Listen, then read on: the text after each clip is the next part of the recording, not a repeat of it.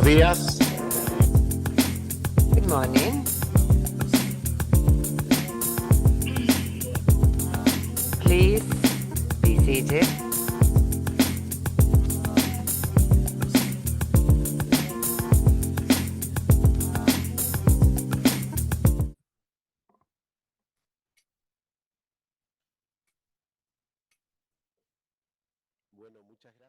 Thank you.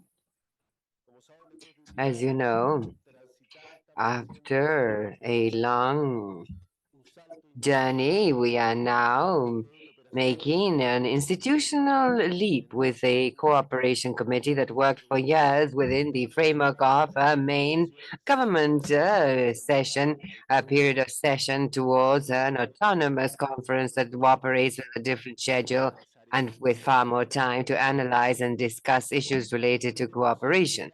And so, in this transition act, we are accompanied by Adriana Cristina Bolaños, who is Director of International Cooperation at the Ministry of Foreign Affairs and Worship of Costa Rica, and who was the president or chair of the committee, and that will now express her last institutional event.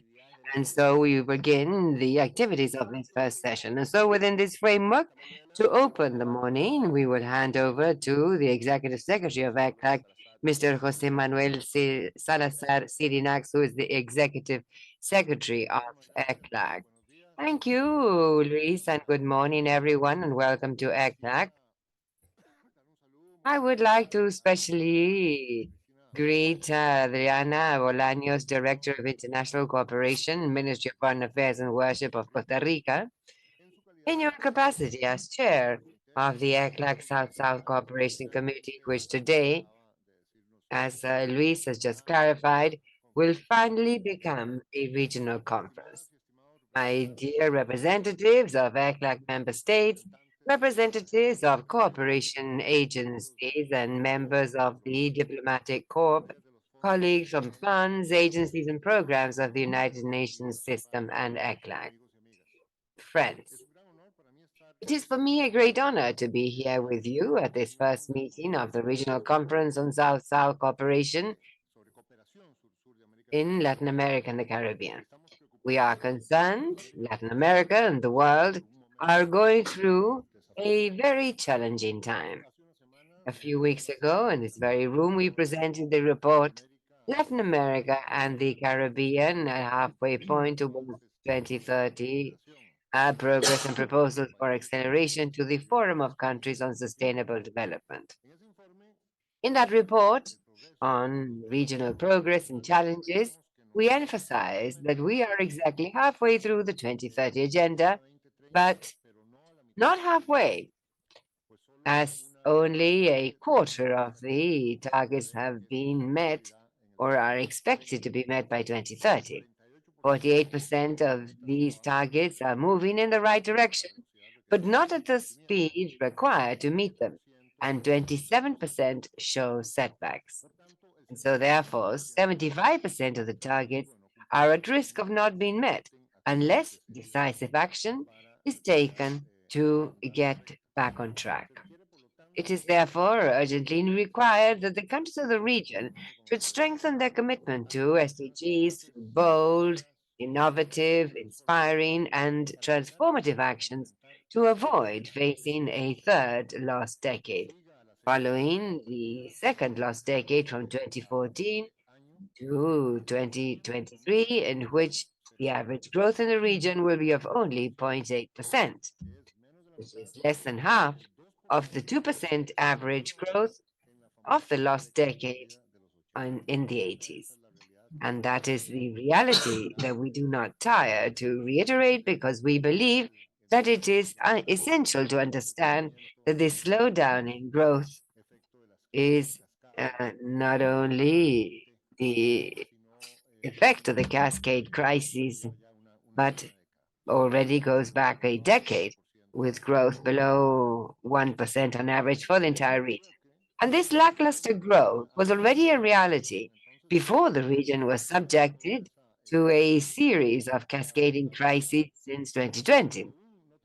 While we were still recovering from the COVID-19 pandemic, And we had to face the resurgence of inflation, economic and geopolitical tensions, the war in Ukraine, and the rise in interest rates, as well as the persistence of migration, among others. All this in a context in which the environmental emergency is worsening and the technological revolution is accelerating. Deterioro. Our region is currently facing a deterioration in its investment and production conditions and the economic and social conditions of its population. This unfavorable nature of the global macro-financial context has raised concerns about the sustainability of public debt in emerging markets and developing economies, including Latin America and the Caribbean. Adverse external conditions that have led to high debt service burdens and financing costs impose serious constraints on economic growth. And with this, to development, several dimensions of development. Public debt levels, which were already rising in the region in the decade prior to the pandemic, increased sharply after the pandemic. General government gross debt rose from an average of 32.4% of GDP in 2011 to 49.7% in 2019 and 60.3% of the GDP in 2020. The measures that countries had to take in order to strengthen these public health systems, support families, and protect businesses led to fiscal deficits never seen before. These trends are not unique to Latin America and the Caribbean. They are repeated in all emerging markets and developing economies, representing a systemic concern of this interdependence, which is higher than ever and it's characterizing the world. It is therefore urgent that the public and private sectors in the region realign their policies and actions in order to come closer to achieving the 2030 agenda. For the Secretary General of the United Nations, the SDG Summit in September should be a moment of unity to provide the renewed momentum and accelerated action to achieve the SDGs. In this sense, he has pointed out that something, open quotes, something is wrong with the rules and governance structures that produce unfavorable results, close quotes, and has called for a series of measures to stimulate the SDGs focused on increasing long-term financing for all countries in need by at least $500 billion a year. He has also indicated that they are working on long-term proposals to correct fundamental injustices and inequities in the global financial architecture. The joint SDG fund is well below the financing compact target of $290 million a year. The Secretary General has been clear in saying that unless member states step up, we will be effectively depriving the UN development system of the support it needs to provide to member states, and has remarked that creative new approaches have not worked and that the only sustainable, predictable, and realistic option is a new funding model with a higher proportion of assessed contributions from the regular budget. In fact, as part of the policy briefs, there's a series of 11 policy briefs that are being prepared as part of the discussion and dialogue in preparation for the future summit next year. It will be published, a policy brief will be published this month on the international economic and financial situation. The middle-income countries have also been affected by cascading crises, and efforts to contain the crises have had economic and social effects. It is unquestionable that structural gaps persist in both rich and poor countries within and outside the region, and that these gaps have a greater impact on the most vulnerable communities. In this context, development cooperation is a fundamental mechanism for fostering international and regional solidarity, and at the same time is a solution for addressing global and regional crises. At this point, I would like to highlight the importance of taking into account the vulnerabilities of countries and subregions in Latin America and the Caribbean in order to promote respectful and appropriate regional cooperation and solidarity for sustainable and resilient development. By way of example, I would underscore the specific needs, for example, of small island developing states in the Caribbean and their vulnerability to the effects of climate change. Friends, taking into account the global and regional reality, This first meeting of the conference invites us to discuss the challenges of international cooperation for development in the new global context, the assessment and evaluation of South-South and triangular cooperation, multi-stakeholder cooperation as an opportunity for new partnerships, international cooperation in integrated risk and disaster management, and cooperation towards the third summit of heads of state and government of CELAC and the European Union, which are rapidly approaching next month. Latin America and the Caribbean must strengthen their regional, political, and economic agreements, deepen their interregional cooperation ties, and promote with greater vigor a common voice before the world to address global asymmetries and promote partnerships for development among multiple actors and sectors, as well as multiple levels, north, south, south, south, triangular, and others. Likewise, in order to address country-specific challenges, it is time to reconsider the criteria for measuring and classifying development. Dimensions such as capacities, knowledge sharing, technology transfer, fiscal and inequality gaps, vulnerabilities, and recognizing the stages of the countries must be recognized, paying special attention to their capacity or difficulty in mobilizing financial resources, among other factors. The region requires innovative, joint, and coordinated work between actors such as international cooperation offices and agencies, and regional, provincial, and local governments, non-governmental actors, businesses, and development banks on cross-cutting regional issues such as poverty, education, research and development, technological development, digitalization, the environment, gender, migration, among others. We must reflect on the role of international cooperation in integrated disaster risk management in order to promote knowledge, prevention, and better risk reduction, as well as better mitigation of the destructive and disruptive impact of disasters. It has been increasing, and it would seem as this increase will not cease. Finally, it is very relevant that the conference provides a space for regional discussion towards a third summit of heads of state and government, CELAC European Union. This conference can and should serve as a space for dialogue and the search for common positions in the region in the face of the new challenges facing both regions and the way in which these should shape the new bi-regional partnership. The task is a challenging one, and to accomplish it, it is necessary to reach working agreements that strengthen the bonds of cooperation and promote a concerted voice for Latin America and the Caribbean. The governments gathered at the sixth meeting of the Forum of Latin American and Caribbean Countries on Sustainable Development emphasized in their conclusions and recommendations the importance of international cooperation for development.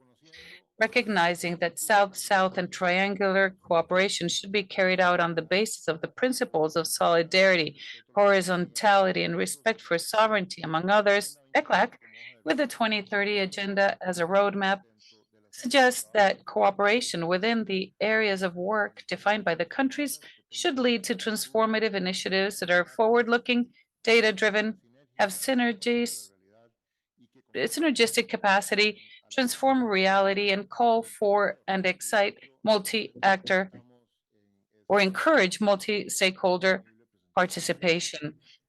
We presented a list of possible transformative initiatives and areas of opportunity for these drivers, and we are also expanding this list of drivers for the CELAC European Union Summit. You can count on ECLAC's technical capacities and on this space for multilateral dialogue to carry out these urgent tasks. Again, welcome all. Thank you very much, and I wish you a very fruitful meeting. Thank you.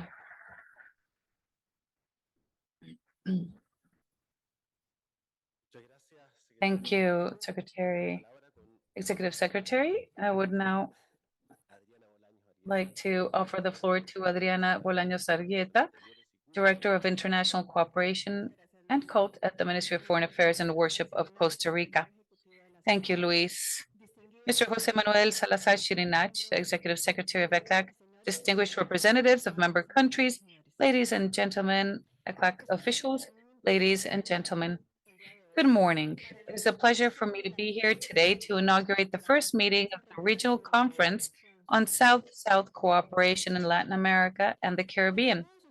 As you all know, it was under the Costa Rican chairmanship and the vice chairmanships of Argentina, Cuba, Jamaica, Mexico, and Peru that all of us, the member states of ECLAC, created this conference, approving Resolution 752 during the 36th plenary session of the committee in December 2021. For this reason, we are truly grateful to ECLAC for the courtesy of having Costa Rica inaugurate this first meeting, which for us, and I'm sure for each of you as well, constitutes a historic regional milestone in the field of international cooperation. During the 17 years of existence of the South-South Cooperation Committee, we have achieved many important or made many important achievements and have definitely strengthened international cooperation activities for development, including South-South, North-South, triangular, and multilateral cooperation. But the context of global changes also led us to a necessary transformation of the regional cooperation system in order to renew it and consolidate it. So we considered it necessary for Latin America and the Caribbean to have a space that would meet independently from ECLAC sessions, in which the presiding officers would make their own decisions on the agendas and meeting dates, and in short, to make it a space that would have the character of conference as a subsidiary body of ECLAC, which would include all member states and associate members of the Commission. Therefore, today, ladies and gentlemen, we should celebrate being gathered here to inaugurate the first meeting of this conference, to elect the chairman and other members of its presiding officers, to approve the agenda that will occupy us, and most importantly, to discuss current issues for our region whose conclusions may direct our actions in the short and medium term. This conference was born in 2021 at a mid-pandemic meeting of COVID-19 in the midst of the global health crisis with the greatest negative impact in recent times. A crisis which, however, also made us realize that only through solidarity, through international cooperation, we could move forward.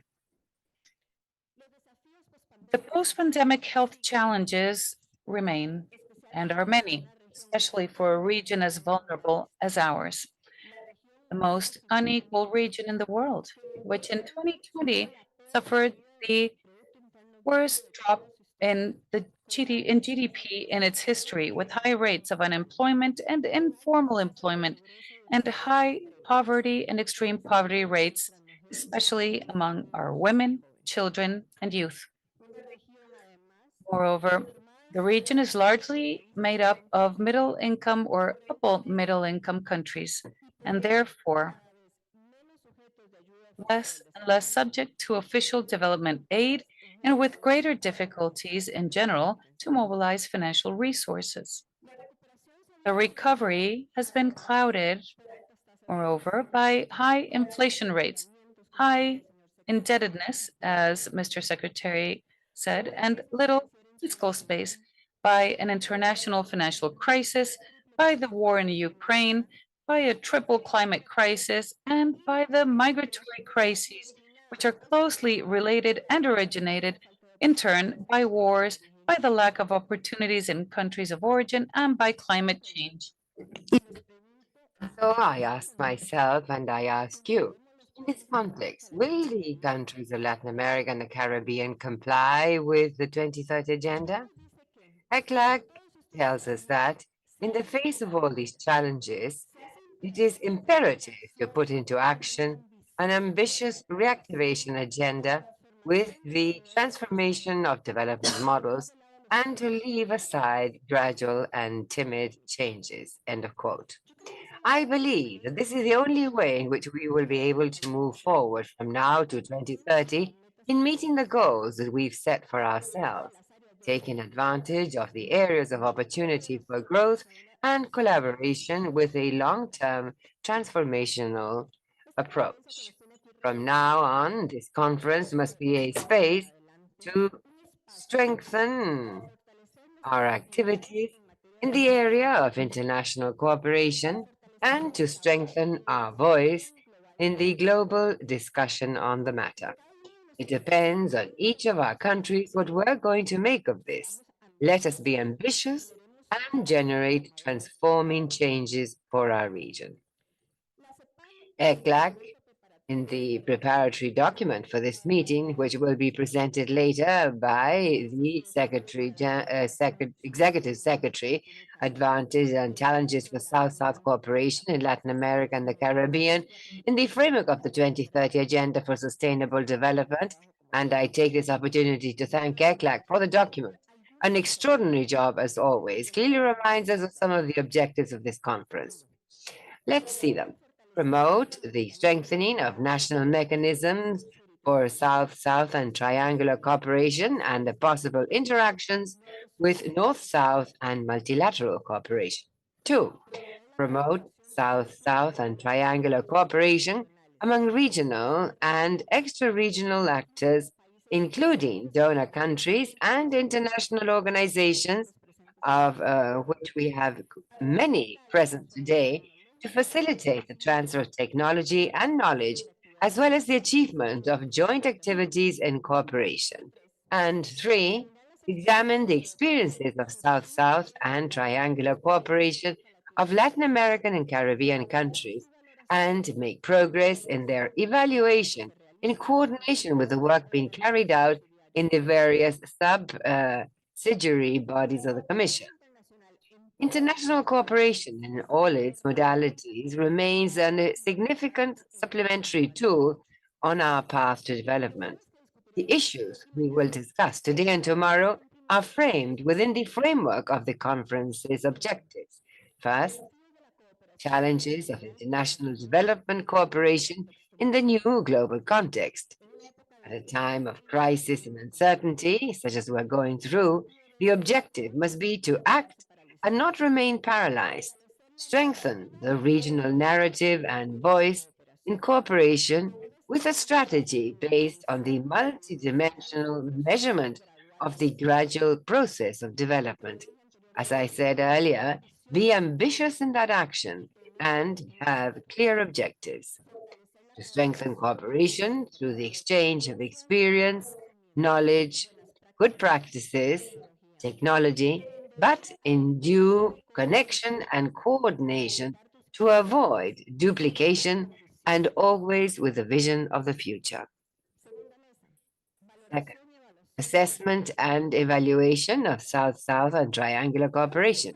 I believe that we're gathered here because our countries are totally convinced that in the current global context and due to the specificities of Latin America and the Caribbean, uh, the vulnerabilities that the Secretary referred to, South-South and triangular cooperation are tools of great value to continue on the road of development, that non-linear, multidimensional, and continuously evolving development that we so much desire for our people.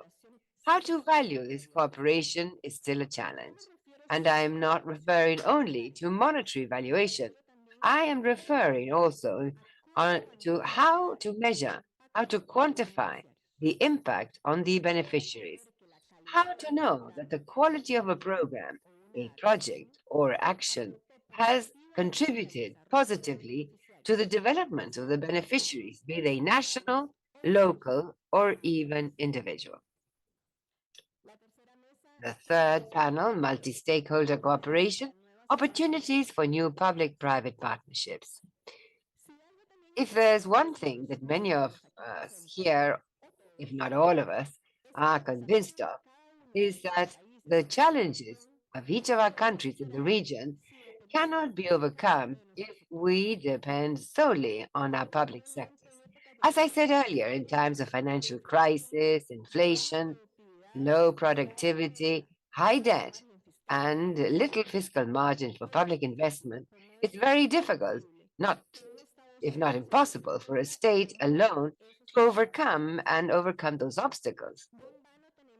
It is not for nothing that we have Goal 17 of the SDGs, because internationally we know that partnership with other actors are essential. And there are many actors: the private sector, civil society, academia, non-government organizations, international organizations, financial institutions, multi-stakeholder development banks. But here is something that's very relevant. Partnerships with each one are different because the aims and interests of each actor is also different. The guarantee, security, and profitability required by a private investor will be very different to that of an NGO to develop certain initiatives initiatives in a given community. The ability to articulate these different actors involved to obtain concrete and tangible outcomes that benefit the different populations and have a measurable positive impact on development, that should be our goal. Fourth panel, international cooperation, integrated risk and natural disaster management. A week ago, I was in Antigua, Guatemala, as many of you, as chairman of the Cooperation and Resource Mobilization Committee of the Association of Caribbean States. And on that occasion, we witnessed the critical situation of the Caribbean, as the secretary mentioned, in terms of natural disasters and the need to work on risk management. Vulnerability to these phenomena is present not only in the Caribbean, but also in the Central American Isthmus, which is where Costa Rica is, and in all countries of the region and the world. Comprehensive processes for the prevention, reduction, and preparedness are essential, and cooperation must continue to play a fundamental role in this regard. And I say must continue to play because we already have cooperation, but we need to continue working on that. Panel 5, and I believe this is the last: cooperation towards the third summit of heads of state and government of CELAC and the European Union. This summit has a high political value. After so many years without a bi-regional meeting, it's a clear message of the EU's interest to returning to Latin America and Caribbean, and we're aware that this is happening thanks to the impetus given by the Spanish chair of the EU. In terms of cooperation, this summit is of the utmost importance. Recently, DG DevCo was converted into DG INPA, alliances instead of development cooperation. The European Union is betting on its involvement in development through alliances, partnerships that it intends to generate through initiatives such as Global Gateway. This is an extremely interesting topic whereby countries in Latin America and the Caribbean must be present with development and investment projects, for which we can analyze the sectors that drive or energize the economy as proposed by ECLAC. However, and here I would like to mention this, we must continue as a regional unit to raise our voices in the sense that the investments proposed under initiatives such as Global Gateway must be complementary to the always necessary cooperation for development. We must also take the opportunity to be more vocal as a region, because it's in the interest of almost all of us on the issue of development and transition. It is with great satisfaction that we know that the presidency of the European Union as of July understands and supports our positions because it is already part of its legal system.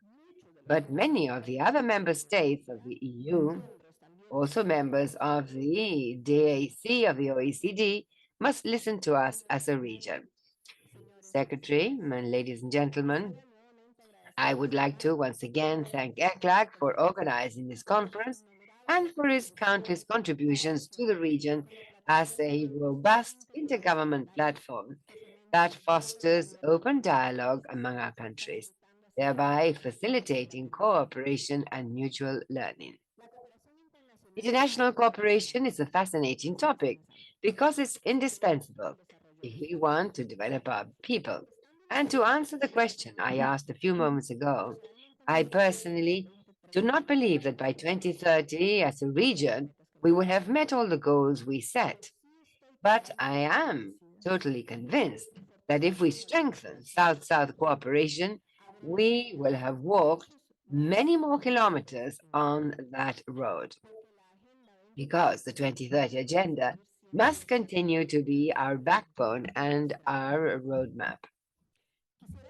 I would like to end my remarks with the message of the Secretary General of the United Nations on occasion of the United Nations Day for South-South Cooperation. Quote, as the world seeks to intensify response and recovery efforts in the face of COVID-19 and to deal with the threat posed by climate change to our very existence, South-South and triangular cooperation are more essential than ever. Thank you very much.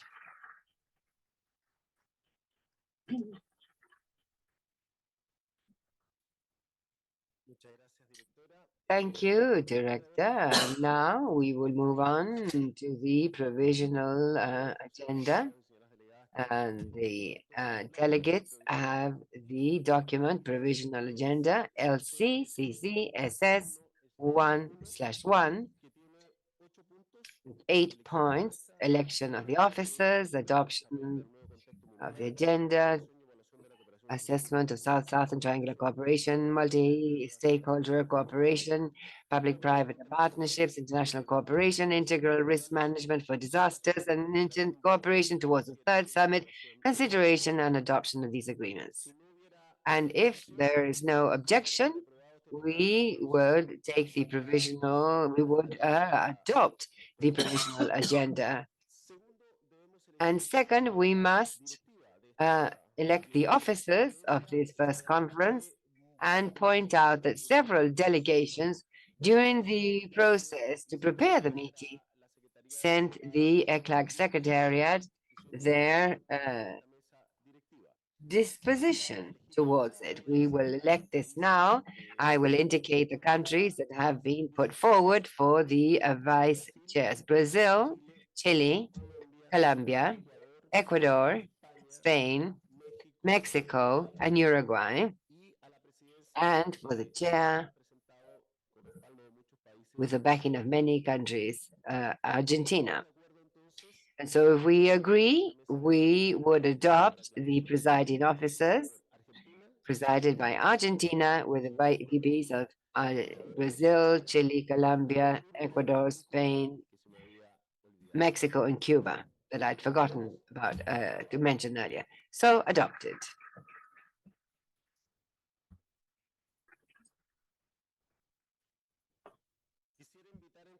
And so now I would like to invite Sabina Frederick, who is the president of the Argentine Agency for International Cooperation, the White Helmets, to take on the chair of the conference and replace Mrs.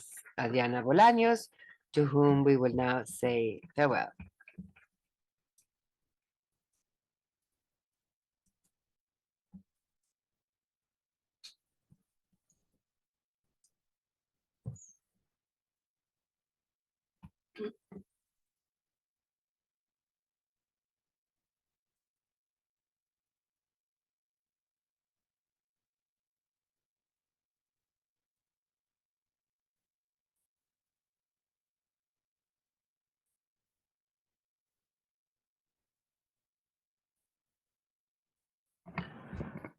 Bueno, muchas gracias. Buenos días a todos, a todos. Good morning, all.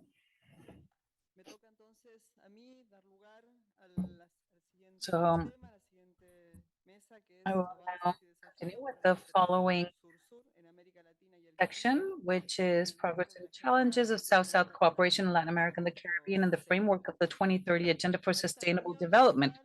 For this meeting, ECLAC, which is the secretariat of the conference, has prepared the document Progress and Challenges for South-South Cooperation in Latin America and the Caribbean in the framework of the 2030 Agenda for Sustainable Development, which will be presented by Mr. Jose Manuel Salazar Cirinats, Executive Secretary of ECLAC, and it addresses international cooperation for development in a post-COVID-19 world, and with the challenge of accelerating the means to implement the 2030 agenda. Mr. Executive Secretary, you have the floor. Thank you, Madam Chair.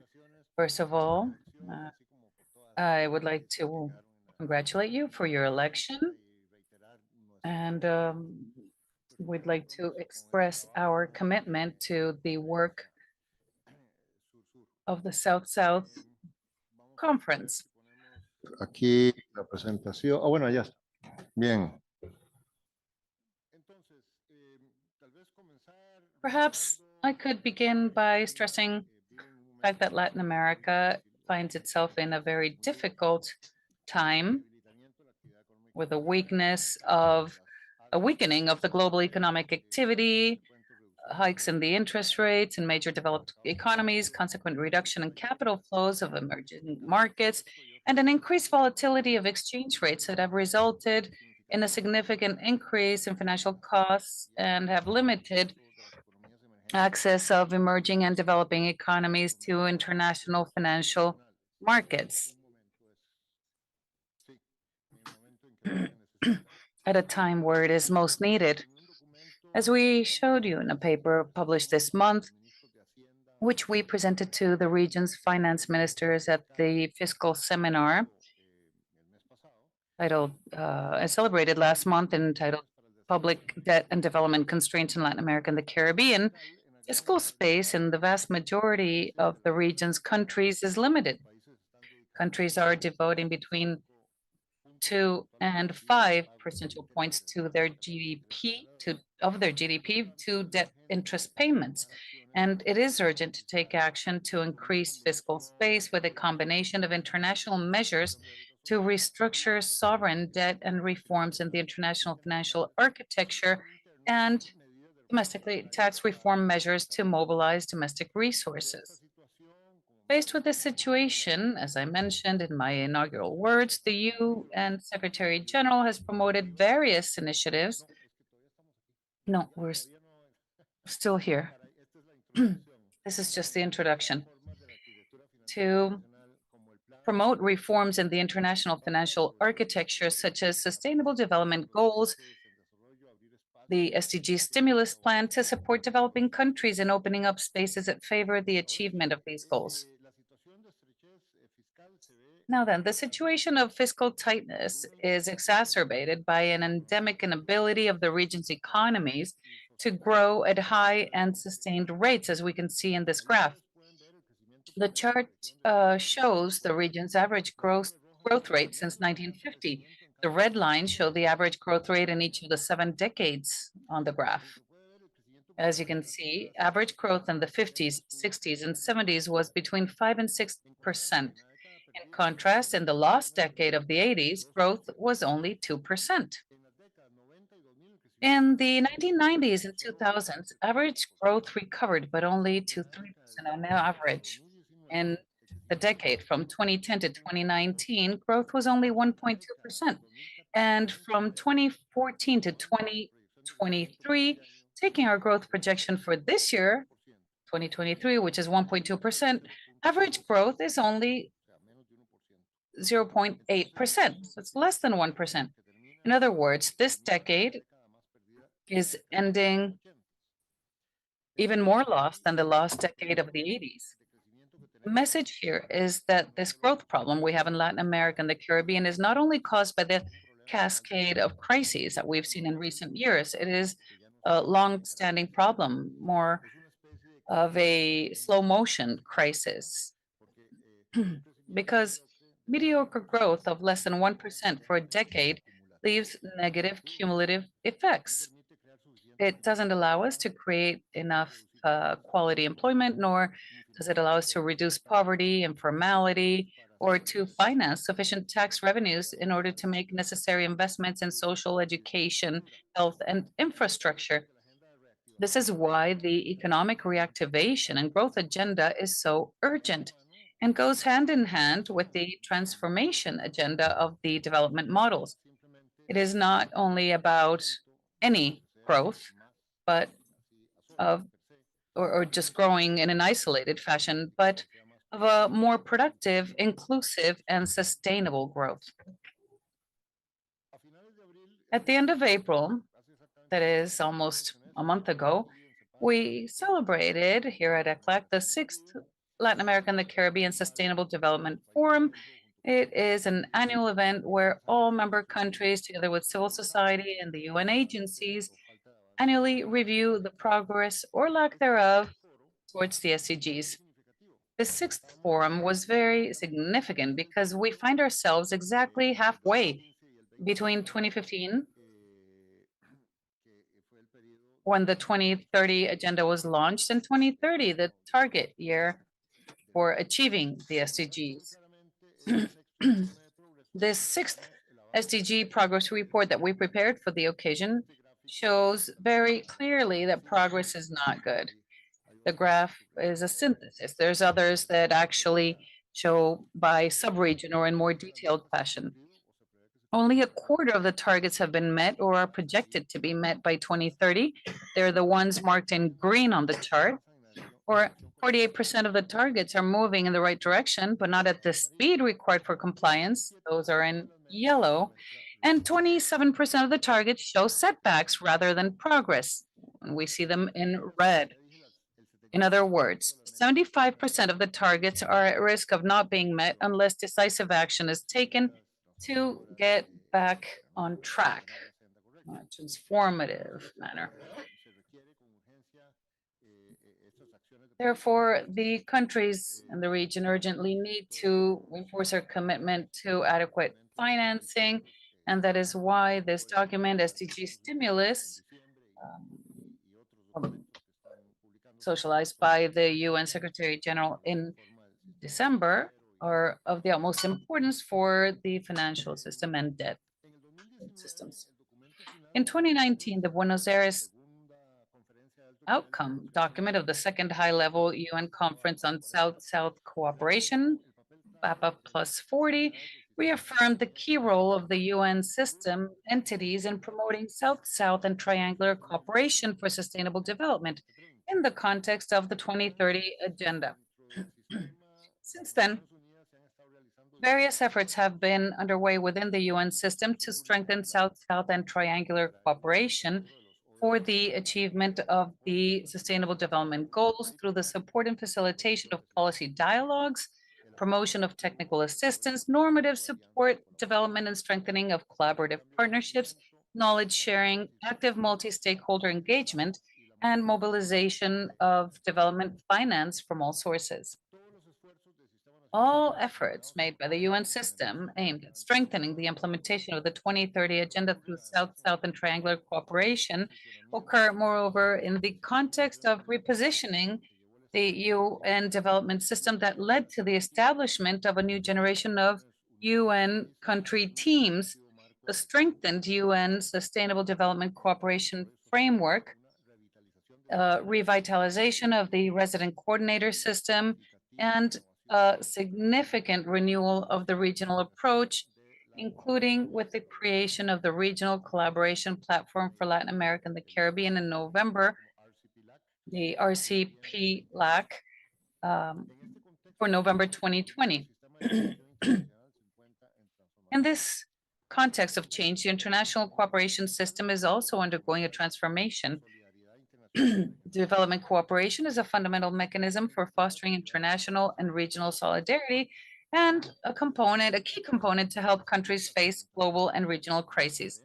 From this perspective, it is important to follow the guidelines of the second UN High-Level Conference on South-South Cooperation, BAPA plus 40, ECLAC offers its capacity to assist Latin America and the Caribbean countries in the generation of knowledge networks, partnerships, improvement of technical and research capabilities, and technical policy and research support, all with a view to ensuring that cooperation has the greatest possible impact on development. And I'm sure I speak on behalf of all agencies present and the UN agencies that are at the disposal of contributing to this effort. Institutional framework in the area of cooperation is important. Latin America and the Caribbean have a strong institutional framework in this area. In the 2000s and 2010s, the following were created: the Peruvian Agency for International Cooperation, the Uruguayan Agency for International Cooperation in 2010, the Colombian Presidential Agency for International Cooperation, APC Colombia, 2011, the Mexican Agency for International Development, AMEXID, in 2011, and more recently, Central America, the Salvador Agency for International Cooperation in 2020. More recently, in Central America, El Salvador Agency for International Cooperation, ESCO, 2020. In the other countries of Latin America and the Caribbean, development cooperation policy programs and activities were strengthened through offices or directorates located in one or more ministries. Latin American and Caribbean countries in general have a strengthened institutional framework, and I believe that all the directors and officials of all these agencies are proof that there is an institutionality in this matter. South-South and triangular cooperation in Latin America and the Caribbean is a valuable tool of the international cooperation system, but there is no single way of understanding it. There are multiple dimensions to South-South cooperation. There's economic, technical cooperation, political cooperation, but there's also a lack of a single universal metric for these exchanges carried out under the cooperation modality or these cooperation forms. Although there is a consensus in the vast majority of Latin American and Caribbean countries that South-South cooperation must be valued, well, valuation and evaluation have not been a priority in the region, or at least not at a desirable level. Some countries have made progress in the design and application of valuation formulas. However, this initiative does not exist at the sub-regional or regional level. This is one of the things that we emphasized in the document. However, there is knowledge and practice on the basis of which progress can be made towards sub-regional and regional evaluations. Some of these will be reviewed at this conference, such as the report on South-South cooperation in Iberoamerica of the Ibero-American General Secretariat, SEGIP, the total official support for sustainable development, TOST, and the quantification of South-South cooperation to mobilize funds for sustainable development goals, an UNCTAD project in which ECLAC also participates along with other UN regional commissions. The 2030 Agenda and the Sustainable Development Goals demand the broadest participation of all stakeholders. The role played by various actors is crucial in mobilizing resources for development, as well as for a more efficient use of these resources. In this sense, South-South cooperation creates multi-stakeholder environments where the participatory spirit, dialogue, and understanding that favors project ownership prevails. South-South cooperation is based on the identification of local, regional, or national needs, their negotiation, the actions mutually agreed upon by the parties that established the relationship. And these parties include the regional and local governments, multilateral development banks, private sector, civil society, NGOs, and social economy organizations. If we look at the graph prepared on the basis of data from ECLAC's Regional Observatory on Development Planning for Latin America and the Caribbean, we can see that in Latin America and the Caribbean, the main actor promoting territorialization initiatives for the 2030 Agenda for Sustainable Development is the public sector with 59%, and that the most used modality of territorialization are the processes of linking goals in planning instruments and linking investments with the SDGs. This includes manuals and guides with procedural and methodological guidelines for such processes. Disasters is another area where there have been and are many opportunities for international cooperation, specifically for South-South and triangular cooperation. In Latin America and the Caribbean, main collaboration efforts in this area have been made following disasters involving several countries. Because of the cross-cutting nature of the effects of disasters, cooperation has taken place not only between countries, but through international institutions and civil society. Disasters are recurrent phenomena worldwide, according to the International Disaster Database of the Center of Research on the Epidemiology of Disasters of the Catholic University of Leuven in Brussels, which has the most extensive record of disasters worldwide. In the period from 1970 through March 23, the continent most affected by disasters was Asia, followed by the Americas. Africa was the continent with the most epidemics.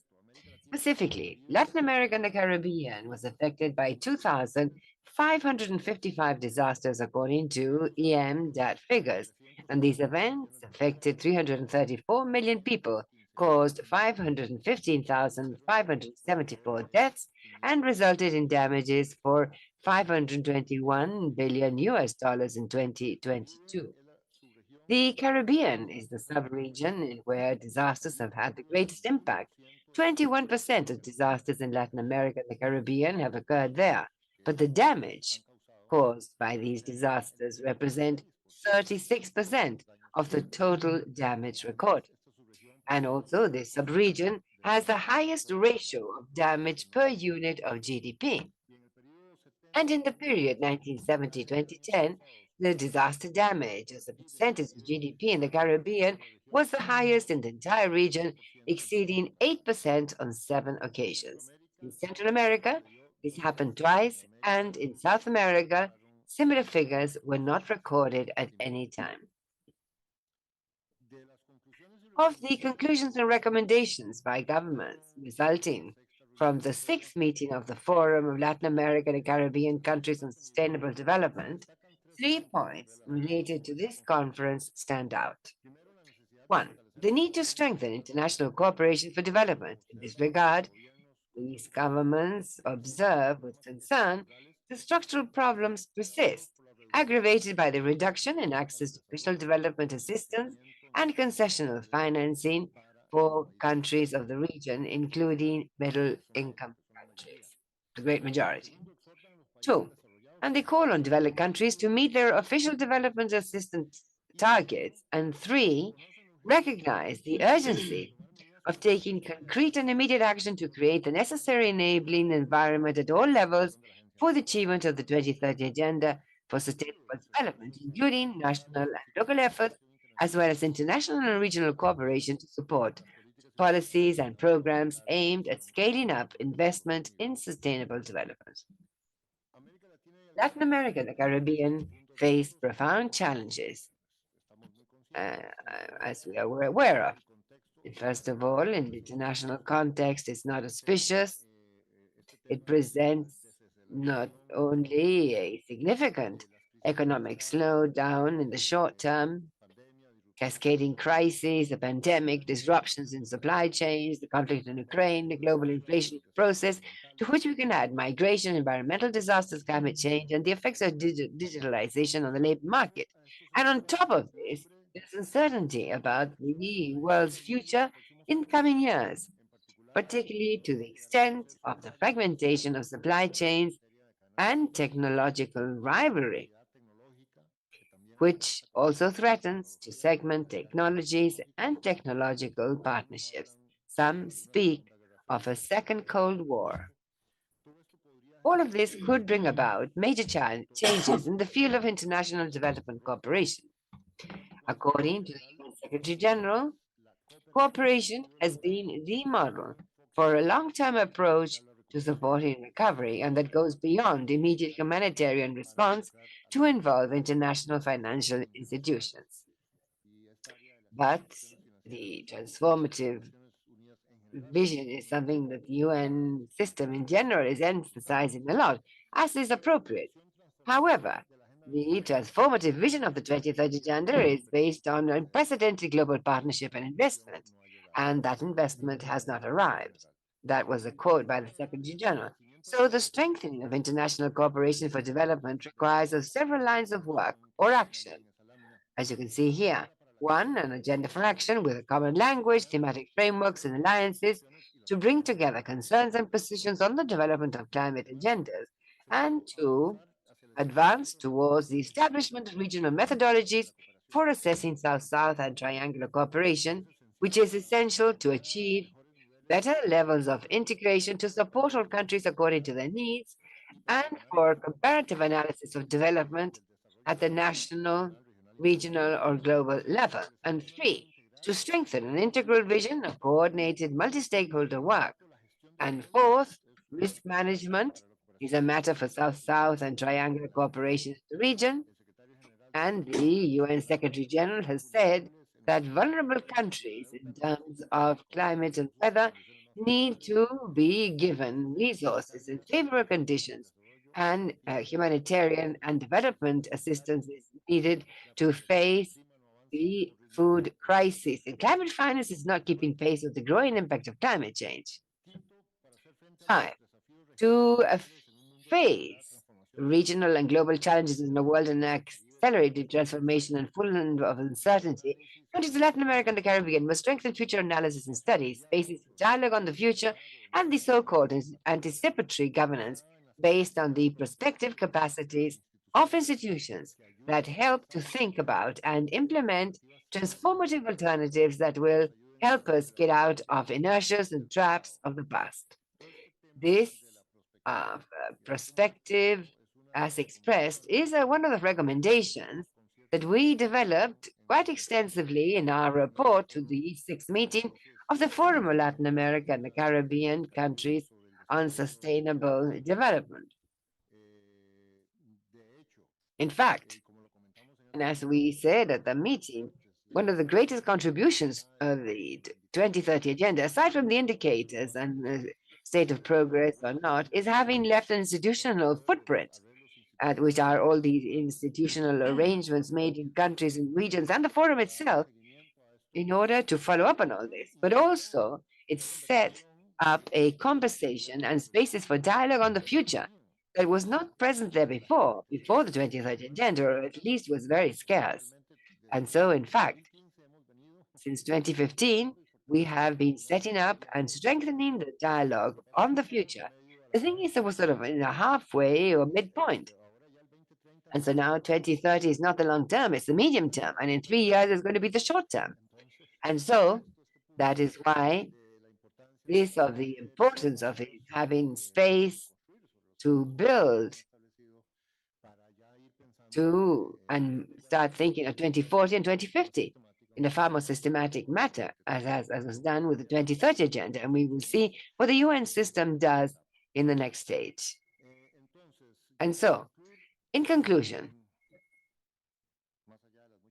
aside from thanking you, I would like to reiterate that international cooperation for development, particularly South-South and triangular cooperation, are fundamental to achieve sustainable development, improve the standard of living of the world's population through the exchange of information, knowledge, technology, experience, and of course, resources. But for this, given the current conditions in the region, South-South cooperation is more than ever called upon to think of alternatives and transformative initiatives. Based on state leadership, cooperation can be strengthened by combining the efforts of multiple actors, such as international organizations, development banks, civil society, academia, and the private sector, and hence the tremendous relevance of this meeting. Thank you very much.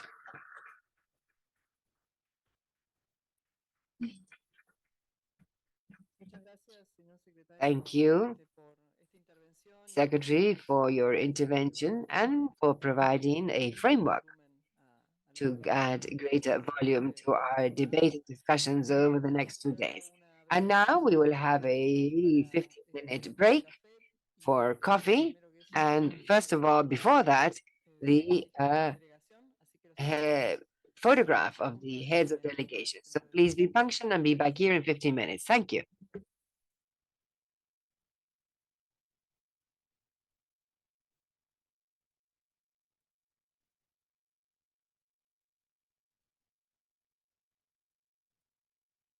A los jefes y jefas de delegación, entonces, por favor, acompañarnos acá en la testera para tomar la foto acá adentro. So the group picture will be taken here within the meeting room.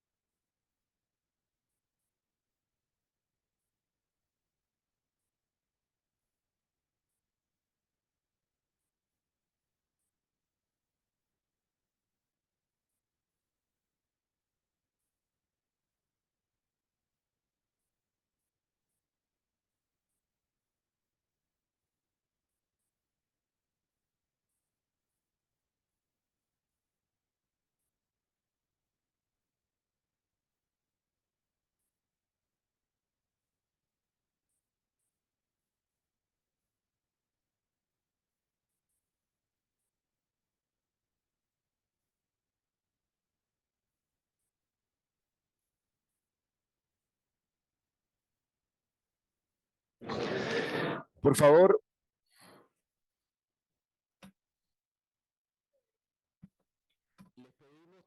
please be seated.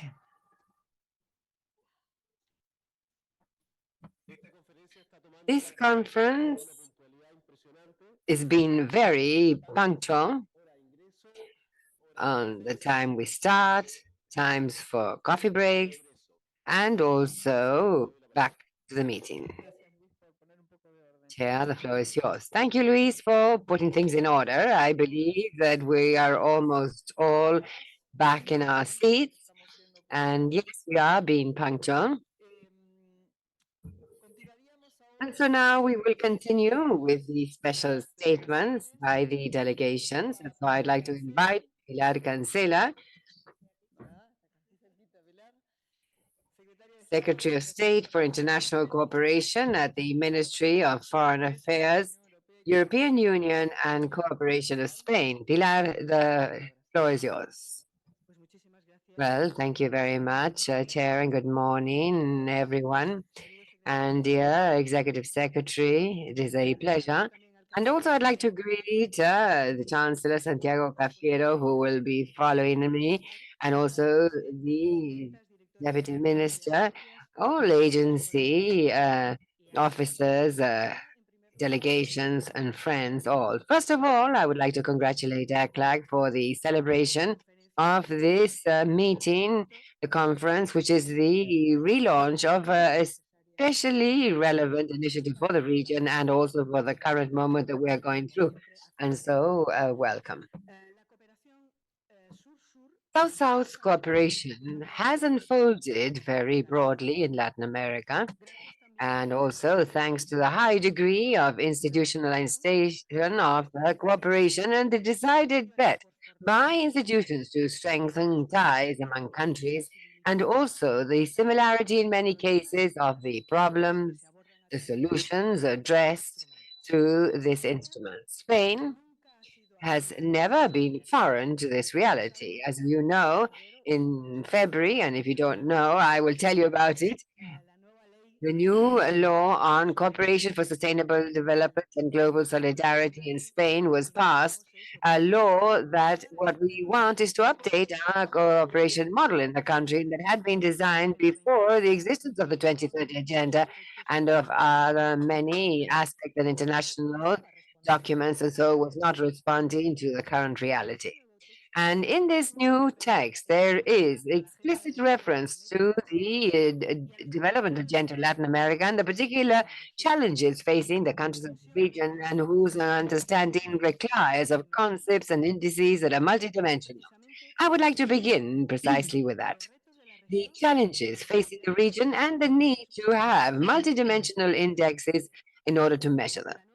The new Spanish law picks up the concept of development in transition explicitly. We know that this is a concept that is widely accepted by all countries of the region in an equal manner, but we also believe that there is an agreement, in full agreement in terms of what is to be determined, or what this means. It is clear that revenues is not a sufficient criteria nor adapted for meta development. Development is a process and must be sustainable. And so therefore, we defend the use of indicators that are multidimensional and intersectional from the human rights approach, with special care for the gender gaps, the environmental dimension, climate vulnerability, and the so-called peace, security, and governance. But the concept of development and transition within the framework of Latin America must have a practical translation in terms of what we do and how. And so therefore, we must deepen on our discussion regarding these new modalities and instruments for cooperation adapted to the new context that we find ourselves in, and that enhances innovative forms of association. Among these modalities, foster the creation of strategic partnerships and especially horizontal cooperation. They take on special relevance due of South-South cooperation and triangular cooperation that we have been supporting in the region, that we want to continue to enhance with a renewed approach. On the one hand, keeping up the work supporting South-South cooperation that we've been doing within the Iberian American context, and the program to strengthen South-South and triangular cooperation has allowed us to share among all a definition on South-South cooperation, develop institutional capacities in terms of how we use the instrument, and also determine a platform for follow-up that helps planning and identifying new opportunities for South-South cooperation. And therefore, it is a successful program and that we will continue to work on actively, and also furthering a new model of triangular cooperation that pivots on the principles of horizontality, benefit, responsibility, and mutual learning. This is very important, based on knowledge management, shared management directed at development, and the efficacy of this mode of cooperation. This new model that will have a clear focus on the generation of partnerships that facilitate dialogue regarding policies and interinstitutional relations among participating countries, and above all, that allowing us to address the demands and development challenges identified as such in the region. Spain wishes to work on a triangular cooperation protocol that revitalizes the modalities that we have been using this instrument with, and that consider new forms of implementation. We also want to identify triangular cooperation and work on a specific line of finance. In just a few months, Spain will chair the Council of the EU, and one of the aims of this period is to try and redirect strategic European relations with Latin America in all spheres, and preeminently in terms of cooperation. We are one of the member states that has most actively contributed to defining triangular cooperation from Europe to Latin America and the Caribbean through the Adelante program. And the program indicates that more than 70% of the transactions requested are by Spain, but also we are active in regional space such as the Iberian American space, where we also consider the challenge of maintaining active triangular cooperation with the region of Latin America and the Caribbean. Therefore, we believe that having a new legislative framework that is wages in favor of the region, and that finding ourselves at the doors of the beginning of a European presidency with a focus on Latin America and the Caribbean, allows us to send a clear message of support of more advanced cooperation based above all on partnerships with dual countries, for which instruments such as South-South cooperation and triangular cooperation are essential. And so that is the path that we will continue to meet. Thank you.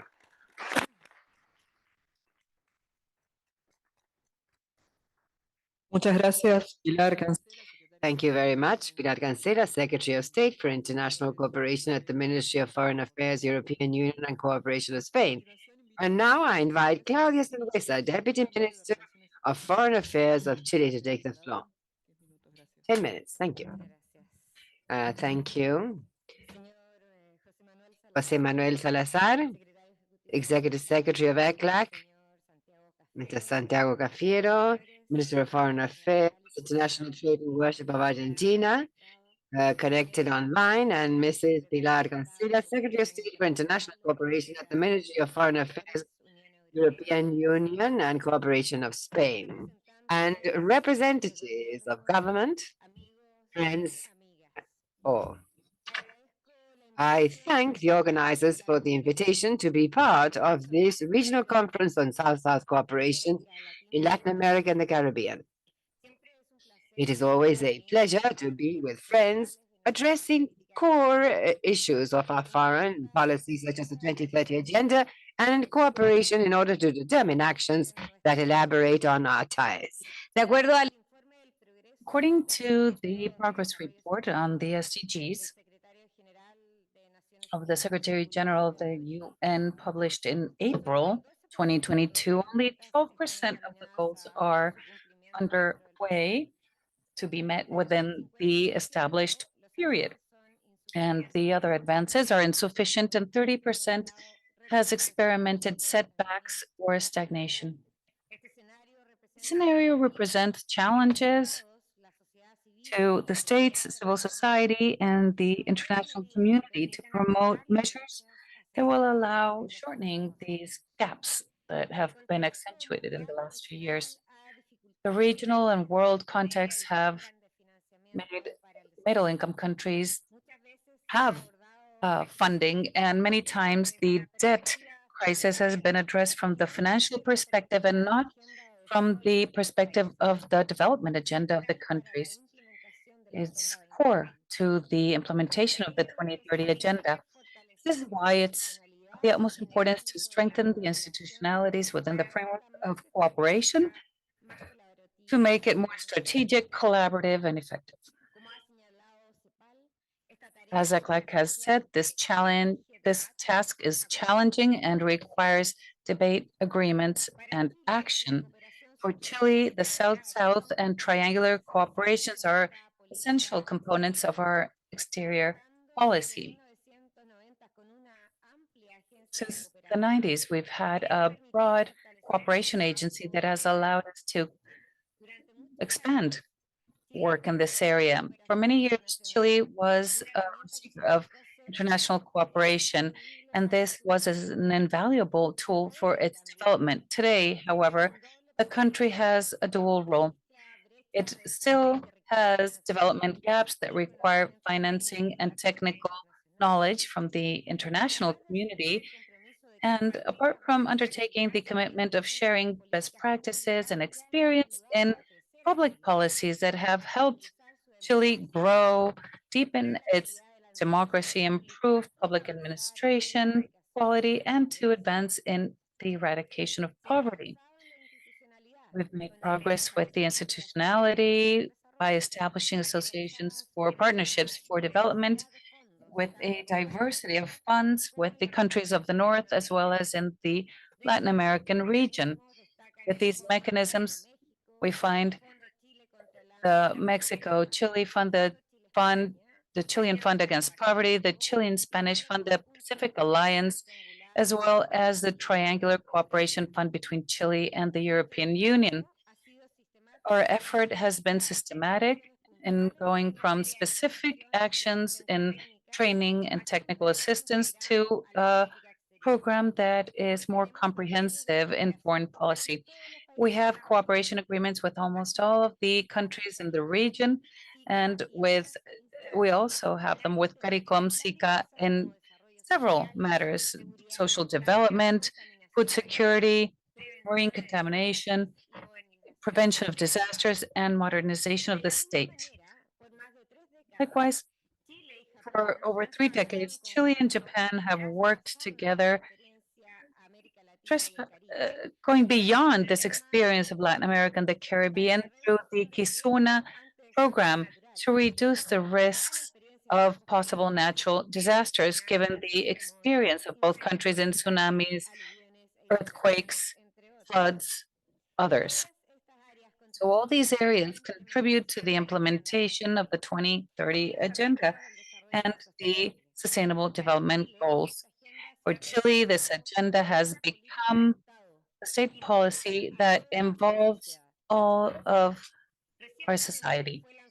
Recently, the National Strategy for the Implementation of the 2030 Agenda was implemented, and it includes the participation of the public and private, academia, and civil society areas. It is divided into 3 pillars. One is a vision of Chile by 2030, a productive country, sustainable, inclusive, where the social, environmental, and economic areas are balanced in peace, justice, and democracy, always in collaboration with the international community. In the second section, the 5 strategic pillars are addressed in order to advance with the implementation of the agenda. And the third is a description of the means by which this will be achieved. The specific program actions and public policies, restructuring of governance, the actions to facilitate its implementation and territorial and monitoring, among others. The 2030 agenda requires the promotion of international strategies, and South-South and triangular cooperation must take charge of the regional gaps and focus its actions basing itself on these in order to promote the development of the different countries. Together with the post-pandemic complexities, we must take charge of the triple transition: digital, environmental, and socioeconomic. Latin America and the Caribbean are a priority of Chile's foreign policy, and we have taken this on with a regional perspective. We are available to assist within our capabilities for any technical efforts with the technological agreements signed in Addis Ababa, and of course, increasing access to international capital markets. I'd like to thank everyone for the creation of this space.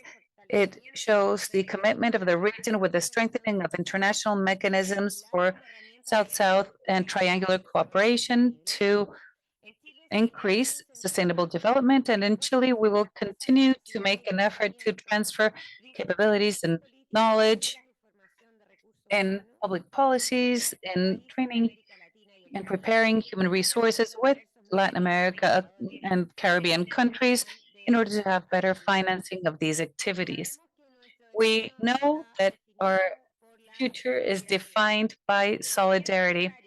Thus, it is necessary to continue to strengthen democracy, the search for equality, inclusion, and the promotion of greater growth and development. With greater political dialogue, cultural exchange, investment, and overall cooperation, we will benefit and present ourselves to the world with a shared identity. Thank you.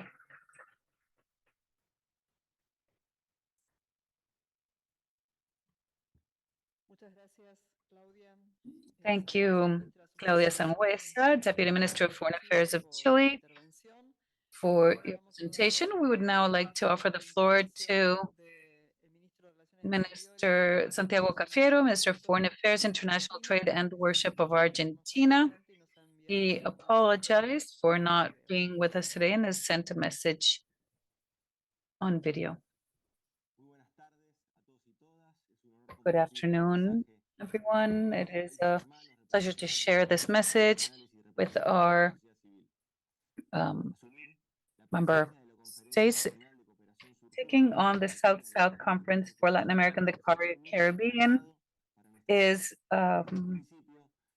milestone for us. Argentina has supported Costa Rica's proposal to transform the South-South Committee into a regional conference, and this will offer us a single or independent identity, which will help with this effort. And the South-South and triangular cooperation continues to aid in the implementation of the 2030 agenda and achieving the general objective of eradication of poverty in all its forms and dimensions. The global challenges that we face show the importance of cooperation in the region, while the resources have weakened for countries of medium income countries. So it has been of the utmost importance. It's important to overcome the classic classification of the countries and include them in more qualitative valuations. Argentina has historically promoted the construction of multilateralism, where countries under development have increasing participation and influence on the decisions that affect global governance. Under this premise, we've had the honor to preside the second conference of the United Nations on South-South Cooperation, PABA +40, which established a new horizon for international cooperation and development.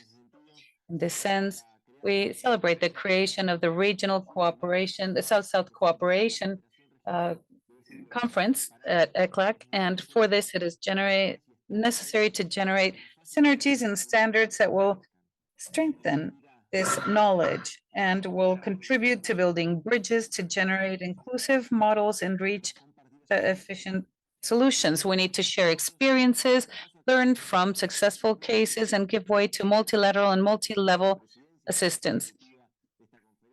The executive secretariat of this conference is moving in that direction. We firmly believe in the commitments made by the countries that are present. I would like to thank the support received for Argentina to take on this responsibility. It is a huge challenge. Likewise, I'd like to thank the executive secretary of ECLAC and the organization he represents for having put at our disposal his professionalism for the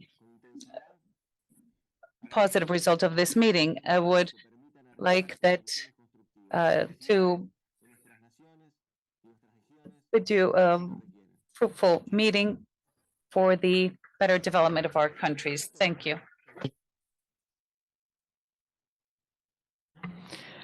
Bueno, agradecemos por supuesto el mensaje. Thank you to Minister Santiago Cafiero for his remarks. Ministry of Foreign Affairs of Argentina. It is the country that is presiding the meeting. And we will now give way to statements by delegations. Please raise your name or country card to indicate that you would like to take the floor. I would also ask that you limit your remarks to 2 minutes so that as many members as possible can participate. We will be taking note of who is requesting the floor. There's many requests. Thank you. The first, please, would like to offer the floor to Ecuador. Thank you, Madam Chair. We would like to simply express our gratitude for supporting our participation in the steering committee as vice chairs, and we would like to firmly commit to strengthening the South-South cooperation agenda on the basic elements that inspire it, which are horizontality, solidarity, complementarity, and we see that there is a huge opportunity in the region to develop the agenda. There are many challenges, such as those related to valuation and the huge impacts that can be achieved to reflect the advances we've carried out in the region. There is great capacity amongst ourselves to address these challenges in reaching the Sustainable Development Goals. We know that they are enormous challenges, and they are, as was said, around the corner. So it is important to be effective and speedy in achieving these goals. So I would just simply like to reiterate Ecuador's commitment to work based on our experience together also with the other partners whom we share these wishes and efforts within the criteria of horizontality and complementarity that we have in the region. We simply wanted to mention this and to indicate that the need to increase triangulation of cooperation in this space is important and requires commitment from the developed countries that could, for example, contribute to these programs with novel mechanisms such as the foreign debt exchange, and which could extend the South cooperation in the region. We are working to further develop these initiatives. It is a wonderful experience that has allowed us to develop our South-South cooperation agenda. Just to mention an example, we would like to invite the countries present to establish such mechanisms which would allow us to expand our South-South cooperation agenda. Thank you. Muchas gracias. Thank you. Thank you, Ecuador, for that intervention and proposals. And so we recognize the delegation of Chile. Thank you. Greetings to everyone, and special thanks to ECLAC for holding this first conference through the executive secretary and especially, but also the entire ECLAC. We would also like to express our gratitude at the fact that Chile was elected to the presiding officers of the conference. And of course, I would like to express not only our disposition, but the commitment and will in Chile to achieve better international cooperation for the development of all our countries in the region, both in terms of our dual condition, that is the cooperation that we receive, and also mechanisms not only of the development and transition approach, but also the right to continue to be eligible in order to receive international cooperation, and of course, the unrestricted support to South-South cooperation with a special emphasis on gender transformation. Thank you.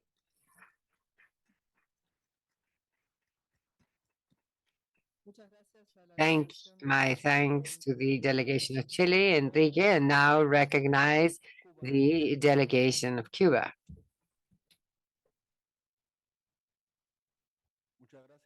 Thank you, Chair.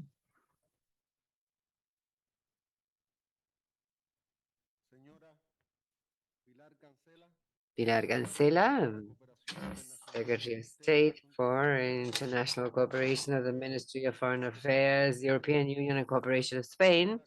Mrs. Claudia Sangüesa, Deputy Minister of Foreign Affairs of Chile. Mr. José Manuel Salazar, Executive Secretary of ECLAC.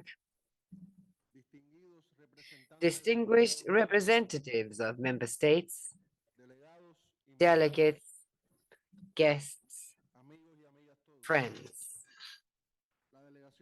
The delegation of Cuba recognizes and congratulates the ECLAC and the government of Argentina as the pro tempore president of the 39th period of session of ECLAC and for the organization of this first meeting of the regional conference on South-South cooperation, Latin America and the Caribbean.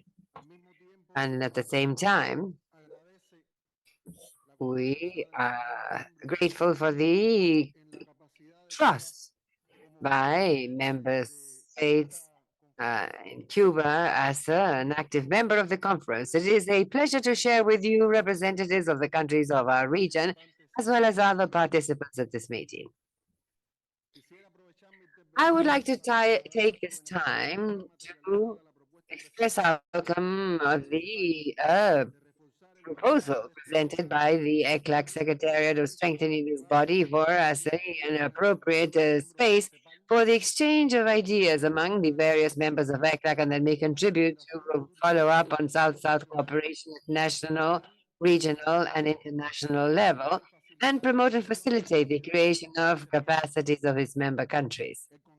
In the current context, this is complex, especially for developing countries that are affected disproportionately by persistent negative effects of the COVID-19 pandemic, a significant reduction in assistance or aid flows for development, bilateral as well as multilateral, the geopolitical tensions and conflicts in different parts of the world, and the rising price of food and energy, and the volatility of markets, inflation, the unsustainable burden of debt, and climate change. The most recent report on meeting the Sustainable Development Goals, the UN Secretary General described an alarming setting. Only 12% of the goals are well on the way to the 2030 meeting, and another high percentage is deviated or lagging behind, and others have no progress at all or have even moved back in comparison to 2015. So therefore, it is urgent to embark accelerated, sustained actions that are also transformative. The 2030 Agenda for Sustainable Development passed in 2015, today, among others, has a great challenge of achieving a world allowance to meet the 17 agreed on goals. And so it is necessary to open up a qualitatively different chapter in international cooperation for development that is able to meet the transformative goals set in the 2030 agenda. It is absolutely important to align the agendas of the donor agencies and also the main bidders and the demands of the beneficiaries, which is always necessary in order to meet the SDGs, to have cooperation that allows complementation among countries in order to address the existing disparities between those who are developed and those who are not yet developed, and at the same time help countries in the South.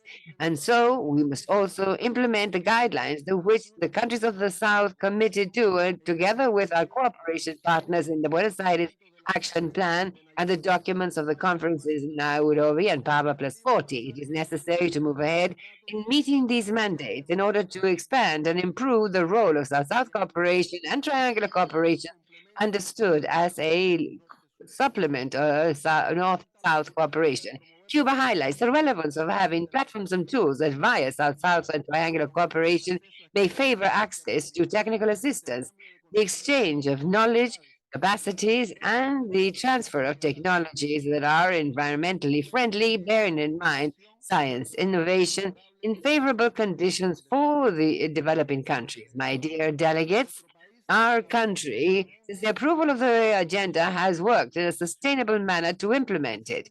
And its main obstacle is the economic, commercial, and financial blockade imposed for more than 60 years by the government of the United States against Cuba, and with an unprecedented sharpening in the context of the pandemic and practically unmovable since then.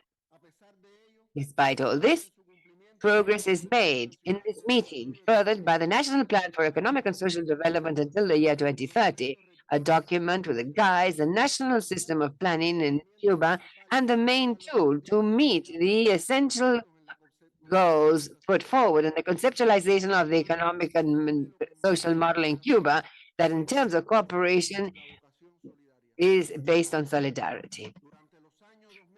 Since 2021 and 22, Cuba offered its aid to 81 countries with the participation of more than 43,000 cooperating agents. And so a large part of this was in the area of health. In order to face the COVID-19 pandemic, 58 international specialized physician brigade were sent to 42 countries, and more than 500,000 doses of the Cuban vaccines, Soberana O2, Soberana Cruz, and Abdala, were donated to a group of countries within and from outside the region of Latin America and the Caribbean, as well as other medical devices. Cubans' aid in emergency situations is significant in case of natural disasters in several regions, Western Africa, as well as the eradication of illiteracy in 30 countries with the I Can Do It, or Yo Si Puedo program, just to mention a few. My dear delegates, our country offers cooperation without any limitations, respecting sovereignty, national laws, religion, and self-determination of nations, and says will continue to advocate in favor of multilateralism for the countries of the region and the international community. As such, it took on the presidency of G77 plus China, the mechanisms is representative of the South, in order to continue to give voice to the dispossessed. And an intense agenda has been carried out at the head of this group. I conclude by calling on everyone to continue to enhance partnerships in order to catalyze many of the transformations needed in order to implement the 2030 agenda. Thank you.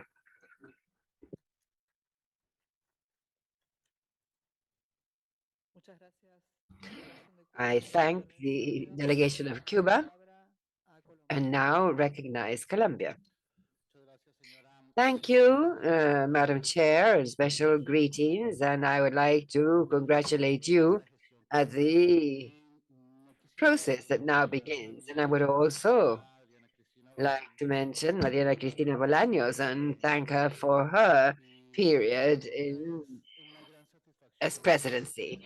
For Colombia, we are very satisfied to be part of the group as co-presidents, and Jose Manuel Salazar, executive secretary. My special greetings and also to all colleagues in other countries and the agencies present here. To be part of this first session of the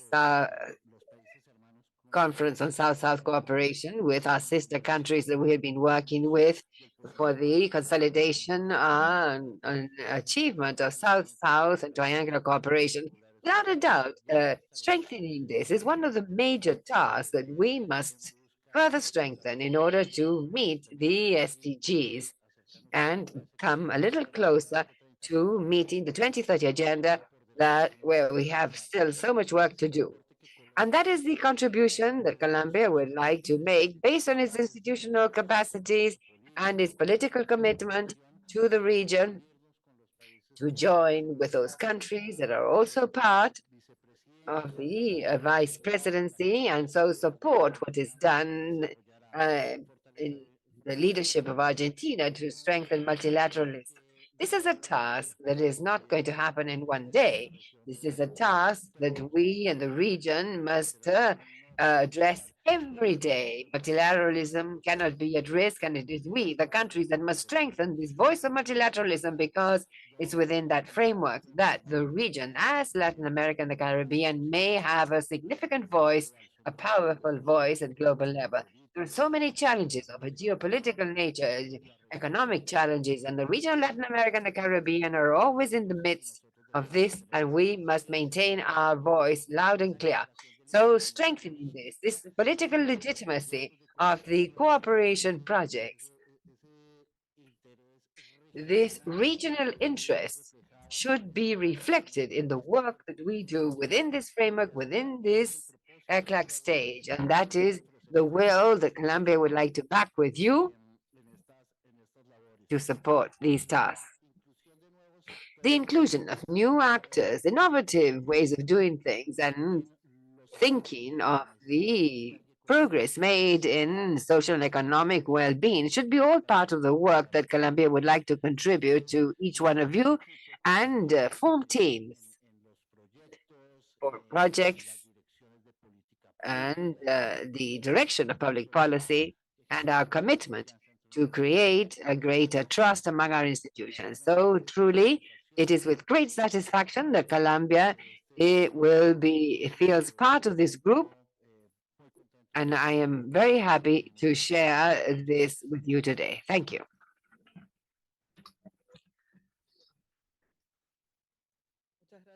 Thank you, Colombia. And now we recognize the delegation of Brazil.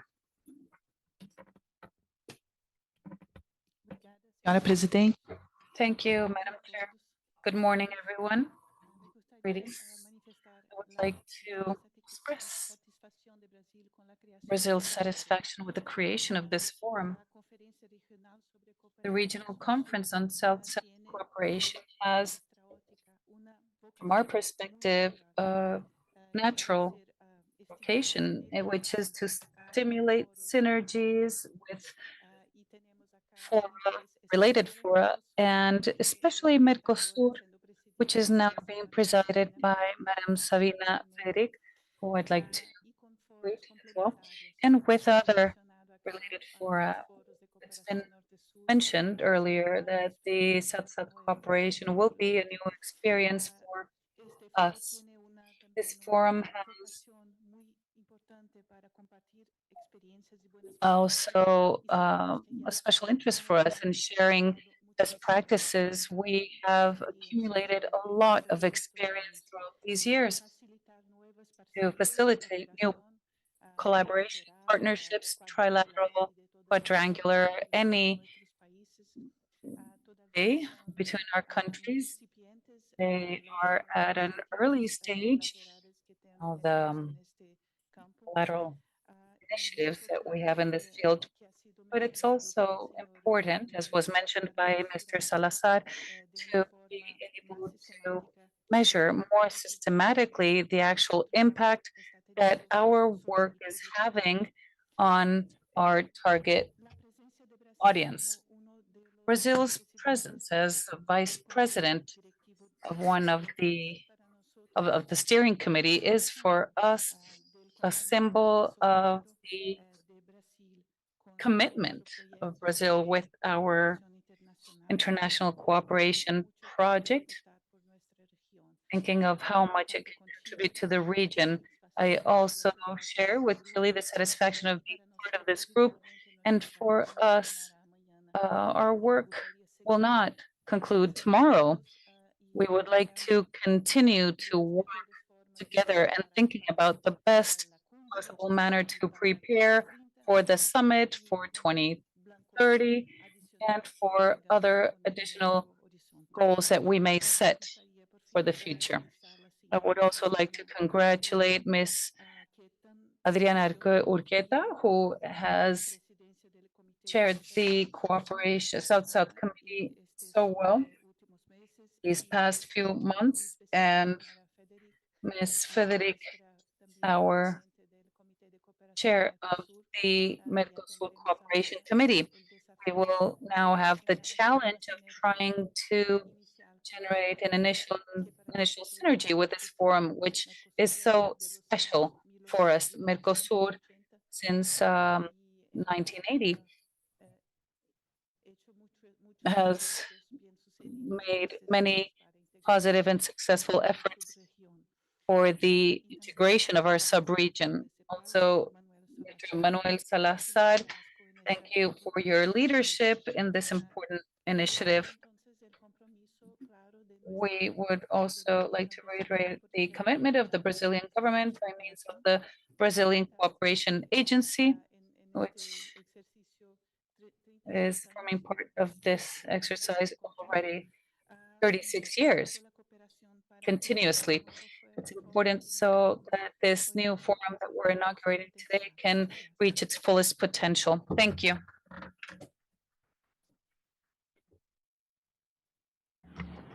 Muchas gracias a la delegación de Brasil.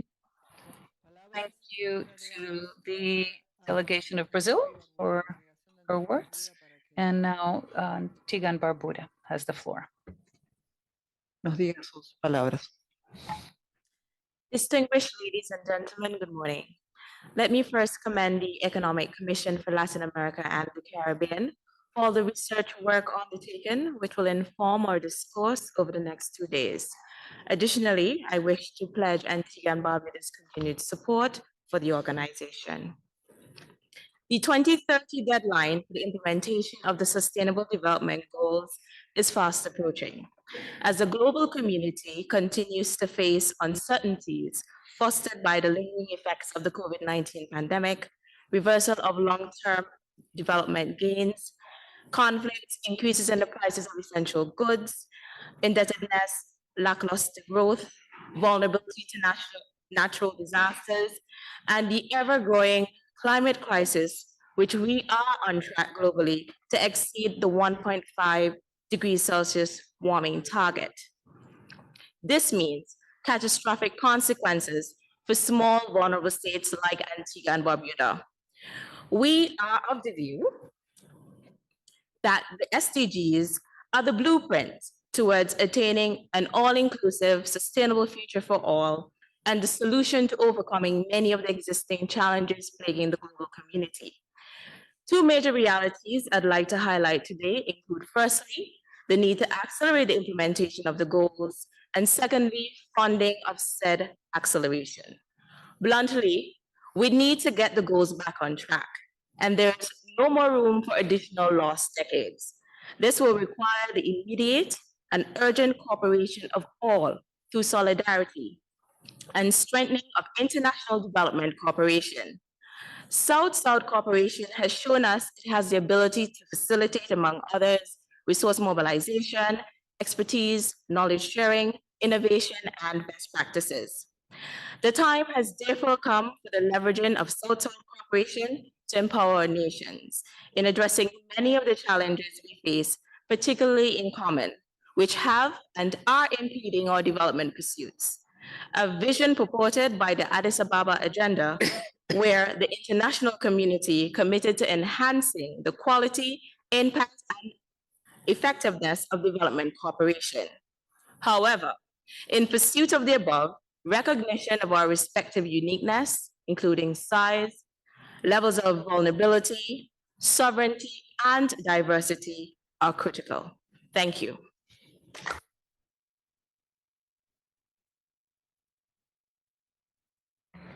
Muchas gracias, Antigua. Thank you, Antigua and Barbuda. Would now like to offer the floor to Belize. Muchas gracias, señora Presidente, la Junta Ejecutiva, Excelencias, Your Excellencies, amigos. Eso solamente. friends, that's all I'm going to say in Spanish. I'll continue in English. The region is facing a set of unprecedented challenges, such as intensifying natural disasters stemming from climate change, rising cost of living, exacerbated partly by the conflict in Eastern Europe, food insecurity, migration, and widening inequalities. These challenges continue to strain our already limited resources, while our economies are still rebounding from the COVID-19 pandemic. The ongoing challenges provide the appropriate context to discuss, reflect, and work together to strengthen South-South cooperation and triangular cooperation in our region. These modalities of development cooperation complement our traditional cooperation efforts and are essential for resolving and mitigating the common challenges we face. This year, we will commemorate more than 40 years since the adoption of the Buenos Aires Plan of Action, BAPA, which has been the cornerstone for promoting and implementing technical cooperation among countries in the Global South. In the decades following BAPA, we have expanded opportunities for cooperation and reached other milestones such as the BAPA 40 to strengthen and further and invigorate South-South cooperation through the UN system to advance sustainable development, achieve the 2030 agenda, and implement the SDGs. However, to accelerate the achievement of the sustainable development goals by 2030, we need to continue unifying our voices and advocating for important changes, such as accepting and implementing a multidimensional vulnerability index to address both the long-term structural vulnerability as well as the recent impact of the global 19 pandemic on the economies of small island developing states.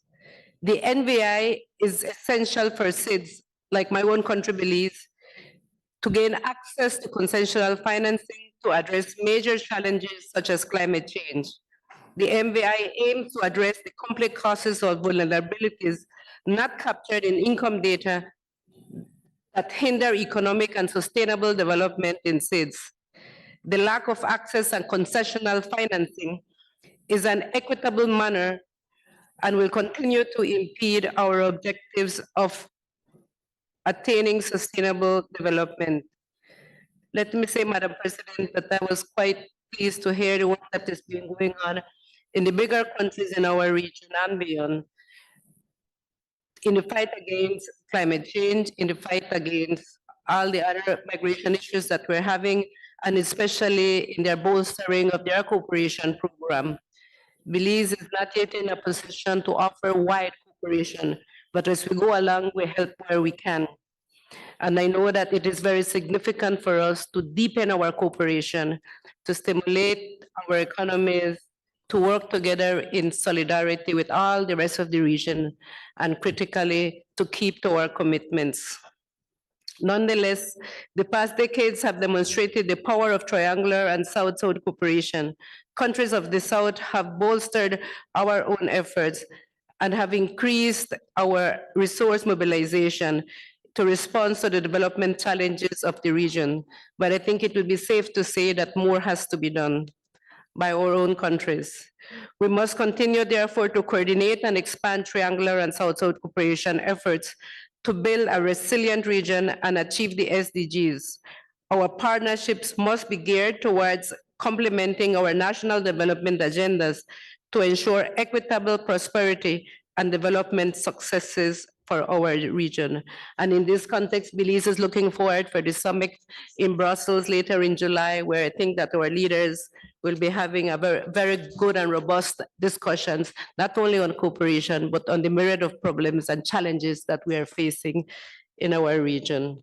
Let me also pledge, Madam President, the continued support of Belize, and I congratulate the organizers of this conference for bringing us together. Thank you very much.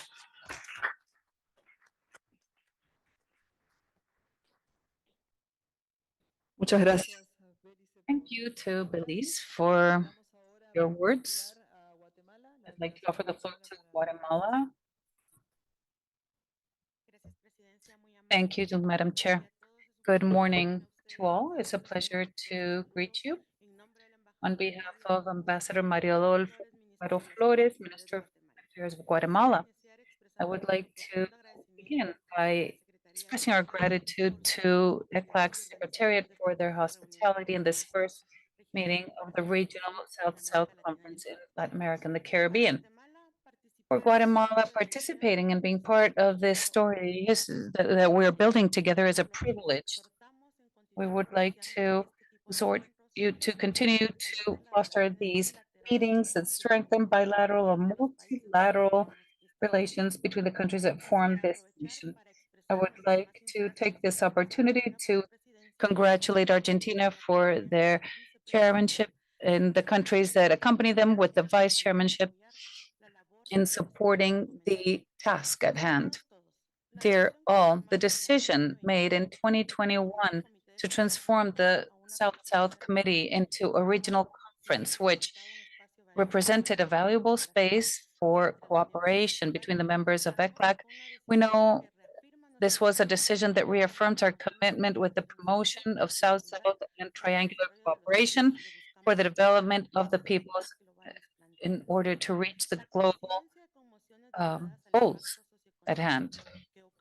And with the pandemic and the increase of debt worldwide, climate change, the war in Ukraine, and other conflicts, we have seen an increase in the levels of poverty and inequality at a global scale.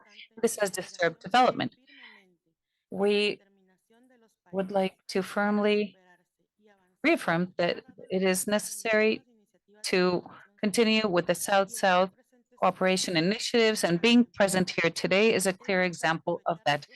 We must take advantage of this creative cooperation and focus on other recovery measures that can have a huge impact, such as greater health coverage, education for all, digitalization, technology, sustainable technology, humanitarian assistance, among others. And I would like to mention that in New York at this moment, the high-level South-South cooperation meeting on recovering from the COVID-19 pandemic and implementing the 2030 Agenda for Sustainable Development in the South-South and Triangular group is taking place at the same time that we are working here today. This gives us a clear message that there are worldwide issues that we must address jointly, immediately, and it is recognized that the 2030 Agenda is a global agenda that we must all prioritize and align in order not to leave anyone behind. If we don't advance together, the 2030 Agenda is not being implemented correctly. So Guatemala makes an urgent call to continue offering tangible results that will benefit our population. Thank you.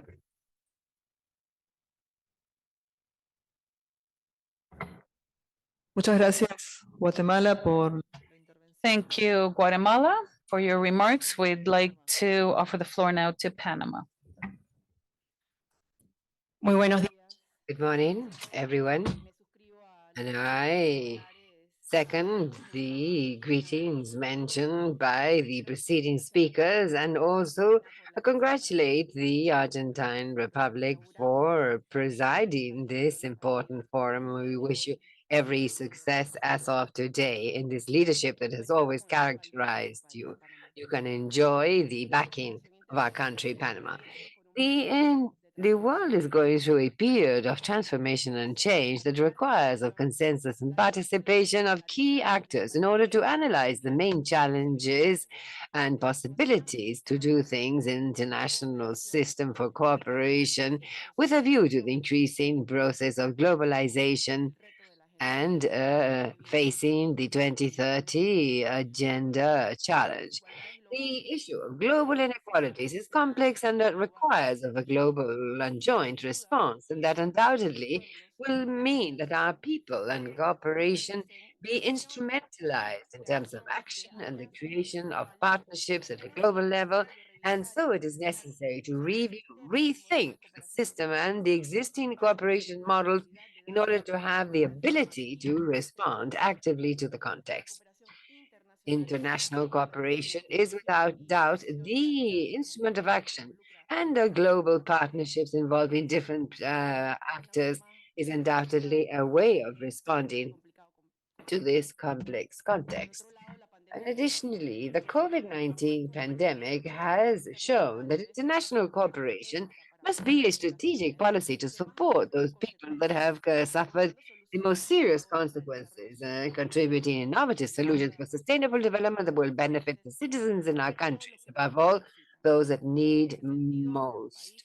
In a sense, countries continue to have challenges stemming from revenues, geographical position, gender, age, ethnic origin, and also disability, climate change, social class, religion. All of these are factors that determine access to a better well-being for our inhabitants. And so we trust that integration and multilateralism will continue to strengthen as instruments, many mechanisms and efficacy for a better coordination of action, and so be able to further economic growth and the social well-being, responding to the needs of our countries and not to leave anyone behind.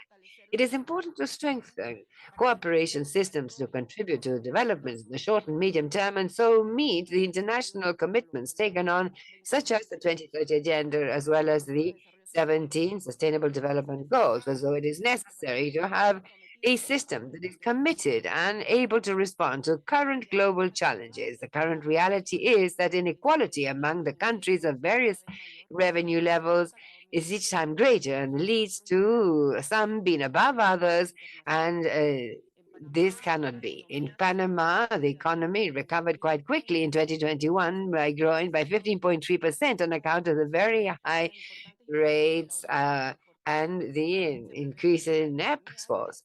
But it is expected that the economy will grow 1.7% in 2023 to 5.8% in 2024.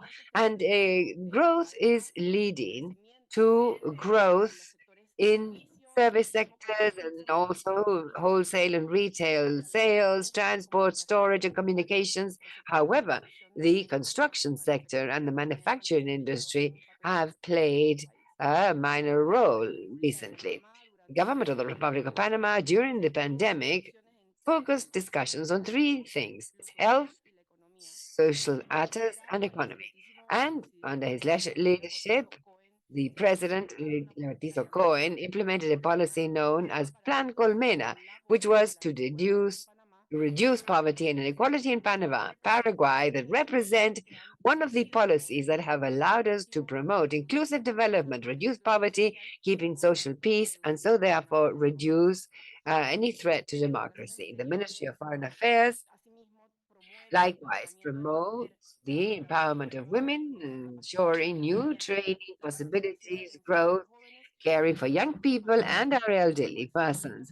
And here I emphasize elderly persons and spaces fostered by multilateral agencies have a key role to play, and they are a means for countries to express the difficulties we face in achieving solutions for sustainable development that will truly benefit the people. I say all this not only because these have had a positive impact on the population, but also because we would like to make it available to the exchange that has brought us here today, and so move ahead in terms of the cooperation dialogue that we're holding with many of the countries present here, and so open up the doors to new forms of cooperation and mutual growth.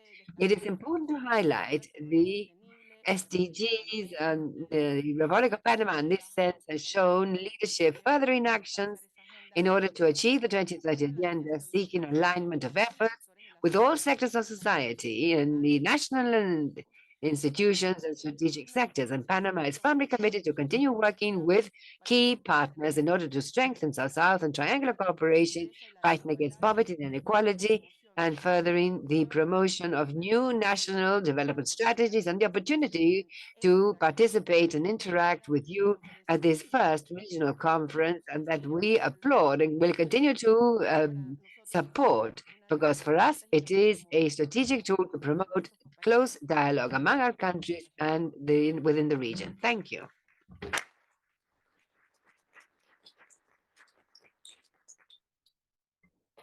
Muchas gracias, Thank you, Panama, for that intervention. And now recognize Uruguay.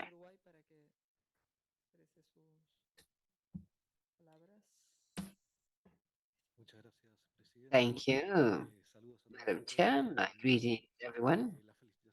And formal congratulations, of course, to the President for having taken on the presidency or acting as chair of this first meeting.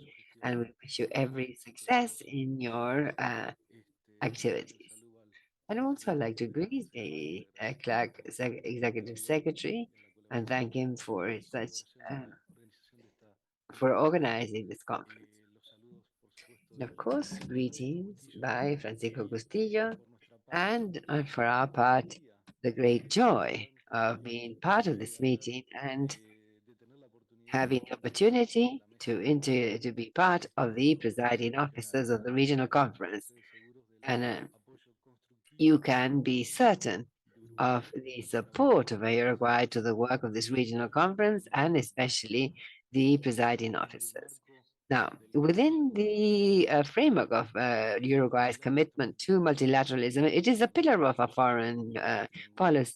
Our commitment to South-South and triangular cooperation. This is reflected in the dual role taken on by the Uruguayan International Cooperation Agency, actively exchanging knowledge and good practices with the countries of the region. It has been clear in its interventions by the authorities who preceded me, and above all, the presentation by the Executive Secretary of ECLAC regarding the challenges facing the region in this very difficult international context. And in that sense, we enthusiastically support the formation of the South-South Cooperation Committee, and we congratulate Costa Rica for chairing the committee at international level, which will allow us to strengthen South-South cooperation as well as triangular cooperation in the region as necessary tools in order to enhance the efforts by all countries in order to overcome the structural gaps and vulnerabilities that we still have. And so in this sense, the challenges affect us all, the middle-income country, middle to high income, and also the high-income countries. We all have our vulnerabilities and structural gaps, and so we still need support by others. And so we also support the overcoming the use of GDP per capita to measure development, and in our commitment to the concept of development and transition, that we propose the identification of multidimensional indexes that may or that will allow visualizing in a better way the road towards development for all our countries. And in that sense, I would like to conclude by committing the work by Uruguay and our enthusiasm in looking for regional solutions to regional issues. Thank you.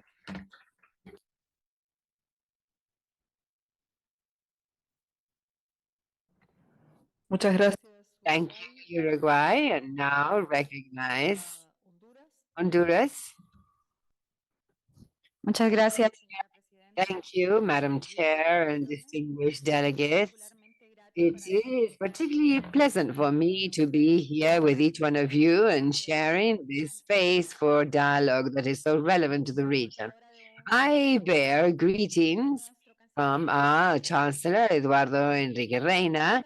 In an each time more multipolar world with different models of growth and well-being, the developing countries have faced new challenges, but also we have great strengths and potentials that we can share and make the most of.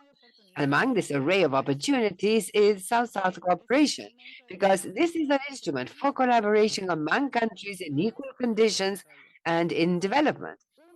It is one of the ideas that is enacted in the government's plan of our President Omar Castro for this cooperation to be based on solidarity and brotherhood among people, allowing the effective exchange of capacities at national level, not only among central governments, but among local governments, civil society organizations, universities, enterprises, guilds, and individuals. According to the Accra Action Plan of 2008 and the Bogota Report of 2010, the role of middle-income countries is especially relevant as the providers of knowledge, solutions, development models. Nevertheless, since these are middle-income countries, bilateral cooperation has been reduced. And so as a region, we have many similarities, not only in terms of the language and culture, but also we face structural challenges that we must address. And it is through this model of association, horizontal, based on trust and collaboration among people, that we all learn and win.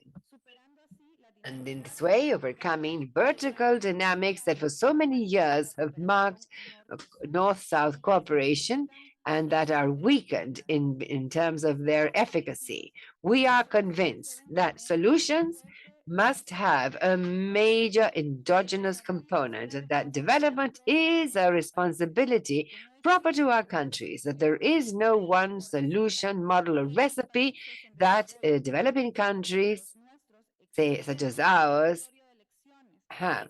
We have a repertoire of options, experience that must be replicated by on account of the level of relevance and that development, no matter how advanced, is not to be exported, but rather we must contribute and be from the inside.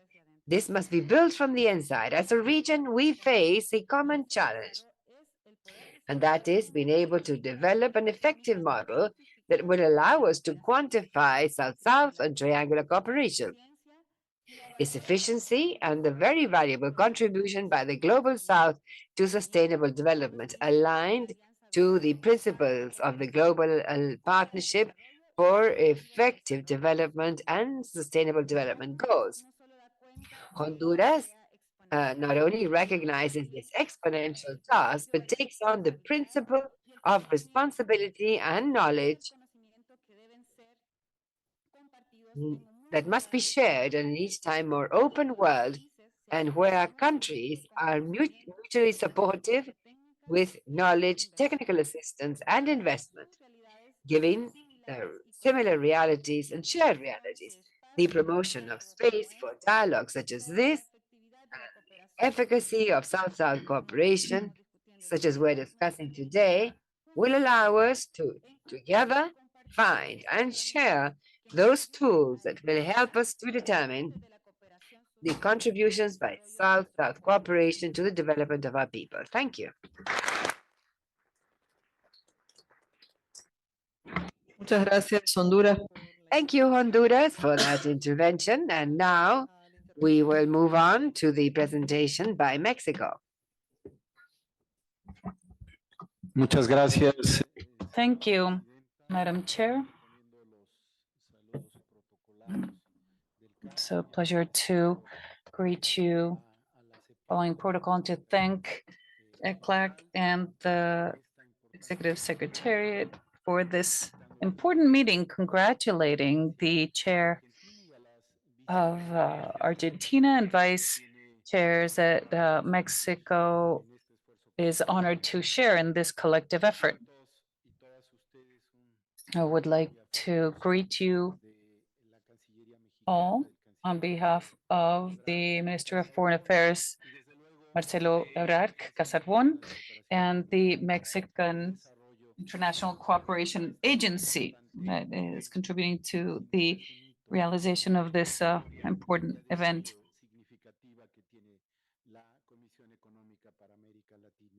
Of the efforts being made by ECLAC. We are in the middle of the period, but not in middle of our tasks. It's important to trace our activities and to think about the sensitive aspects involved in cooperation, especially South-South cooperation, which is no doubt vital, and it has been proven so in the field. And Mexico does not really have resources to spare, but puts them at the disposal of international cooperation in a very committed and optimistic manner. In 2022, we promoted 198 South-South cooperation projects and another few in a triangular fashion. We know that this has significant impact on international cooperation, especially in our Latin American and Caribbean region. But we are foremost convinced that South-South cooperation and triangular cooperation are the correct formula to advance in the national efforts made by each of our countries. The delegation of Ecuador mentioned it in their intervention. A key aspect of South-South cooperation is complementarity, and South-South cooperation brings this significant collaboration of our countries together with the efforts made by international cooperation.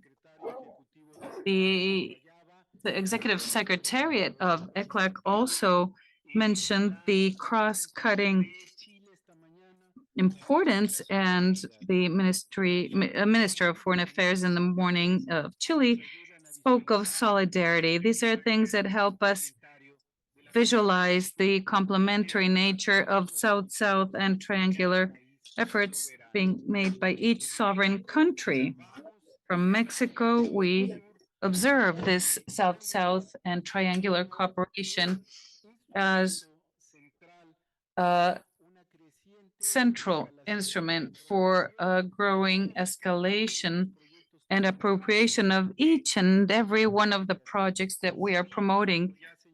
And we agree with what has been mentioned several times today on the need to move forward towards greater quality and coordination in our efforts in a more inclusive fashion as well. It will be a huge honor to share with all of you today and tomorrow some of the efforts being undertaken by Mexico in this South-South and triangular cooperation, perhaps with two emblematic projects that you may know, the project Sembrando Vida and Jóvenes Construyendo Futuro, which we have promoted in the last few years. I would like to conclude my remarks by mentioning that we fully agree on the need not only to advance on these shared objectives with greater quality, inclusiveness, and coordination, but also through this imperious need to quantify, because the premise that we all follow is that we can only improve what we can measure. Mexico already has an international cooperation agency, which has a constitutional principle in our country. It is one of the guiding pillars, but it's also the MEXIDE, the Mexican International Cooperation Agency for Development, has a general division that is dedicated to evaluation. We are committed to this objective. We have developed a toolbox for the quantification, evaluation, and improvement of regional cooperation in the bilateral, technical, and scientific areas in Latin America and the Caribbean, and we are moving in the direction of this shared effort. Please, I would like to commend you all for your contributions in each of your Latin American and Caribbean nations, and thank you very much.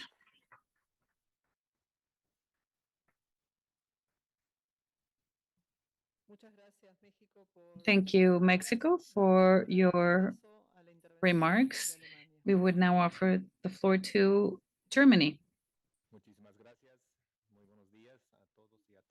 Thank you and good morning to all. It is a pleasure to be here today. I would like to begin by congratulating ECLAC and all the other countries that form part of this regional conference, South-South Conference on and triangular subgroup. And it's important to value the topics that we work on here. It's important and a pleasure to share with so many friends and countries these 2 days to continue to delve into the moments that affect us when we have these difficult times. I would like to echo the words of the Secretary of State of Spain, who spoke of the multiple challenges, emergency issues that both the societies and states face in these times of crisis at a global scale. I'd like to congratulate the region because the importance of your experience in South-South and triangular cooperation is an example for the design and conceptualization of this effort for other regions. Here in the region, we have made a lot of progress. It's important to stress this despite the many issues that we still face. Germany will continue to support and supplement bilateral cooperation through the International Fund for Triangulation with partners in the region, which is very different and novel in support of what we have proposed to achieve with the Sustainable Development Goals. Gathered here today are several countries, organizations, bilateral groups, and I believe that together we can further define these needs, and Germany will be present at the CELAC European Union Summit in Brussels to renew this commitment with these horizontal cooperation mechanisms. I would like to wish you all 2 very important days of work and definitions. Thank you.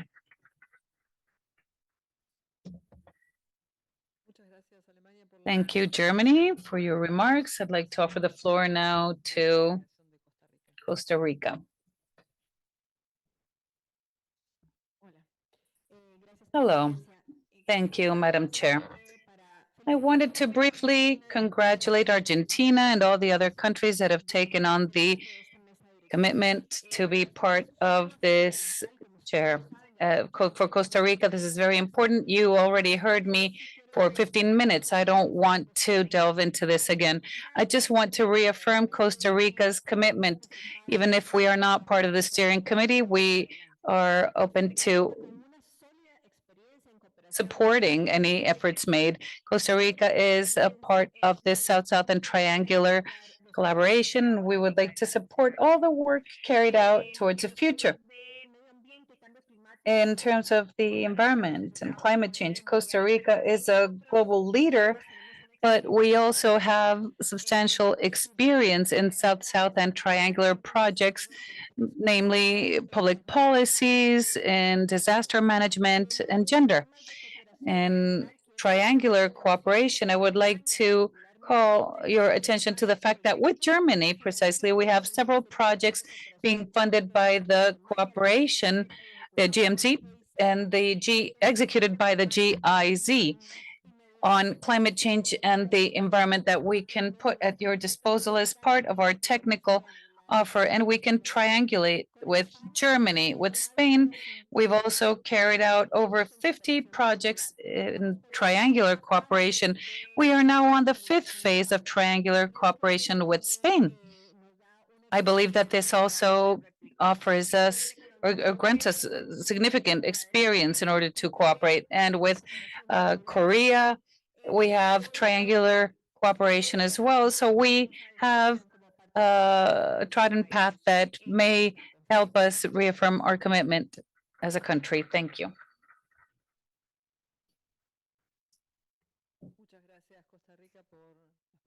Thank you, Costa Rica, for your remarks. I'd like to offer the floor now to El Salvador. Thank you, Madam Chair. Congratulations for your appointment and for ECLAC for allowing us to be here today. My name is Carla de Palma, the General Director of ESCO. ESCO is El Salvador Cooperation. During the pandemic, our President Nayib Bukele created a cooperation agency for two main purposes: to align cooperation to the needs and priorities of the administration, and also to offer cooperation. And we would like to continue to participate in these spaces. We would like to congratulate all those of you who are now vice chairs.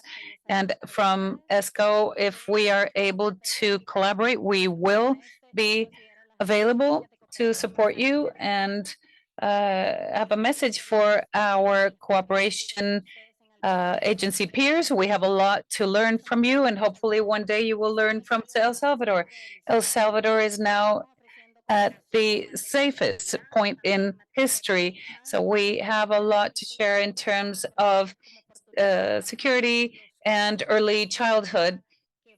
Also, the cubes, which are initiatives seeking to make the communities be more resilient. We'd also like to greet you with a fundamental idea. We all know that South-South cooperation is an opportunity.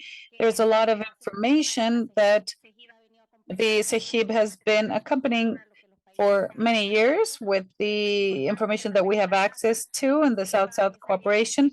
So hopefully this information, this evidence will help us make decisions in our countries. There's many efforts being made so that we can all have that dual role in terms of offering and receiving this assistance. I would like to say that we need to seek these comprehensive efforts. We need to think that humanitarian aid means development. We have a team called Humanitario País, and that you may have heard of, and we are working with the UN system, with the cooperation agencies, with the government, and we would also like to offer cooperation at these difficult times and such important times, actually. We are thrilled to be able to offer cooperation to countries that may need it. Congratulations, Madam Chair, and we are at your disposal for any support you may need. Muchas gracias, El Salvador. Thank you, El Salvador, for your remarks. I'd like to offer the floor now to the Dominican Republic. Gracias. Thank you, Chair. I congratulate Argentina and each one of the countries taking on this very important challenge to move ahead. In one of the themes that we imply the immediate future of international cooperation, as the Dominican Republic, we feel very content with this first conference on South-South cooperation. We understood this is the right moment to begin elaborating on a theme that each day takes on a different nuance, and especially on account of the formula, the parameters used to measure cooperation by countries, beginning with the income of each country. Without a doubt, as most colleagues who preceded me said, this has to do with the structural realities of our countries, and undoubtedly does not allow us to go strengthening each one of these structural needs that we have. And that is why South-South cooperation for us as the Dominican Republic is a very important and significant step to continue strengthening the cooperation ties. South-South cooperation, without a doubt, has to do with its proximity and allows us to work together to build the development that we need to achieve as countries. I cannot but say that we still need to do a lot more in this direction. And that is why we in the Dominican Republic have begun to systematize cooperation as an important element. This is an essential priority for us as a country, and we see cooperation not just a matter of receiving, but also of giving. And to date, we have more than 10 cooperation offers, and at the end of the year, we would have another 10. So we are absolutely ready to offer and facilitate these experiences and good practices that we have been able to systematize throughout our experience in cooperation. As a country, and with this I conclude, believe that the North is South-South cooperation. And that is why we are continued to work in that direction. Thank you.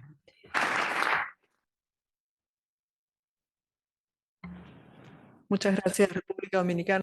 Thank you, Dominican Republic, for your words. And now we will hand over to Peru.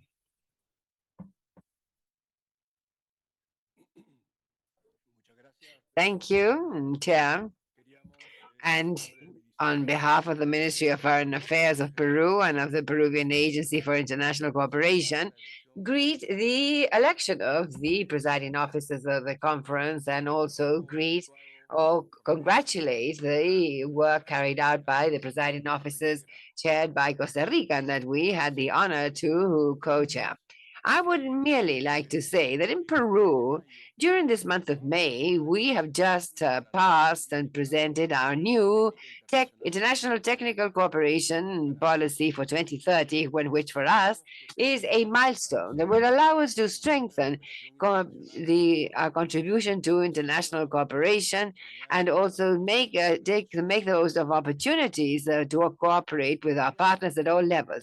I would like to highlight that this policy reaffirms international cooperation and South-South cooperation as important components, not only of our foreign policy, but also as a very valuable tool for sustainable and inclusive development, above all, addressing the needs of the population that is most vulnerable.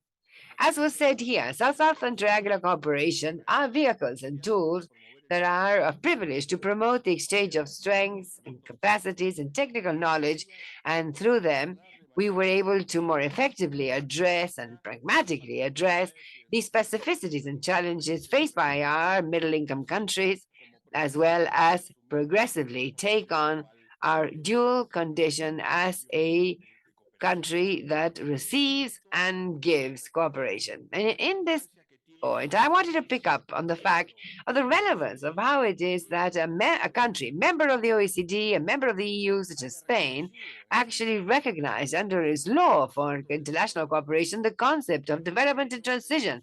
I believe that that is extremely important to our countries and reflects a constant concern by this assembly that is only just starting, but also of the presiding officers of the previous mechanism with regard to cooperation and development and transition. As to my country, I would like to highlight that in the last report on South-South cooperation, triangular cooperation in Iberian America in 2022, published by CEGIP, Peru, together with other countries of the region present here, have stood out for their contribution, their dynamization of the modalities of South-South and triangular cooperation in the 2021 period, and consolidating the situation of Peru as a dual country. Additionally, our recently passed policy confirms the will to strengthen this role, catalyzing international cooperation in cooperation with the various development factors, creating synergies and promoting innovative mechanisms for financing and association. And so I hope that we may develop in the rest of the meeting. Thank you.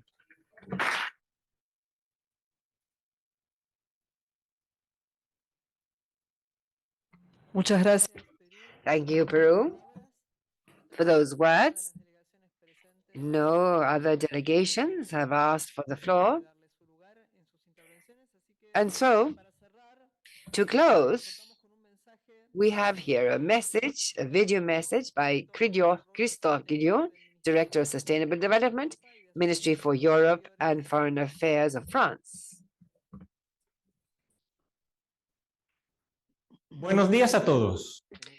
Welcome, everyone. Within the context of multi-crises that we are going through since the COVID-19 pandemic, and that has highlighted the weaknesses of health systems all the way to the crisis in the Ukraine that has increased the food crisis and the climate crisis that affects the most vulnerable, the challenges expect us are multiple and oblige us to rethink the modalities of our relations. As you know, France considers its cooperation activity as a true pillar of its foreign policy, and this is even more true in the context of crisis that I have described, not ignoring the priorities that we have with regard to international solidarity that we defend, as here in multilateral fora, within the framework of our various multilateral cooperations and beyond, with many actors in development.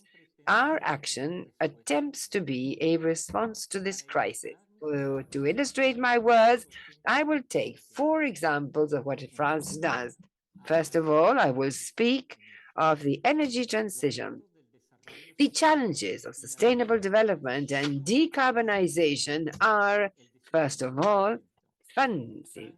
France organizes in the next 22 and 23rd of June in Paris, and this is an initiative of President Emmanuel Macron, an agreement for a new global compact. What we want is for this to be a strong moment to mobilize international community.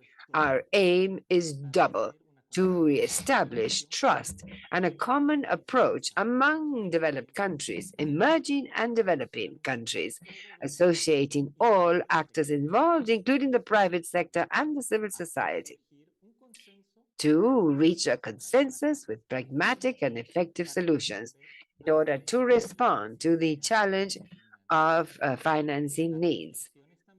Also, reflections will focus on the new mechanism for international fiscal affairs and with regard maritime and air movements, but also financial transactions, mobilization of domestic resources and the alignment of standards in terms of sustainable infrastructure.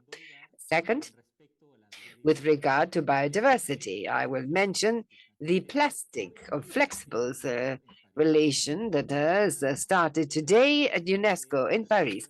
The 5th UN General Assembly meeting adopted a resolution that establishes an intergovernmental committee for negotiation on a global agreement linked to the life cycle of plastics. This is historical. World plastic production has doubled over the last 20 years, and every year dumps 11 billion tons of plastic to the ocean. If we do not control this, world plastic production will treble in the next 40 years with an impact on the food chain and most vulnerable world populations. Plastic pollution is a form of contamination of greatest concern to the environment and human health. What we need is an agreement that takes into account the entire life cycle of plastics, since its production to the end of its useful life.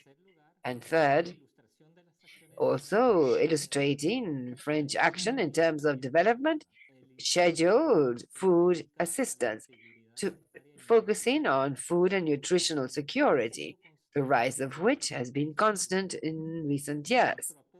Our support for the countries of Central America and of the South through this program have more than doubled in the last 2 years, reaching almost 10 billion euros, 10 million euros this year, notwithstanding what was already been contributed in 2023.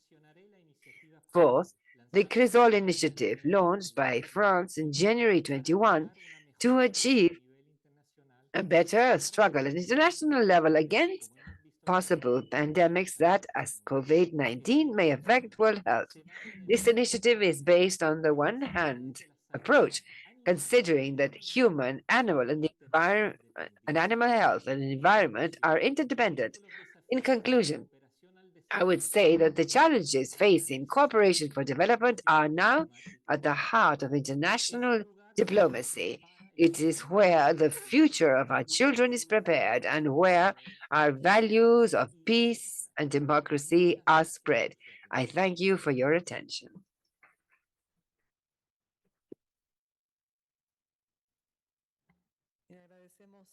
Well, we thank Leon for these words.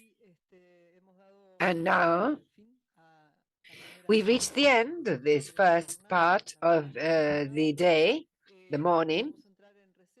We will now break for lunch, and we would like to especially thank the delegations for their interventions. Lunch break is until 2:30. We ask you to please be punctual in order to end at the foreseen time. And also say, I understand that as of 1 p.m. in the Celso Furtado room, there will be a parallel event launching the book Gender Gaps in Global Value Chains in Latin America and the Caribbean. New challenges and old in a scenario of uncertainty launched by the Gender Affairs Unit. I repeat, in the Celso Furtado room, this as of 1 p.m. So if you would like to take part, you're most welcome. Thank you. I will see you later at 2:30.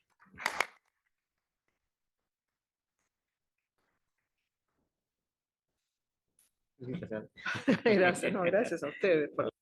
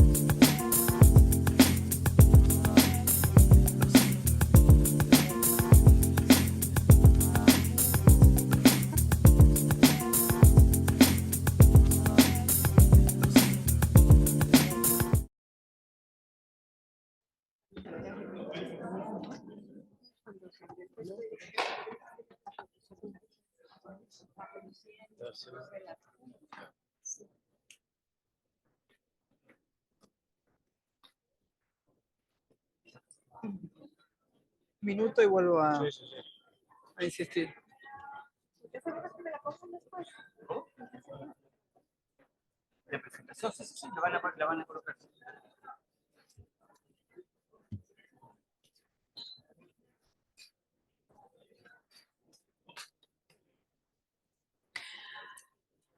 Bueno, muy bien.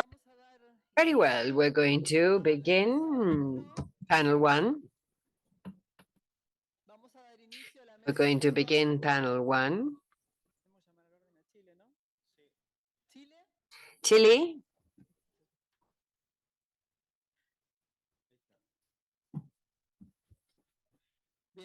Very well. Panel 1 on the challenges of international development cooperation in the new global context. And before beginning the discussion, Secretary Luis Yañez has asked me to take the floor. Thank you, Chair. And this has to do with procedures. Government delegations on your table have the draft resolution 1 called South-South Cooperation, Latin America and the Caribbean is a draft resolution, the result of this conference, sponsored by Argentina, Chile, Colombia, Ecuador, Mexico, and Uruguay, and was introduced now for you to become familiar with it, and that the intention is to be adopted tomorrow afternoon as the outcome of this conference.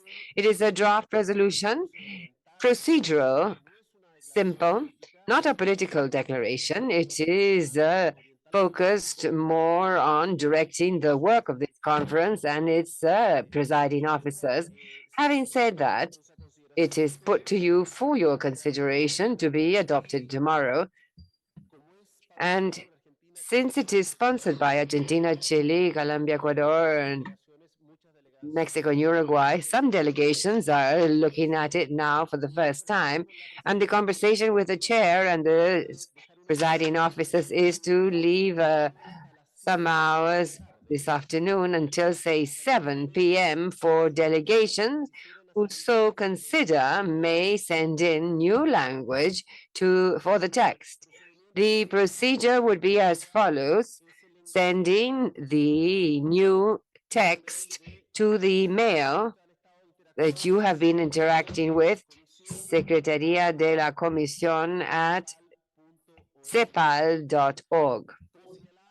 And as I said, it is not a political declaration, it is more procedural. And so in that spirit, we will be expecting your contributions if there is anything that has been or will be discussed at this conference and that is missing in this document.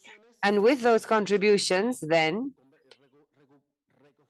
and picked up by the Secretariat and talked with the conference, the idea is to have it in the Secretariat and so adopt it tomorrow. I would like to say that the conference has not foreseen, nor is there time in the agenda for the delegations to get together to negotiate the language as is done in other meetings. And that is why I insisted it is more procedural in nature. And we're expecting that the language contributions may supplement the existing wording and not contradictory. Otherwise, yes, it means that we would have to be in constant conversation with many delegations. So that is until 7 p.m. Those delegations that would like to forward any new language may do so through the Secretaría de la Comisión.cepal.org. Thank you, Secretary, for that information. And so now I welcome you once again to Adriana Bolaños, Director of International Cooperation of the Ministry of Foreign Affairs and Worship of Costa Rica, and who will be moderating panel 1. Thank you, Chair. We're going to, this afternoon, in order to begin our work after lunch, this is a major challenge after lunch, having a panel with such complex topics, but of such great interest regarding the challenges of international development cooperation in the new global context.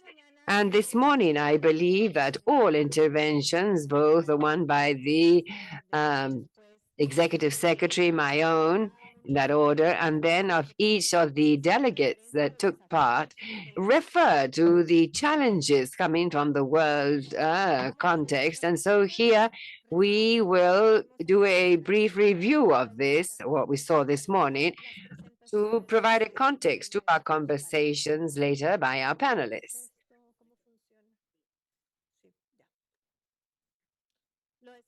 As it was said this morning, international cooperation for development, South-South cooperation and triangular cooperation should adapt to new challenges. Definitely, the context today is not the same as 5 years ago. We've gone through a pandemic, and that has done no more than exacerbate the structural issues that our countries already had, and that has not done but delay the progress made in meeting the 2030 agenda, and where we have a conflict, a war in Ukraine that is affecting us directly. And in general, the world is not the same as 5 years ago. We've not yet recovered from COVID. It was a health crisis, of course, yes, but also an economic crisis. I recall the president of the chambers in my country during meetings we had, he said it is also a hunger pandemic, and somehow the economic impact that it had and still has on the economy was equally significant as the health crisis, very negative. And the anger and frustration of the human being, I believe that the human being at the end of the day must meet their basic needs. And when they see their close to them lose their life, when they see that they lose their job, that their investments are being lost in small and medium-sized enterprises, they feel great frustration. And this also has a social and political impact in our countries. There are new challenges. We spoke about them this morning, and I will mention at least some of them again. An international financial crisis, economic tensions among major poles of the world economy. We already mentioned the conflict in Ukraine, a rebound of inflation, and all our countries are being affected by the impact of inflation, climate change, that must be mitigated, but also we need to adapt, and we need to do a lot in terms of financing for adaptation, migrations. Many of our countries here in the region are witnessing these migratory flows. Costa Rica is a destination country, but also of transit. And cooperation is working a lot on migration, but the challenges are many.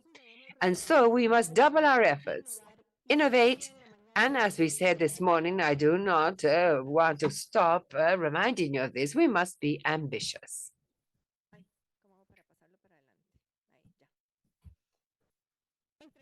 So among the challenges are the realignment of policies and actions for cooperation in order to meet the 2030 Agenda for Sustainable Development, as well as moving ahead in the implementation of the agreements reached in the Power Plus 40. We must build the human capacity and the institutional capacity necessary to formulate and apply policies, strategies, and programs, national ones for South-South and triangular cooperation, to formulate projects at national and regional level. I was asked now, since when I've been in cooperation. It was in September last year. And if there's something that I sometimes feel missing is the institutional capacities to formulate projects that have an impact at community level. That capacity to say, okay, we're going to formulate a project, aside from implementing, that's the second phase. But first of all, formulating a project that truly has an impact on the beneficiaries, as we said this morning in my speech, and that may have an impact on development. Sometimes I feel that this is a great challenge. And what are we expecting to talk about in this panel with such distinguished panelists that I'm about to introduce? We're hoping to talk about international cooperation for development. Particularly, we're focusing on South-South and triangular cooperation in the context of the new development challenges, such as integration and the need for regional consensus, a common language, and participatory governance.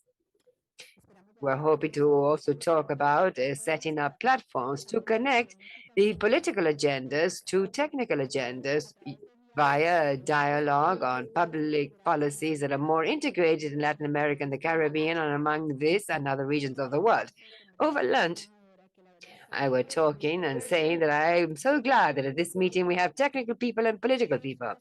And that is essential because often the two are disassociated. You have the politicians on the one hand and the technical people on the other. But the only way to address these problems is when we work together, because the political chapeau must be there, the political line saying where we're going with that vision, that perspective, that medium to long-term approach. But the technical execution must go also along a very clear line. And so that connection, coordination is essential.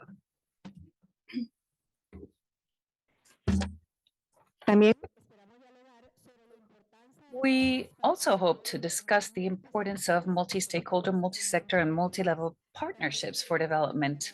This morning, I talked about the value, part of the value of this group is that we have international organizations, financial organizations, development banks, and perhaps academia, civil society, and between all of us, we need to begin to build and apply this, and then we need to coordinate at a multiplayer level.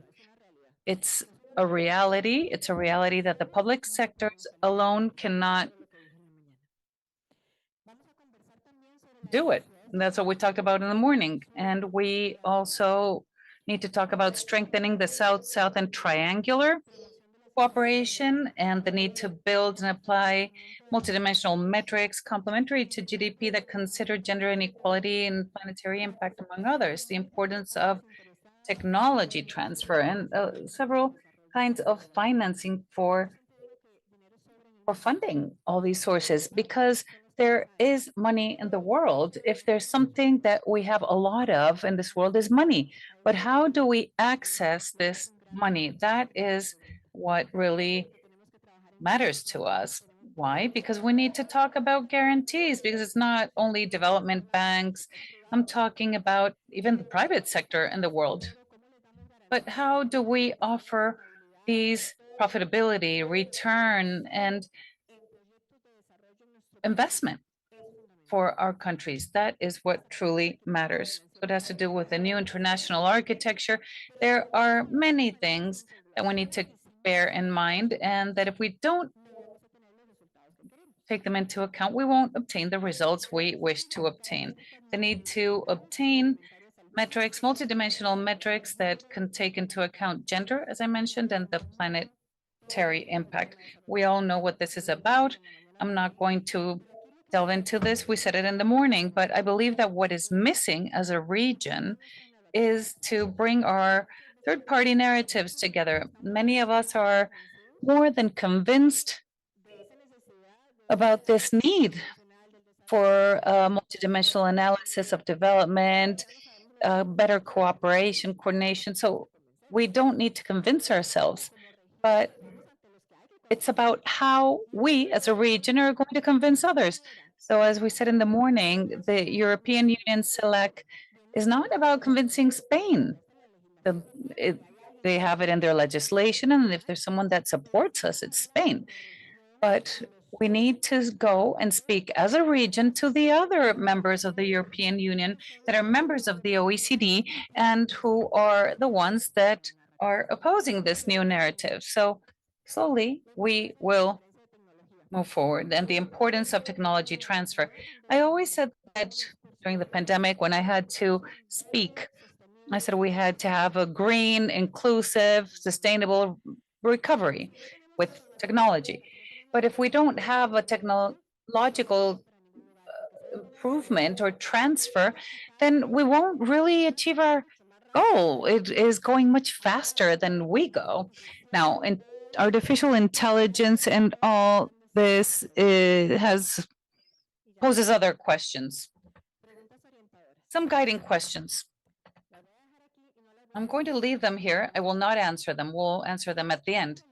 So what relevant aspects should we consider in a new narrative and practice of international development coordination? What are the challenges and opportunities at play in bolstering relations between Latin America and the Caribbean and other regions of the world? Are there common interregional or across regions on the challenges posed by the 2030 Agenda and the Sustainable Development Goals? Which new generation development finance initiatives should be implemented as part of this new international development cooperation narrative? What role should multi-stakeholder regional partnerships, public-private, and civil society play in this new international development cooperation narrative? And how can criteria for the inclusion of multi-stakeholder partnerships and international cooperation at a national level be harmonized to facilitate coordination between non-state actors from the different countries?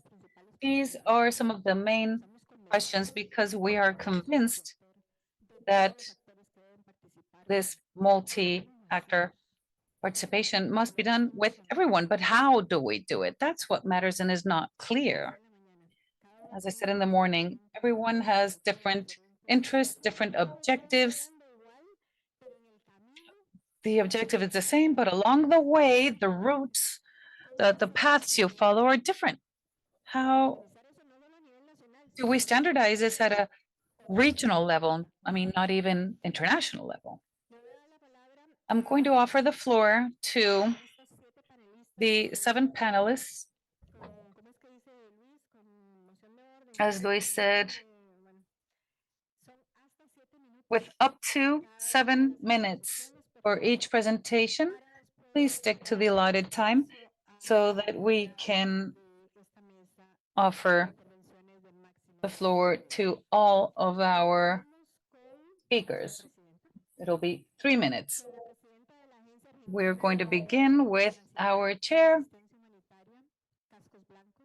the president of the Argentine Agency for International Cooperation and Humanitarian Assistance, White Helmets, Ministry of Foreign Affairs, International Trade and Worship of Argentina, Sabina Frederick.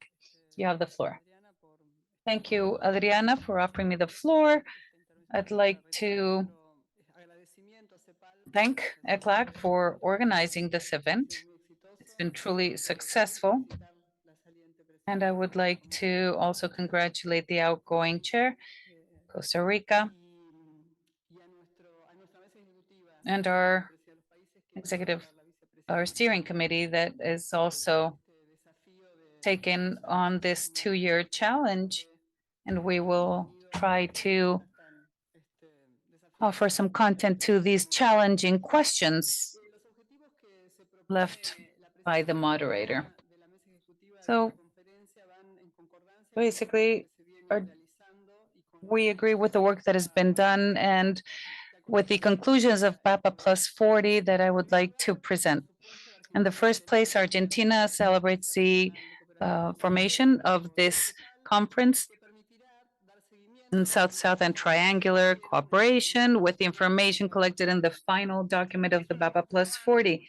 It is another sample of the document, and we would like to congratulate ECLAC for the effort of the UN system to strengthen the implementation of the 2030 Agenda through South-South and triangular cooperation. It also shows a system of international cooperation is undergoing transformation, and of no longer being a committee to become a conference gives it greater depth so that we can further work on these topics that are priorities for all of us. And we must work on regional cooperation. That is our main objective. And second is the categorization of the countries that are to receive assistance for development. And there was a lot of talk about that in the morning.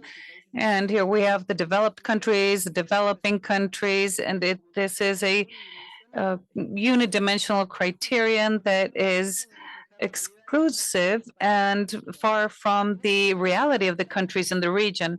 This is why the document mentions that a country's income does not necessarily indicate that its development is sustainable. It also doesn't reflect that it is possible for the country to mobilize internal resources. Latin America and the Caribbean have challenges in terms of inclusion, reducing inequality, and sustainability, which we are all aware of. But let's pick up on ECLAC's argument here that all countries can fall into the trap of the medium income in order to reorient structural changes oriented to innovation, then a production that will expand the benefits of development for the majority, something that the executive secretary referred to in the morning. This process that is in a transition, well, not all countries agree with it, but it's an alternative as it is based on criticism to the measurements based on income, given the fact that it doesn't support the compliant or meeting the 2030 agenda. And the relevance of the structural gaps, and it proposes to substitute the graduation process by a different one, and of the shared methodologies at a regional level in the evaluation of international cooperation. There isn't a single way of understanding it, nor are there indicators for a single metric. In the region, valuation should be monetary, and there was an initiative on behalf of some countries in this regard without reaching an agreement at a regional or sub-regional level. We need to stress the ECLAC's efforts for standardization, original standardization of this valuation, such as the studies of the South-South cooperation that were taken, that were carried out by some of the group's countries to be later published in 2021 by ECLAC. The book is available. There is a standardization effort for professionals, and we need to stress this work on statistics by SIGIP in the Ibero-American system. These contributions are proof that the UN system is a multilateral space by excellence to contribute to the redefinition of the way in which development is measured, bearing into account this multi-dimensional approach for development. We need to continue to delve into this path for the entire region. We would like to stress the importance of cooperation on development, on which Argentina has progressed with a modular methodology, the MEM, carried out by UNDP and the University of San Martin. There is a final declaration by the second conference of the UN, PAPA plus 40. Argentina carried out the South-South Cooperation Forum as a quality evaluation system, and the South-South projects along the lines of what Adriana just mentioned. It contemplates a possibility of having the South-South cooperation and other methodological aspects, sharing efficiencies, and also including horizontality and mutual benefit. And finally, it includes innovative criteria such as a strengthening of capabilities and gender perspective. It is a methodology with a qualitative component, and it recognizes the different players involved. So the entire need for information of the different audiences is also considered of value. In the fourth place, Argentina believes that in these times of unrest with deep inequalities and where asymmetries are combined with undeniable challenges to development, such as the environment, climate change, migration, and natural disasters, the pandemic has shown us with COVID-19 that the challenge is about greater visibility and adaptability. We are obliged to include in our cooperation projects the multiplayer actions, and this is necessary for the multiplication of resources and making projects more efficient. The centralized way of working has been quite positive in our country. It was one of the last chapters, and it has become very positive for including stakeholders of different groups and with new technologies. When we talk about cooperation, we also include the multilateral development banks. These have substantive resources that help promote large-scale projects with better results. They bring together and consolidate contributions of donor governments and put them at a scale of importance for substantive financing. On the other hand, it's necessary to open the doors for participation of the private sector, as ECLAC has stressed, despite the obstacles like the pro-cyclic character or nature of investments and investors in certain sectors, such as infrastructure and banking. A way of taking advantage of this sector is using financing for development that there is access to. This is strictly related to funding. Our country believes in the need to advance in this sense. That's why the South-South Cooperation Agreement of the UN 2022, which was led by Argentina, and as was mentioned, is finishing the mandate, and another country is taking it on. And for middle-income countries, there's been a very fruitful debate on the sources of financing and the inclusion of other players in the dynamics of cooperation. Undoubtedly, including the private sector, civil society, and the banks, it does represent a challenge and will require new logics and dynamics for connection. Multiplayer alliances will enrich the way the issues are addressed and multiply resources. And so it is imperative to have tools, work systems, regulatory frameworks able to include in a flexible manner different actors in cooperation activities, which requires of an effort by countries to negotiate and understand. There is experience in Argentina that can be quoted as cases of success in this sense. During the COVID-19 pandemic, Argentina was able to see resources coming from the private sector for diners managed by the Ministry of Social Development of the nation through agency of the through UN agencies. Clear example that multiplayer action for responding to concrete issues is possible. And to conclude, along this line of priorities, we should call on the Power Plus 40 so that various international agencies, through their agencies, funds, and programs, as well as the entire UN system, to increase their resources for cooperation, South-South cooperation. Thank you.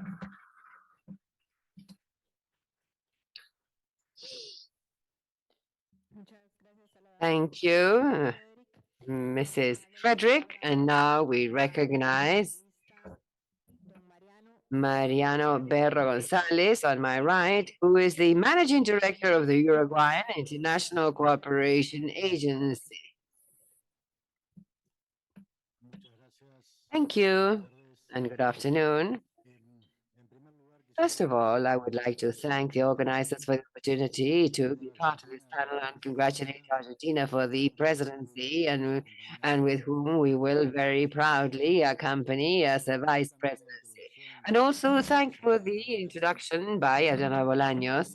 And in fact, this does create difficulties for me because you asked several questions and comments of great value, but also many various questions that sometimes are not easy to answer. And this reminded me of a famous publicist called Odeolbi, who said that when you do not know the answer, confuse the question, which is what I will try to do in order to focus on certain points which are of interest to us. And so we are a very curious region. Why?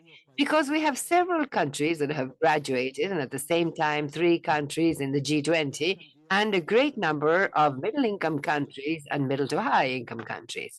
But we also must take into account that several of these graduated countries, such as the case of Uruguay, placed 50 in terms of level of development, which shows that these categories are quite incomplete and complex to understand from the viewpoint of development, because this confirms once again that we are still developing countries with the same difficulties, not only of the region, but in many cases of several countries around the world. And some of these specificities I will refer to because in many of these cases, the categories show some of the countries who are, such as ours, in the category of high income, with difficulties similar to those of middle income countries, and in some cases, even low income countries. And today, we could say that we have an advantage in that we have a common agenda, the 2030 agenda. And with the general concept, I think we all agree that the problem is that none of us surely would choose the same point or the same target when to deal with. And this is clear when we talk to developed countries. Today we saw it. Many of the themes that we are told are indicative of the priorities of these other countries are in the agenda, but the approach is totally different. And especially in terms of public policy, which is what we need to reivindicate. Why? Well, because we are decision makers of public policy. That is the role of governments, and the relations among governments, among countries and among governments. And that is one of the things that we must also need to reivindicate. And so when we're told, no, but our priorities, yes, that's fine. Yes, but we also have our priorities. And the problem is that we don't always make them heard in a due manner. And that is something that we are ourselves in debt with. The region has issues that, of course, several of those who spoke earlier mentioned: poverty, education, migration, so many issues related to gender. Several studies point to this, that countries could be at a level higher or lower, but the problems are very similar. And also, 59% of region exports are used to pay debt, and the gross debt is equal to 77% of GDP. And once again, it is the region most indebted in the world. I point to this because often there's talk of financing, yes, but we also need to recognize the situation we are in and to what extent we can go and how far we can commit also the situation of our countries. Because we're talking about people, we're not only averages or percentages. And also another problem we have, and also it is reflected in the report that I would like to thank you for, but I should have done that first. The report I thought was very good, and it has been a guide for the comments I'm making. Growth in the region is not continuous. It has not been for many years. And these ups and downs affect the long-term policies, but also they greatly affect decision-making of the private actor. Why? Well, because it affects not only stability, economic stability, legal stability, but also the projection. And that is what also gives you the ability to make long-term decisions. By the end of 22, ECLAC considers that poverty would reach 32% of the population. That is 201 million people. In extreme poverty, 82 million people. The most worried is that 56% of children aged 0 to 14 live below the poverty line. And this has a direct impact on the levels of education and access to skilled work, which are issues that the region has been dragging along, and in some cases deeper, not only after COVID, but in some cases even before. In Latin America, 65% of the population that ended their secondary studies in the OECD countries, it's 83. And the NDH, to take another indicator, says that the mean number of education years is 9 years. And this in OECD, 12.3. And in Latin America, 1 of every 5 young people aged 15 to 24 neither studies nor works. And the second data, ECLAC, the feminization index of poverty is 116%. So there is 16% more poor women than men. And also we account for the femicides, 2 a day, and I think he said 2021. All of this affects human capital, which is one of the great development factors and one of the great obsessions, or should be one of the great obsessions of everyone who is involved in policies. The lack of skilled people is something that is key when you want to embark on investment projects to create jobs in private enterprises. Sometimes we speak of the challenges faced by humanity in comparison to AI, as we were saying a moment ago. So let's imagine those people that we have in the education system. Where do they come, how they come out, and what they're going to face? That is our region today. That is the region that is today claiming cooperation, and they say South-South and triangular cooperation are very good, but not sufficient. And we must also say that triangular cooperation is a key tool. Yes. Why? Well, because it creates a space for coexistence, and where this also facilitates for those who are in the developed world to understand better the reality where we live, but also often the instruments used and not the ones that countries need. And that is why we also say, and always try to remind you of the Declaration of Countries in Article 14, and where they really indicate the role of countries, partners of cooperation, in the decision-making of what they're going to use that cooperation for. And that is our vision regarding these challenges. Later on in this conference tomorrow, I'm surely we will talk about other themes that have to do with the relationship between the LAC and the UE, but we must find these points to meet and have a good proposal, to have an agenda that is positive, as is usually said, but based on our problems and respecting the decision of each country, that I'm surely will not always be the same, but that is the solution that each country has decided to carry out. Thank you.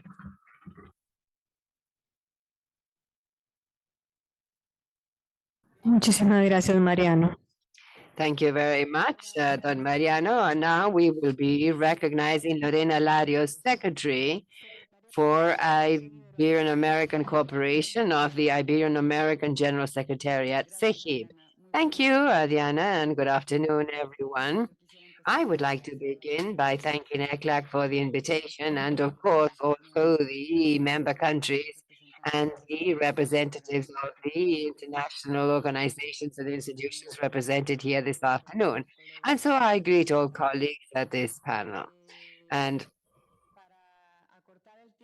to shorten time and make this presentation more dynamic, I would like to say something a bit different, although it's difficult. I will address 4 major points: cooperation for development at the global level, South-South and triangular cooperation, and Iberian American cooperation, of course, and 4, where we should be headed. First of all, I believe that we must ask, and this has already been the subject of this question that has been repeated several times today, at what point is international development cooperation? The pandemic, the challenges imposed in the international scenario has led international cooperation for development to a real crossroads. To a great extent, the pandemic has shown with medium clarity the signs of exhaustion and the lack of flexibility that was already glimpsed with regard to a cooperation model coined at the start of the century, and that is not showing the ability to adapt and respond to new scenarios. In the last data available of the OECD show that official aid for development at the global level has increased by about 50% in the last decade, exceeding the $200 million in the last OECD report. However, some data are not encouraging. It is only 5 countries that are able to meet the 0.7% of GDP: Luxembourg, Sweden, Denmark, and Germany, and we could add the Netherlands also 0.67. Nevertheless, this would be 6 countries, and about a decade ago, there were 4. And we must be sincere, we have not progressed much. And in addition, and here comes a figure that is relevant, the proportion that Iberian America receives of this total is less than 4%, something that has remained unchanged in the last decade. We're saying that we are the most unequal region, but without a doubt, this is not being reflected in financial terms and of the resources received by the region with which to address the challenges that we've already spoken about. It is evident, therefore, that the system of international cooperation for development does need to be reformulated and adopt new ways of working, and above all, a relation between the various actors and partners involved, especially with regard to the relation between traditional donors and the countries of the South and their possible impact on development and the 2030 Agenda. And so we continue to face a crucial issue related to governance that detracts from the legitimacy and the efficacy of the global system for cooperation for development. The second sphere I would like to touch on is South and Triangular Cooperation. And second, as you well know, South and Triangular Cooperation is recognized already in 2015 as a means for the effective implementation of the 2030 Agenda. And the features, values, and principles are very inspiring, as well as practices for operation that have shown to be effective, not only to be able to move ahead in the attainment of the 2030 Agenda, but also to address the challenges that we have already reviewed earlier. And without a doubt, the COVID-19 crisis has had a major impact on the ability of countries to do South-South cooperation based on the technical assistance. And so with a significant component of presence for the development cooperation. Han demostrado capacidad de adaptación. Despite the fact that countries in the region have shown flexibility and commitment in order to continue to conduct this cooperation, as we will see in the presentation that will be delivered this afternoon about South and Triangular Cooperation, the statistics show a drop in South-South cooperation in the region. And this reduction, and I would also like to call your attention to this, is a trend that has already been evidenced even before the pandemic. Within this framework, the publication that ECLAC has distributed to this regional conference is indeed very valuable because it identifies the progress of the challenges and makes a comprehensive diagnosis of the situation.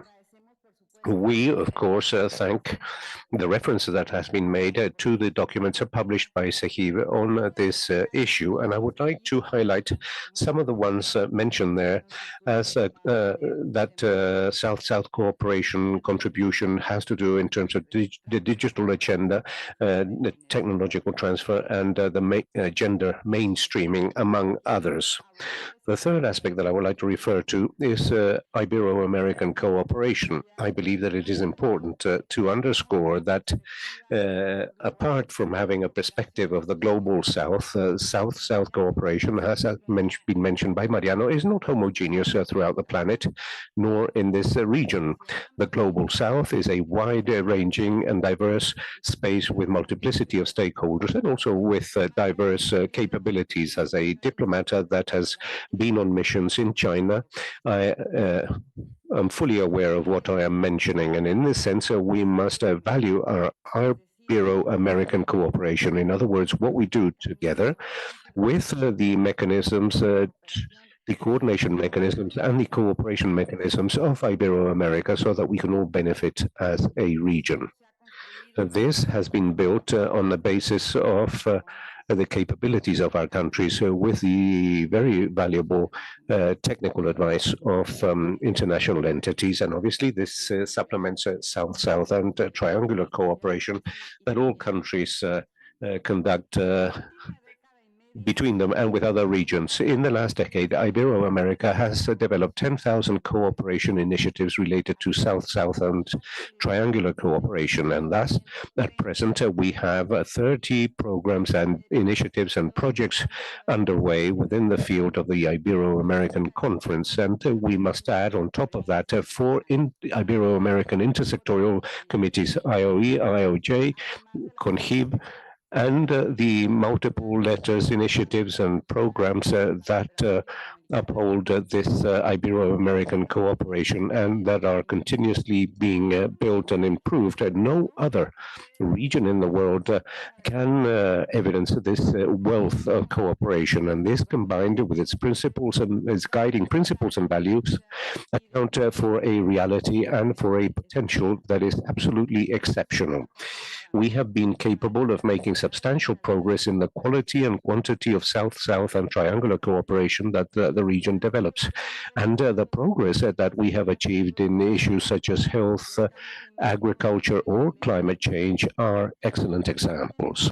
But we must also be aware that there are many relevant areas, and the cooperation report developed by HIB reflects on this, that are still pending, that are outstanding tasks where we have not been able to exert effective influence. And what are these? Well, gender equality, the gender mainstreaming, the rights of Afro-descendants, of peoples with disabilities, and of course also of native peoples, where we have not yet reached the levels of cooperation that the severity of these issues require.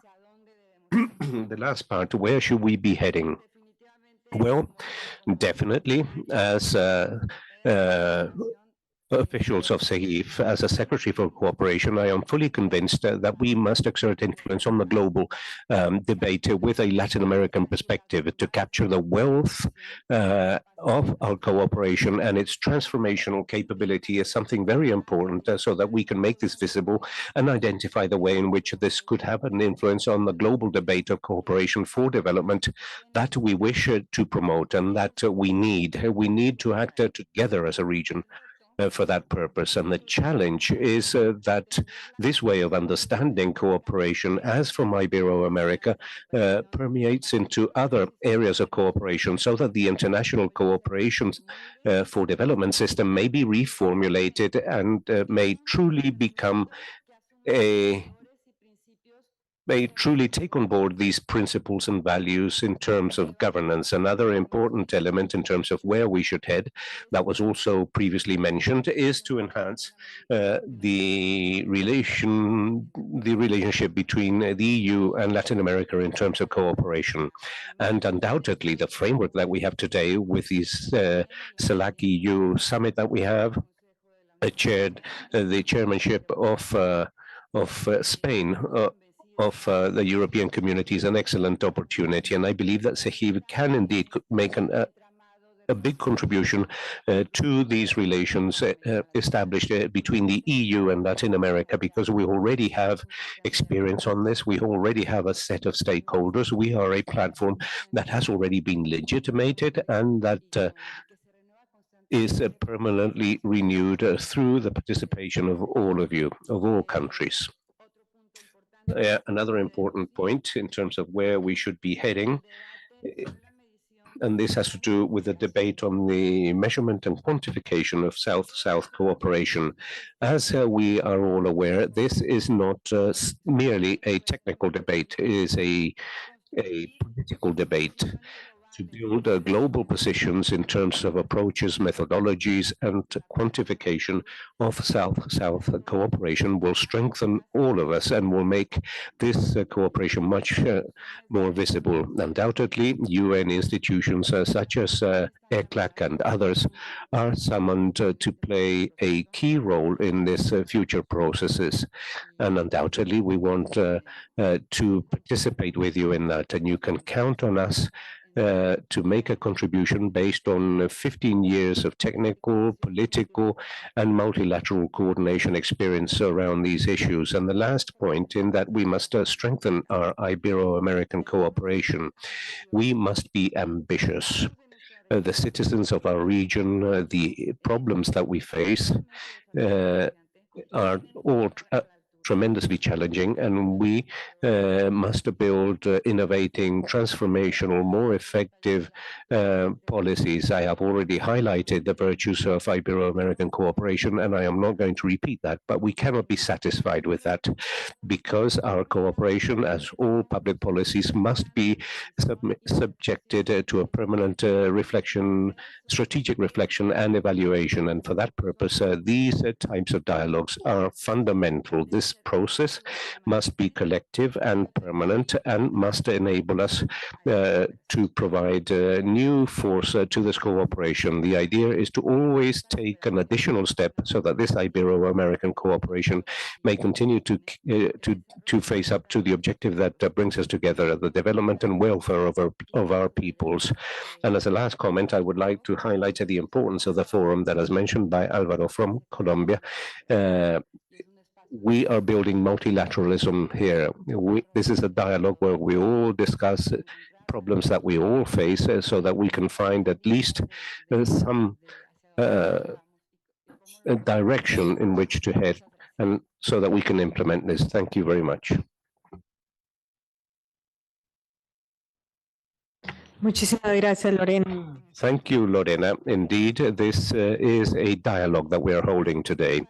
And to continue, we will continue to listen to Jonathan Glennie, who is a writer, a researcher, and an activist in the field of world cooperation. Mr. Glennie, you have the floor. Thank you. My name is Jonathan Glennie. I come from a think tank called Global Mention, and I am also representing Global Investment Network. I am British. I live in Colombia and have been living there for many years. I'm very happy. But in fact, after many years in this continent,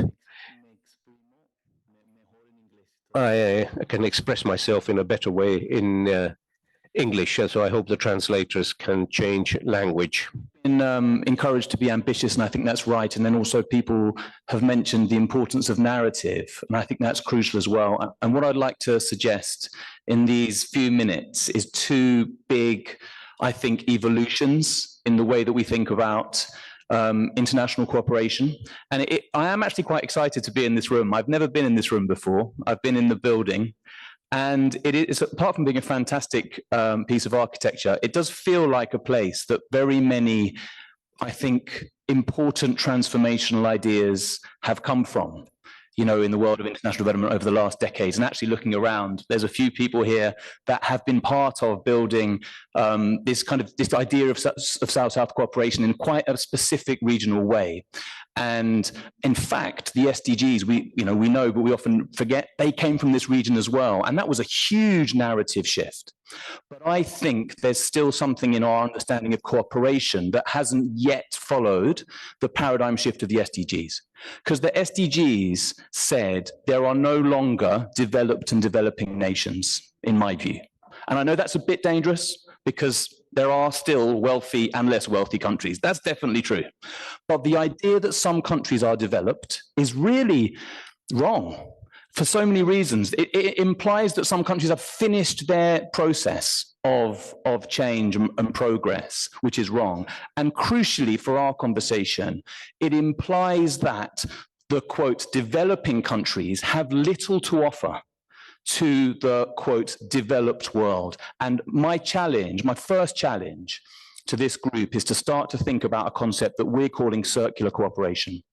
So traditional cooperation has been described as vertical, top-down, north-south. South-south cooperation, of course, has been described as horizontal. So we're using these kind of geospatial analogies. And then, of course, we have triangular cooperation. And actually looking at Christoph, because when he invited me to speak at a conference a couple of years ago on triangular cooperation, this idea of circular cooperation came out. Because triangular cooperation still retains, although it tries to break that down, that kind of north-south divide, it still retains the idea that the beneficiary country is in the global south, right? So why is that?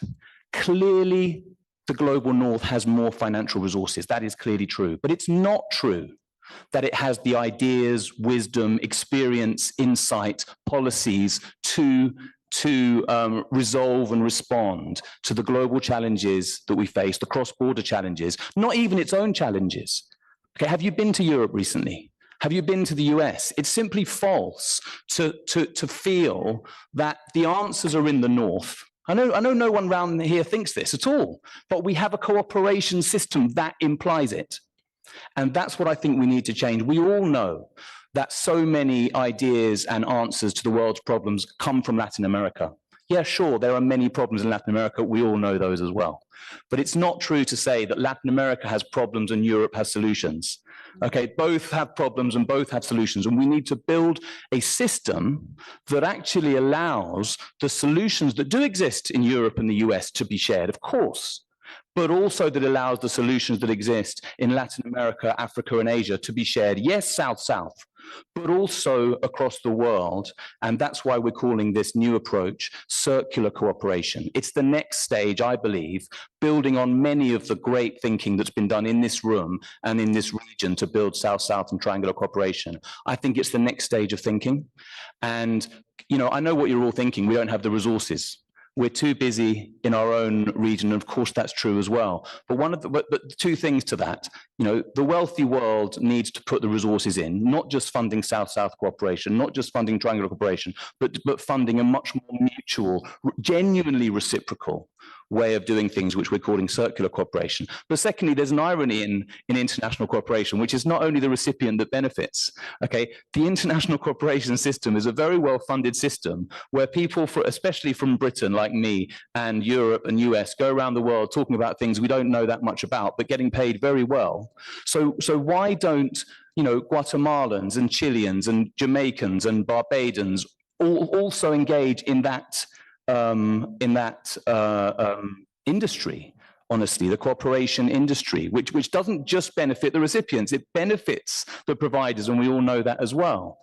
So, and I know that already happens a lot, and there are many examples of people, of Latin Americans, of course, contributing hugely to development all over the world, both individually and organizationally and as governments, but it's not systematized. And we still don't have programs set up to do this, projects set up to do this, specifically with the intention of genuine mutuality and breaking down that donor-recipient mentality, which I believe still exists even in this language of South-South and triangular, which is wonderful, but I believe there's the next step to take it on. So that's the first idea, circular cooperation. The second idea, which embodies this mutuality, but in a very financial, specifically about finance, is global public investment, which some of you already will have read about, and which is an idea that's growing. And in fact, next week, there's a conference in the UK, which the wonderful Alicia Bárcena and Michelle Bachelet will be at, among very many other brilliant people, and developing this idea of global public investment. Now, we know that the Latin American region needs much more international public finance concessional, and we know that it's hard to come by. And the development in transition language has taken us to a certain, taken us forward in that, and it's allowed that discussion to continue. But I think we're still living within the ODA paradigm. And as long as we live within the ODA paradigm, we can talk about moving on from GDP per capita as much as we want, but that is literally the way that the thing is being constructed. So we need, I think, to shift towards a different way of thinking, which is very much linked to the SDGs, which did come, as I say, from this region. And that's to focus on global commons, global objectives, global goods. And if we reframe the needs of Latin America in terms of regional goods and regional commons and global goods and global commons, I believe we will see more money flowing to this region. And the beauty, of course, of money flowing to this region to pay for these things framed as regional and global commons is that, of course, the money still gets spent here. I mean, this is an obvious thing to say, but it's worth kind of emphasizing. It will contribute to national development priorities, but I think that reframing is really important. And global public investment talks about all contribute, all benefit, and all decide. It's a total challenge to the idea that there are some countries that contribute and others that benefit, and that the countries that contribute are the ones that decide. I know this sounds very ambitious, especially for countries which are, you know, cash strapped. But it's a bit like what happens at the European Union, to some extent the African Union, whereby, you know, even the richest countries in the European Union receive money as part of the structural funds, and the poorest countries put money in. So Romania, the poorest countries in the EU, puts money into the pot, but receives a lot back. But the shift from being a recipient to a co-contributor is massive, because Romania sits at the table with the powerful countries to decide how the money is spent. And we think that kind of approach is appropriate now at the global level. Yes, it's ambitious. You know, wealthy and powerful countries find it hard to give up power, which is what we're asking. But we think it's a possibility. And so that's it, really. I think that it is the time to be ambitious.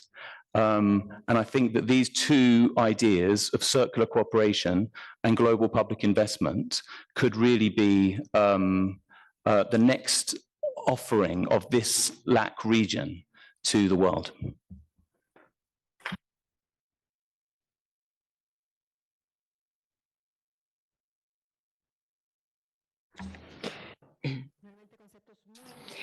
Very interesting concepts, Jonathan. We will need to discuss in greater depth.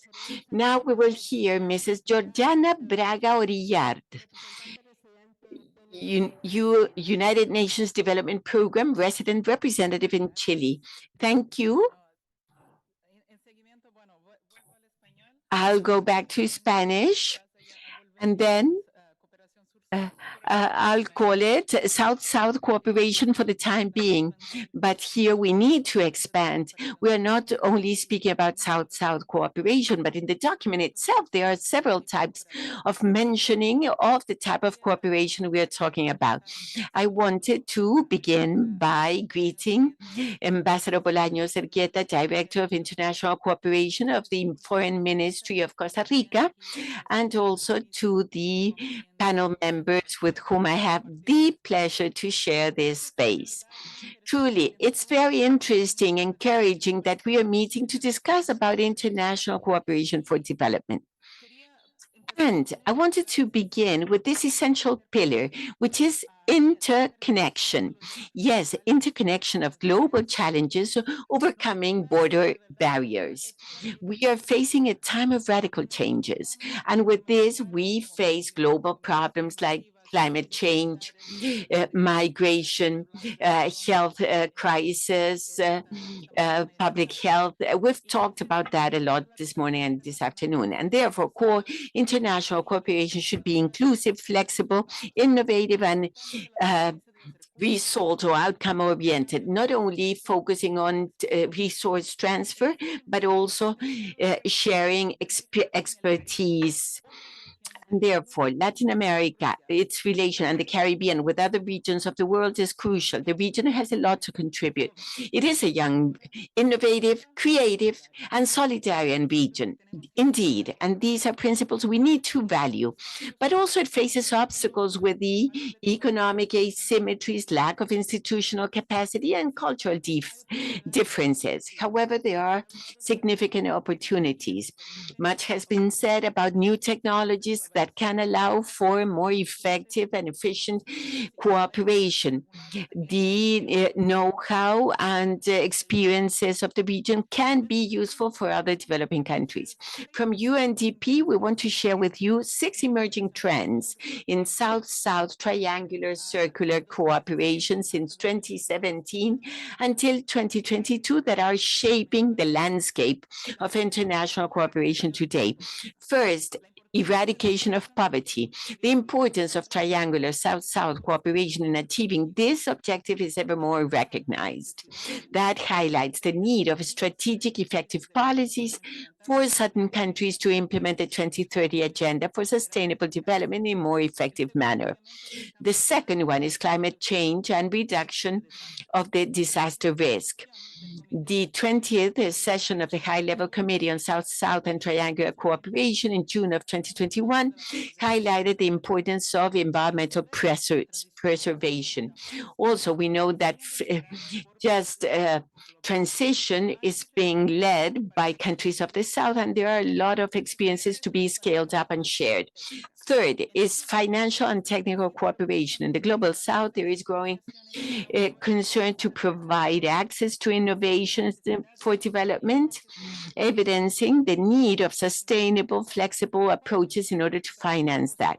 Number 4, post-COVID recovery, where South-South and triangular cooperation also has proven its relevance. And still we haven't achieved. We believe that we have already overcome that, but we are still post-COVID recovery in the objectives of the 2030 agenda, underlining the key role in this post-pandemic scenario. Number 5, development of national capacities and skills as underscored by the director of Costa Rica. The internationalization of South-South triangular cooperation frameworks at national levels underscores the importance of strengthening capacities of southern countries in order to leverage these modalities. Number 6 is monitoring and evaluation of South-South and triangular cooperation. In developing countries, they have gradually intensified efforts to formulate methodologies allowing to plan, monitor, measure, and evaluate the effectiveness of South-South and triangular cooperation. And then finally, the support of the UN to cooperation. And also it was mentioned in several interventions, and it's part of the ECLAC document. There is significant space to evaluate more effectively how UN agencies and support systems can facilitate this cooperation in the Global South countries. These trends provide an image of how South-South cooperation and triangular cooperation are evolving and how they can continue driving a sustainable development in a global scenario.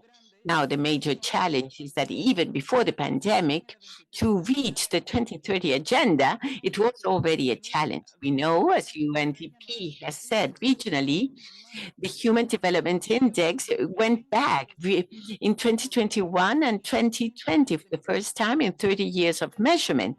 The Human Development Index for Latin America and the Caribbean went back to levels of 2016. So we know that the challenge is enormous.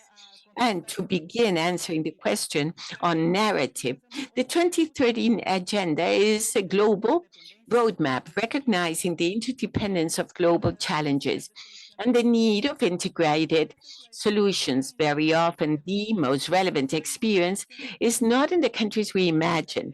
And here, this is the point of the previous panel member, Jonathan Glennie. Interdependence also has a component of humility and systematization and identifying interchanges. It's crucial to identify best practices and ensure that regions work together in order to achieve these objectives, sharing experiences and learning from each other.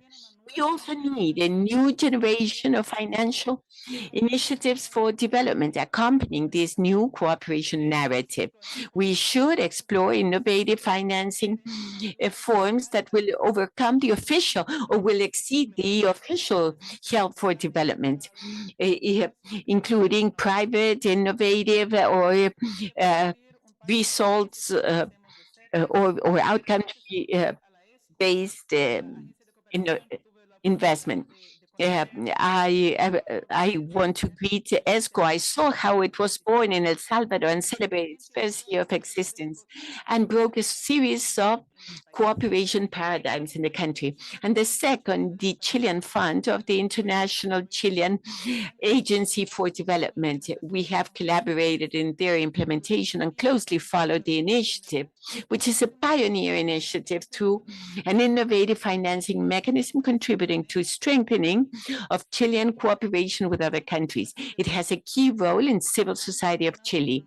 The fund is financed with a solidarian contribution of passengers, of international passengers, $2 of the airport tax that paid by passengers is allocated to promote development. So these experiences show that partnerships can be of multiple stakeholders, innovative, public, private, civil society, public, civil society, and they all play an essential role. The alliances can contribute with resources, knowledge, skills, in order to address complex challenges, can also help to build trust, facilitate dialogue and cooperation among multi-stakeholders, and to incorporate these partnerships into international cooperation. At national level, we need common criteria and transparent ones, and ensuring that partnerships be inclusive, equitable, transparent, outcome-oriented. And also should facilitate coordination among non-state players of different countries to avoid duplication and thus promote supplementarity. In sum, and with this I finish, the challenges of South-South and triangular cooperation in the New World context are enormous, but also these are opportunities. We need a new narrative, new practice of cooperation, that it be inclusive, outcome-oriented, capable of mobilizing different players and resources. We need to leverage opportunities provided by new technologies and by new forms of financing. We need to work together through multi-stakeholder alliances with a shared view in order to reach sustainable development goals and face global challenges. When strengthening the relations between Latin America and the Caribbean with other regions of the world, we can learn one from each other, share experiences, and thus leverage our strengths and complementary opportunities. And to make this effective, we need to strengthen our institutional capacities and therefore overcome barriers limiting them. And here, at this moment, we know that there are major challenges, but at the same time, major opportunities. And I wanted to offer and reiterate that UNDP support to place South-South cooperation initiatives, identify them, identify experiences. It's difficult for several countries, and UNDP is here to support. And I believe that in Chile and in the world, jointly, we can build this new narrative and practice of cooperation, that it will be at the same level of challenges and opportunities. Thank you very much. Thank you very much, Georgiana.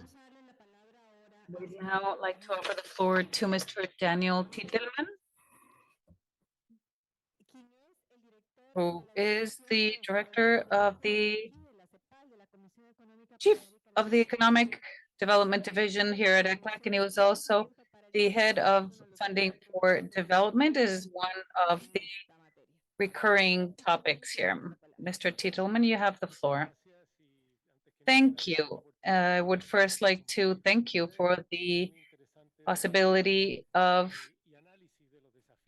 analyzing these challenges and regional cooperation, international cooperation in a world that is increasingly complex. Thank you very much for the possibility of sharing. I brought a presentation, but I would rather distribute it in the interest of time, and I will only present the main ideas which I feel are relevant. I will benefit from this morning's conversations, and this session have been around the fact that we are experiencing a very complex global situation. I'm not going to repeat what everyone has said, but this perspective generates huge challenges. We are living in a world that is increasingly uncertain and volatile, which means that we have greater needs for financing, and that access to financing becomes increasingly difficult. In the case of our region, it is also a highly indebted region. Our space for fiscal mobilization within the region of resources is quite reduced, and this is a core element when you want to talk about how ambitious this group has become. And there's a study here at ECLAC that shows that with the increase of indebtedness and the number of resources that the countries in the region have to available to use at the service, and the resources that can be used for investment, for social expenditure, social growth is increasingly high, and in some countries it is even higher than in education, health, and others. So we have a dual problem here at the region. where our capacity to mobilize our own resources is limited in the fiscal space and increasingly limited by the high cost of debt and services. So there is a call to the need to restructure debt and to mobilize liquidity for the countries of the region. And here is a second point that I feel is extremely important, given the fact that it is middle income country. We are left out of international cooperation assistance through the North-South and other groups of international architecture for debt restructuring, or we are left out of initiatives for mobilizing liquidity to countries. And we find ourselves in a situation where we are not able to mobilize our own resources, and it is very difficult to access the financial markets. And we are not receiving any answers from the international community because we find ourselves outside of the range for access to these. And it is the case of our region, which is mostly made up of these middle income countries. So there has been a call made here to the need of changing the logic and advancing towards an international universal cooperation system, where all countries need to participate in different roles, but we can't be generating windows and doors to enter or leave depending on one criterion or another. What we're showing for the challenges of the world that are coming, all countries should be in this cooperation system in order to advance and address these challenges. So I think it is a call to make cooperation systems universal and breaking these restrictions. So it's more about access criteria, not so much the funds themselves. And again, we make a call to make these universal, as is done in international financing markets. If we are not able to reduce the financial costs that we will be facing in the coming years, there isn't a whole lot that the region will be able to do. We will have great restrictions, and perhaps it would be interesting to approve different policies in order to achieve a turning point in a situation that is not favorable, but perhaps a turning point could be positive, and this may come from the ability to make this cooperation system universal with a fund that would allow moving or mobilizing resources to countries that need it.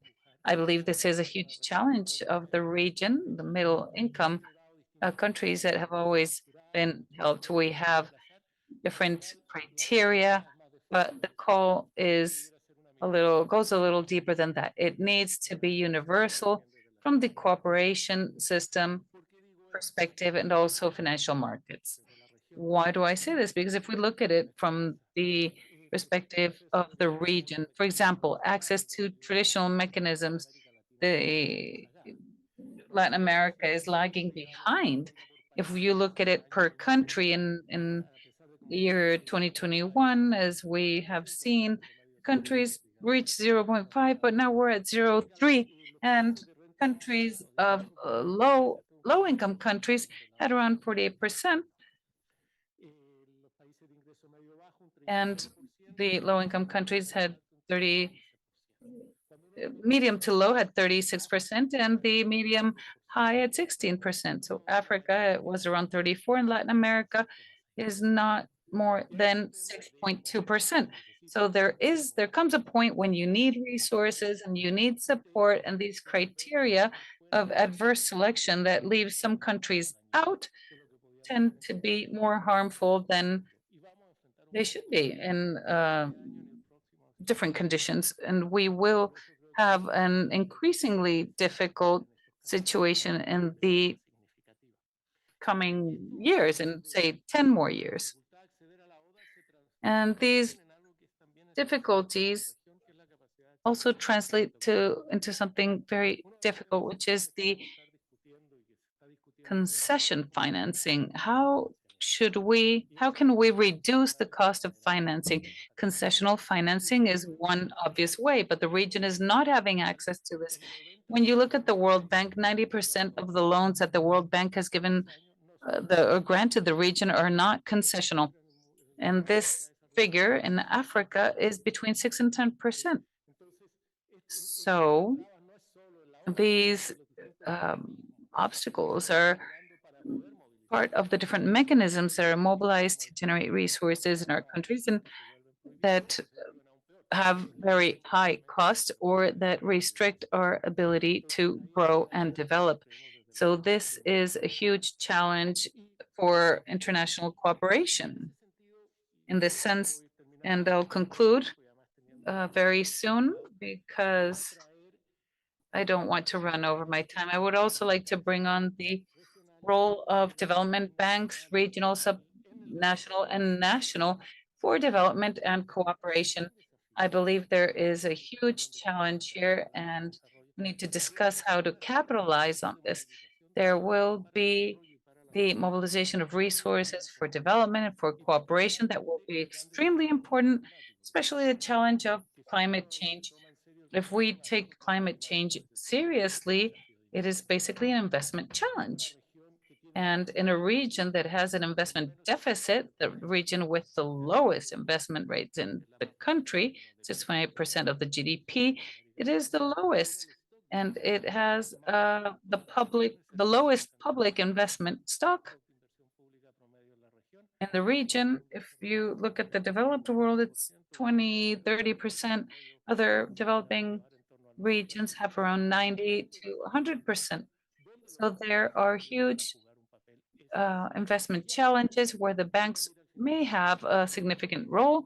They're having it, and the CAF, the Inter-American Development Bank, and even the BNDF as a national bank are making efforts that exceed those of the World Bank. Sometimes they have $3 to $3 billion versus $2 billion in the World Bank. So this is the challenge that we're going to see in mobilizing financing for cooperation and for development. The climate change should make us think about the investment challenges in the region. And here I go back to this idea of public investment networks, regional and global, and they affect mankind as a whole because decarbonized societies are not only a national effort, they are global efforts. And that is why it's very consistent with the challenges and with the need to mobilize resources for that. Just to conclude, I'd like to round up a couple of ideas. One, that it's extremely important to start changing the conversation towards international cooperation and to finding mechanisms for universal financing and leaving aside the criteria of the size or grading, or basically we need to focus on the needs of the countries and finding mechanisms to balance this. Second, the capacity to mobilize financial resources for our countries is quite limited and will continue to be limited next year.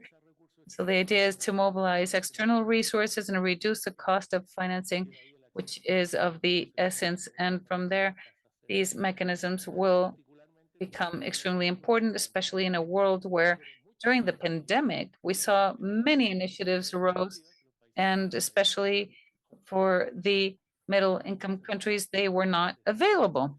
We were left out. And third, for the traditional mechanisms, we need to reactivate them. It opens doors to other mechanisms. And we just finished a study that showed that the ODA had an impact on the long-term growth. This is quite significant, and it contradicts the previous studies. We were talking about this with a colleague, saying that ODA has been very significant in the long-term growth of the region, and it will have an increasingly significant role. Thank you.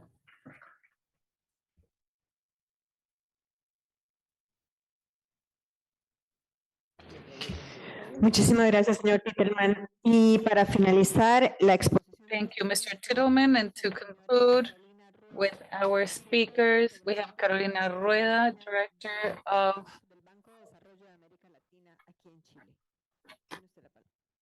Carolina Rueda, Director of the Regional Integration Office of the Development Bank of Latin America, CAF. Thank you. I'd like to thank the Chair, Argentina, and previously Adriana, who was also moderator of this panel. Daniela left the ball in my court. I trust that with my intervention, I'll be able to answer some of these provocations that she left. I don't want to delve into the situation, the pandemic, the crisis, and everything that has been broadly discussed this morning. I would just like to say that in Latin America and the Caribbean, we have a huge challenge, and it is to achieve a solid, equitable, just, and sustainable economic recovery. And there are significant challenges to work on biodiversity and everything that Daniela also mentioned. It is also important to conciliate growth and productivity with environmental sustainability and a proper human development, also sustainable development that will allow tending to these structural issues that don't really agree with the pandemic, but that they're not a result of the pandemic, that we were dragging along before the pandemic as a region. The robust environmental resilience, and of course, having a sustainable management of our extraordinary biodiversity in the region. And with these challenges, here's the first answer. In December 2021, the CAF unanimously approved the greatest capitalization, $7 billion, that will allow us to duplicate our portfolio by 2020. And so this will give us a tool to consolidate our portfolio and to become the bank for economic reactivation and the green bank. And that is the premise for the capitalization. To transform this bank for economic reactivation, we are already working on this. We're implementing a strategy that we would like it to be quite well balanced among countries, and that considers all of these challenges. Among the strategy, the implementation of the strategy, we continue to work on finding financing for programs, investment projects, public as well as private, and working a lot in mobilizing third-party resources as well, which is a big advantage, as we said, from the colleagues in the development banking. This is the sector that captures resources from other agencies and allows the implementation of these projects in the region. We continue to support with these budget loans in a counter-cyclical manner in our shareholder countries. We strengthen the digital transformation agenda, as Adriana mentioned, as a major issue that has been left in the post-pandemic period. We work a lot on knowledge, technical assistance, also a matter of discussion and by this panel. And especially, we would like in the new CAF strategy, continue to finance in infrastructure for the energy transition. This is very relevant in our new strategy to strengthen and financing urban development, likewise working on initiatives that promote planning and territorial order in harmony with nature. And finally, part of this exercise that we're seeing today, support for regional integration projects, not only through financing, but also technical assistance to strengthen institutions, but also for another matter mentioned by Adriana earlier, and that is the formalization of projects and an appropriate pre-investment in the integration projects to increase the quality of these investments and also execute them in less time. Furthermore, Today, we have seen support for subnational government, although it is very relevant to be in consensus at regional level, national level. We also need to look at the territorial entities of national agencies in order to support the productive development at that level as well, make sure it's inclusive and sustainable to allow us to accompany the implementation of these public policies at a local scale and also financing of the projects. And then, as I was saying, we have this strategy to be consolidated as the Green Bank. And in this, be the Green Bank for Latin America and the Caribbean, this moves us to think of supporting a gradual and fair transition towards a low carbon economy, encouraging, we insisted on this, the conservation of biodiversity and a sustainable use of the natural capital and climate resilience. During the morning, in some interventions, especially the Caribbean countries, insisted a lot on all issues related to adaptation to climate change, the very high vulnerability they face. Yes, and so part of our approach has to do with also accompanying in a far more active manner everyone in the Caribbean. And here I would like to point out that, well, this proposal is totally aligned to the commitments of our shareholder countries within the framework of the 2030 Agenda and the Paris Agreement, and also the macrodiversity meeting. And for 2026 at CAF, we said we're going to accompany the green financing over the next 5 years with $25 million to increase to 40% the total number of approvals for CAF financing for 2026. This is a very ambitious target, tough. We are bringing it down to ground, and we're realizing the relevance of working together with countries, but also facilitating the channeling of resources from other environmental funds, from other major agencies that do these implementers in the region in order to obtain the extra regional financing. And lastly, talk about what integration is for us and the potential of this to support recovery. Integration is seen as a key to increase productivity in the region, strengthen regional markets, for them to be far more stable, and also increase participation in the value chains and regional level, and also the global ones, the most important. In this regard, we see the region, or we see ourselves within the region, with significant assets that will allow us to integrate in the region and the rest of the world in terms of a strategic geographic location, energy, a diverse culture, and highly demanded abroad. Our natural resources undoubtedly are an important demographic bonus. CAF, so in our role as the Latin American and Caribbean Development Bank, we are convinced of this driving role in promoting regional integration and sustainable development, and with the purpose of increasing the quality of life of the inhabitants. And to conclude, I would merely like to leave on the table certain pillars of work in terms of international cooperation, and that pick up on what has been said in this panel. The first is to continue to accompany the creation of consensus in everything related to climate change, conservation, the integral and sustainable use of our ecosystems that exceed all administrative barriers.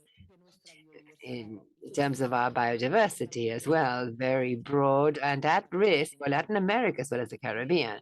And in this regard, we believe that CAF can support the strengthening of a regional dialogue platform, take part in this sort of meetings, events, fostering new spaces for dialogue in order to encourage the exchange of experiences, good practices in these agendas, and do it in a coordinated manner, the voices of our region to the major global scenarios. Here we share the reflection by Jonathan. In terms of a circular cooperation, not only do we have a lot to demand, but also a lot to contribute as a region to the rest of the world.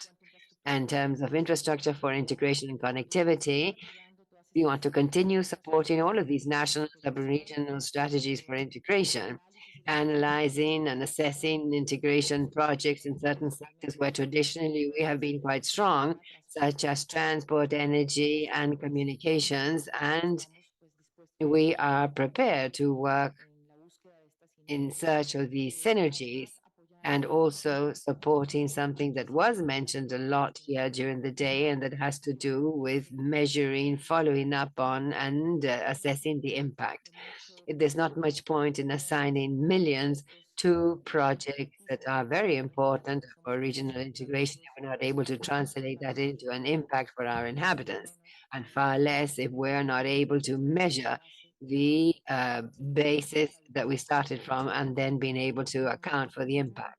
And lastly, in terms of economic recovery after COVID, well, we've already said there's work to consolidate as the reactivation bank.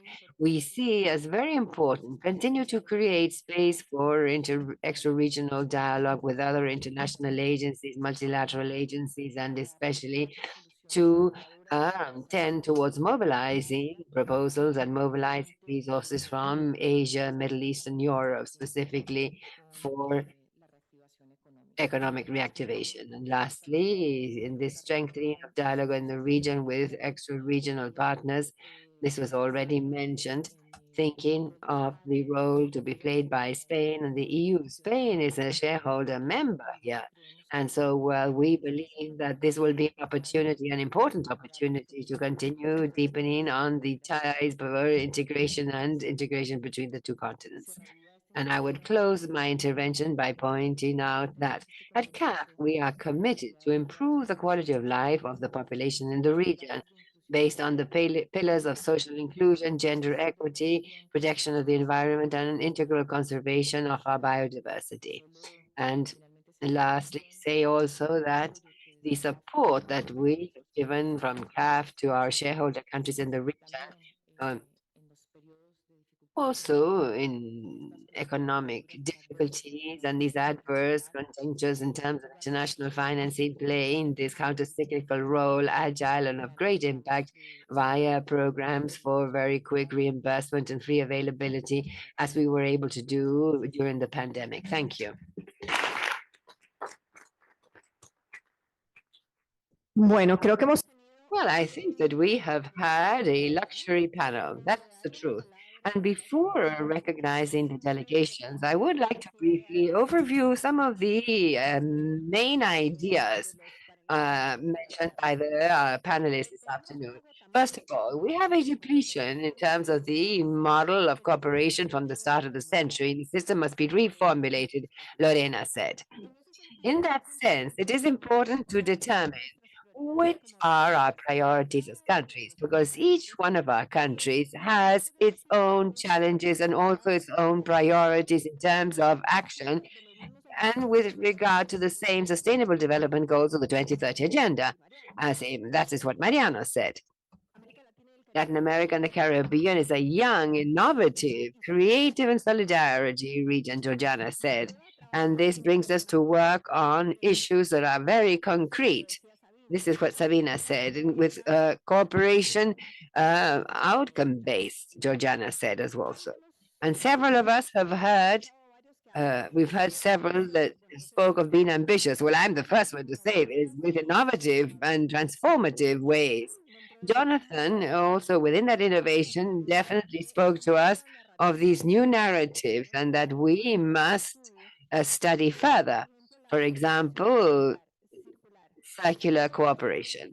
We all have challenges and opportunities, those in the north and the south, and we can all learn from everyone else. And so instead of the south-south and triangular cooperation and circular cooperation, public investment, global ones, Jonathan mentioned. And partnerships, we said there's a lot about partnerships, and we're going to have a panel just on that, but also Georgiana referred to that. Financing. I think that this is one of the great issues, definitely when Costa Rica and the BPS, we worked on this new financial architecture.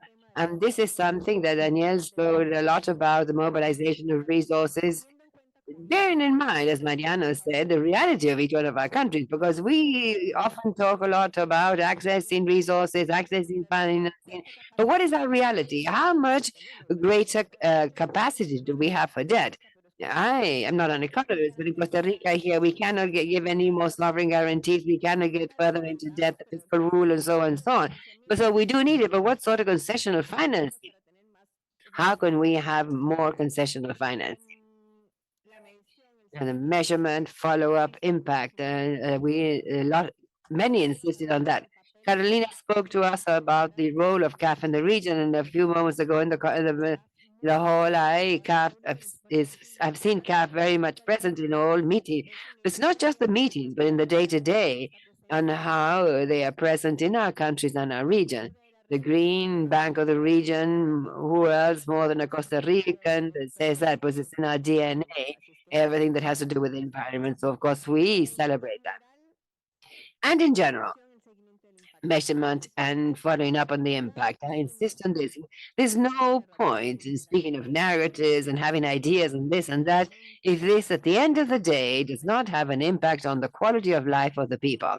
And so a big round of applause for all panelists, all extraordinary.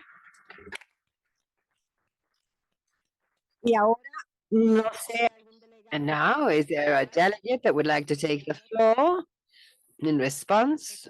Ecuador. No, thank you very much. I will try to be as brief as possible.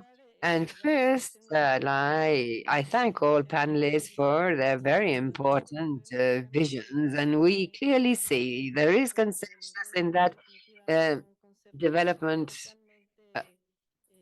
or cooperation for development is the old way of cooperation is démodé, but we need to increase international cooperation in general and adapt them to these new dimensions and mechanisms in order to remain as relevant actors in order to encourage integral development as a multidimensional approach, and also to strengthen the productive capacity of countries through policies that foster innovation, technological development, and the productive diversification, in addition to promoting transition towards more sustainable consumer patterns that reduce the environmental impact and increase resilience. A lot has been said about financing mechanisms. We in Ecuador are resorting to novel mechanisms, for example, nature debt swaps, and we believe that we have leaders in this.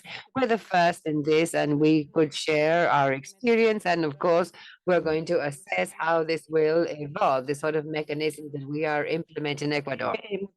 We also strongly encourage shared responsibility with developed countries. We're talking here of financing, and not everybody has met the goal of 7% of their GDP in terms of financing for development. And this is an important goal. If we look at mechanisms for the debt, these are ideal mechanisms so that we can fund our development. And we are also beginning to venture on the use of this type of mechanism. I would also like to say that many delegates have mentioned the importance of strengthening the management of cooperation, and Ecuador is also trying to strengthen the management of international cooperation. We have already done some work with ECLAC technical assistance and with the cooperation of several countries of the region, so that we can also strengthen our cooperation mechanism. I would like to publicly commit the Secretariat of ECLAC and countries that have cooperated with us in this mechanism, such as Colombia, Peru, Uruguay, and who else, and Costa Rica, that are cooperating with the mechanism of sharing their experiences with these South-South cooperation programs. I invite you to continue to do so, and shortly we would like to organize a workshop so that we could get to know the results of this consulting work and analyze the importance of improving of our management of cooperation so that we can meet these goals to act as a high middle income country implies that we have less cooperation resources for development, and therefore we do need to improve this management. And so please excuse me for asking you to continue to work with Ecuador and likewise the ECLAC Secretariat. Thank you very much. We thank the delegation from Ecuador. Peru has asked for the floor. Thank you. Greetings and congratulations to the panelists. I would like say, first of all, and reflect on the challenges of international cooperation for development within the New World context. We can consider that we're dealing with the same threat or perhaps with the same context, but involving new challenges. The pandemic, the war, may be new reasons for what is happening, has been happening for several years, which is a drop of cooperation for countries that fell into the middle income trap, and we have behaved well with democratic processes and so on, with cyclical changes. Now, how do we respond to the challenges? That was another question that was posed. Perhaps a first answer is efficiency in governance and above all in accountability for the cooperation that we receive, mechanisms such as the CEGIP report, which establishes South-South cooperation actions of several countries. Recently, the report was submitted, and also to insist over and over again on the heterogeneous nature of the category of middle-income countries. This is not only an external heterogeneity, but also an internal heterogeneity. We share with many countries where clearly our levels of development and growth are diverse. We share the same high middle income level, but also within our countries, which are regarded as high middle income countries, there are clearly people that live well over those levels, which is fine, but also people that live well below those levels, something which is very bad. What I would like to add within this internal heterogeneity is vulnerability, and we have seen this during the pandemic at the hard core of poverty, people that are theoretically in the middle class, but a natural disaster or COVID has brought them to their knees, to poverty and to extreme poverty. With regards to multi-stakeholder alliances, a provocation, whether the benefit of multi-stakeholder alliances, as we understand them in Peru, is their flexibility and the wide horizon, so to speak, to deal with issues such as companies working in multi-stakeholders. And the advantage is flexibility. The question would be how to make more flexible this to make this approach more flexible, or whether we should actually homogenize this approach. And perhaps a first response would be to homogenize the way in which we measure, because it's very difficult to measure the contribution of academia, for example, of government. But perhaps we could start to think about making the measurement of results much more homogeneous. Thank you. Well, that is truly one of the big issues, how to work with those multi-stakeholder alliances. Honduras. Thank you, dear Adriana, and all presenters. Faced with the significant changes in economic and international policy relations, the rapid growth of the economies of emerging donors of the South, and the progressive weakening of traditional donors from the North, South-South cooperation appears for us to be a supplementary strategy of developing countries. Their nature, based on equality and solidarity, has created an international cooperation framework for development which is more dynamic. And it is within this dialogue and this coordination in events such as these, where we debate the challenges of cooperation, where we must ensure that international cooperation for development is something that goes beyond simply a politically conditioned strategy that makes it impossible for receiving countries to appropriate this. We have to make sure that international cooperation is a channel that promotes joint cooperation among partners. Honduras, by being classified as a low middle income country, as a result of cooperation by the OECD, and that in theory has a higher level of income, poverty and inequality continues to be one of the major challenges in order to achieve sustainable development. That a goal that we have as a government. And on top of that,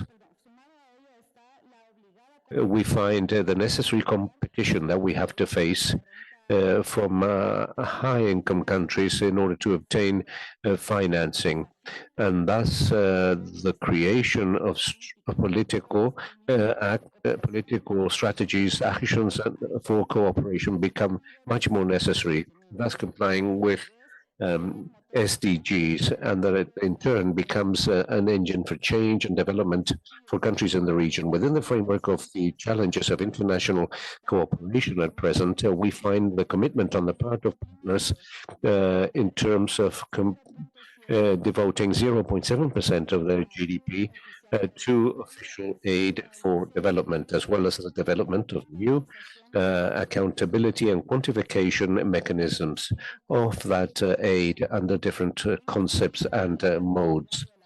In this sense, the Solidarity Government of the Republic of Honduras has made important progress in terms of accountability. The Registry of International Cooperation via the Platform for the Management of Cooperation, the PCG, has a national transparency instrument and accountability instrument in compliance with international agreements on the efficacy of cooperation.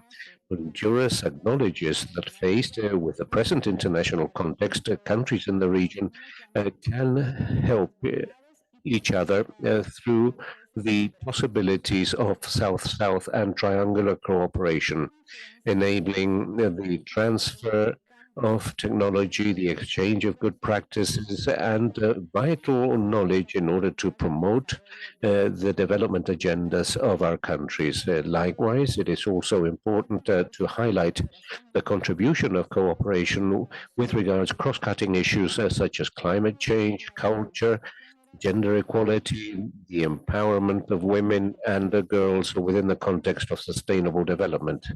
And in consequence, it is necessary to continue to incorporate these and other issues in all different cooperation modes. Thank you.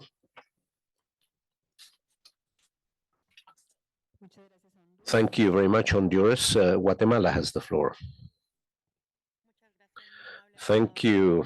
Very kind Ambassador Bolaños. Dear all, I would like to begin by thanking the effort of the chair, not only to conduct an analysis about the reality of the region, but on how we can deal this. And this, of course, enriches this dialogue. International cooperation is an issue of vital importance, given the present world situation, where evident the global challenges require joint actions and coordinated efforts among states, international entities, academia, private entities, and the participation of civil society, enabling them to take this on board, and they themselves are able to express their needs in a world that is increasingly interconnected. Problems such as climate change, poverty, armed conflicts, epidemics, and other transnational challenges cannot be dealt with in an isolated fashion by a single country. We require global responses that imply collaboration and the exchange of knowledge, resources, and best practices between nations and stakeholders in order to achieve common goals and promote sustainable development, peace, and well-being for everyone. We must acknowledge that international cooperation faces major challenges as a result of cultural, political, economic, and social differences that may hinder an effective collaboration. Despite these obstacles, this is an essential practice in order to deal with the needs and build a more prosperous and equitable future for everyone. There is tremendous concern with the denomination of middle-income countries, especially as a result of the consequences of this category, taking into consideration that measurements must go beyond criteria that are primarily economic, GDP per capita, for example, Guatemala reiterates that we need to take into consideration other instruments such as Human Development Index developed by the UN, tackling in a responsible fashion the multidimensional nature of poverty and vulnerability, the effects of climate change, and now on top of this, we must add the effects of immigration that also impacts a large part of our nations, and this will provide us with a different snapshot, different reality of our countries when it comes to allocating official aid for development and also access to other financing sources. The 2030 Agenda is a global framework that encompasses a wide range of issues related to sustainable development, such as eradication of poverty, gender equality, climate impact, and peace and justice. Despite the fact that the 2030 Agenda and SDGs are a global perspective, it's important to have a common view and understanding among different regions in the world, despite the fact that priorities and circumstances may vary in accordance with each country and region. There are some common viewpoints that can be highlighted and that could be established as lines of action based on integrated approaches, so where we find an interconnection between national policies and regional policies and the global agenda. The identification of regional challenges, specific challenges, means that we must adapt and acknowledge that despite the fact that we face common problems, each nation is impacted in a different manner, and that's to deal with based on what each country can work on will undoubtedly enable us to deal with this issue in a comprehensive fashion. And to conclude, the participation of multiple stakeholders, as will be discussed later on within this conference, means that involving all stakeholders is fundamental so that we can have a common perspective of SDGs. And as mentioned by the Ambassador Adriana Bolaños, so we must conduct an analysis about the interests and priorities of cooperating agencies and to align with the challenges that we face as a region. I thank you for being able to express my thoughts. Thank you. Thank you, Delegate of Guatemala. Delegate of Brazil has the floor. Thank you. I would like to congratulate all the speakers. Each one has presented very important points of view, and therefore I would like to refer to two of them. Initially, I would like to react to the initial presentation of the moderator, Adriana, when you mentioned the importance of linking political platform to that of cooperation. We fully concur. And I wanted to share with you that today in the South American Summit in Brasilia, where several presidents are meeting at this moment, President Lula from Brazil has proposed relaunching concrete actions for sustainable development, peace, and well-being of our peoples. That is, even all the political discourse of technical cooperation is there, and next week we'll have a lot of work to undertake. And for cooperation agencies that are included or within the foreign ministries, This integration is quite beneficial because the political areas receiving or perceiving the importance of cooperation are there in the relations with other countries, and this has been our experience. This is a very close synergy, and we all have the possibility of taking this message to the political areas of our foreign ministries and governments. The other point I would like to mention are the synergies with the other non-governmental sectors that has been mentioned by several speakers. Cooperation with the private sector and civil society. I wanted to bring up the fact that this is not very common yet in Brazil. We're just beginning in this area. And very often, the initiative has emerged from civil society. We have two recent examples that are going to be very important for us in order to guide our participation in this sphere. And one of them was by a think tank interested in digital inclusion. And the think tank worked with the Federal Network of National Repositories. Some of you know, perhaps here, it involves 10 Latin American countries, all of them here represented. And as a result of the initiative of this think tank, we are holding 4 seminars on digital inclusion and also with interest in adopting 5G and connectivity. So 2 important things have been combined, the technological upgrade and the expansion for inclusion of all society of this tool. It is an experience underway. We'll have the second seminar very soon. And we learned that there is interest in civil society, and very often governments are somewhat reactive, but I think we'll have surprises, and we've already started to work with them.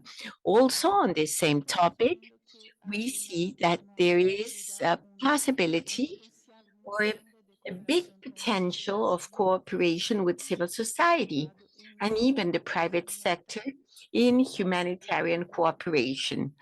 When the Beirut seaport exploded and the earthquake in Syria, we were sought by segments from the Lebanese and Syrian communities in Brazil.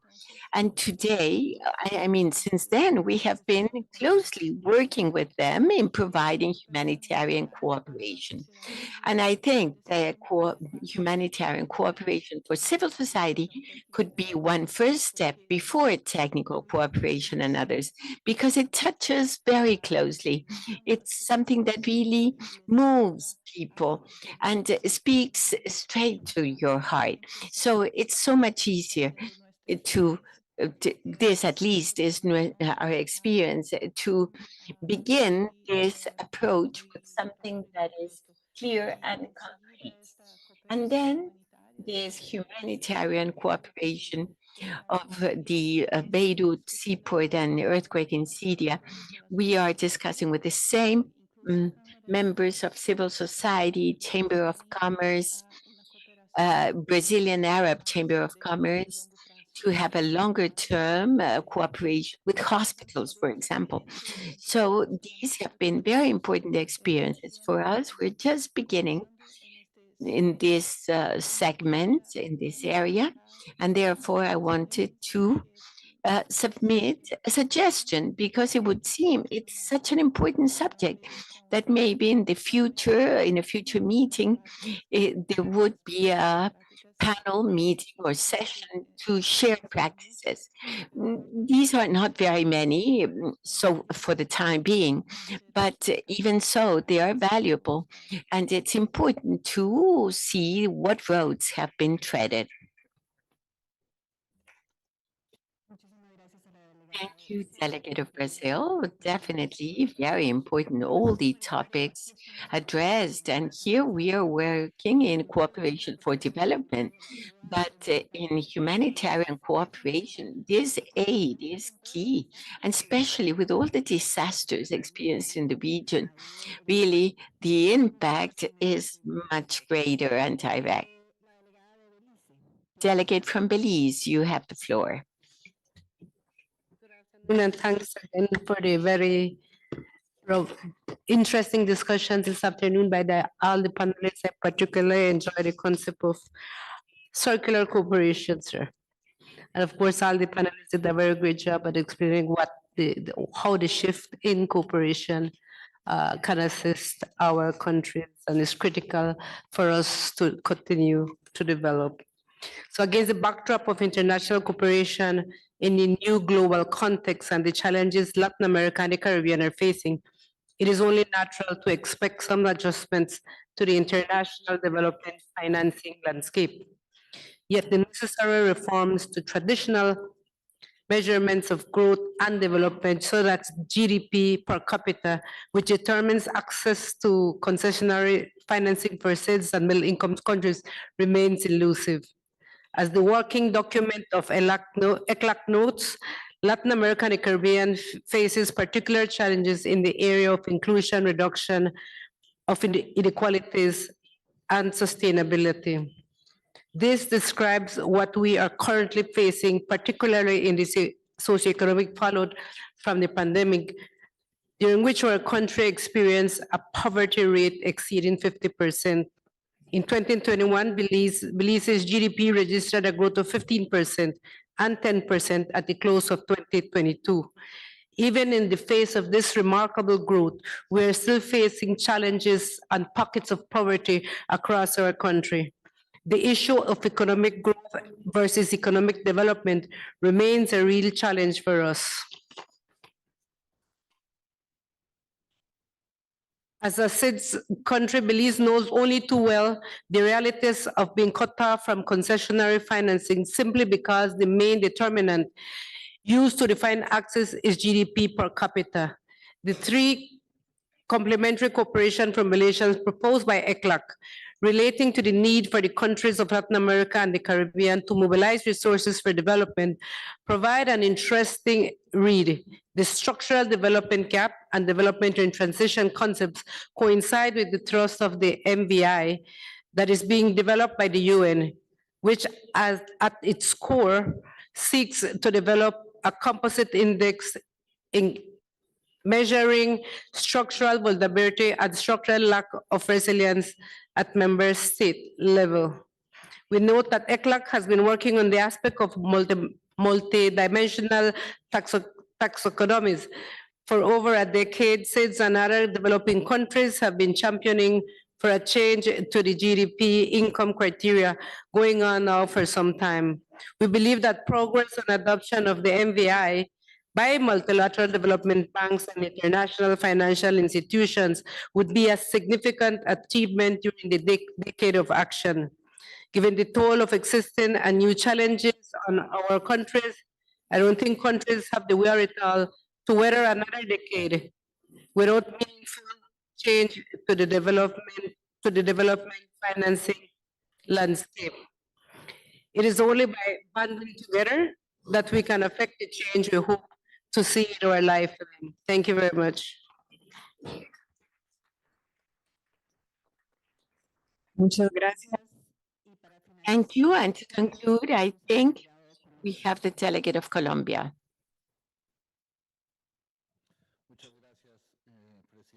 Thank you, Madam Chair.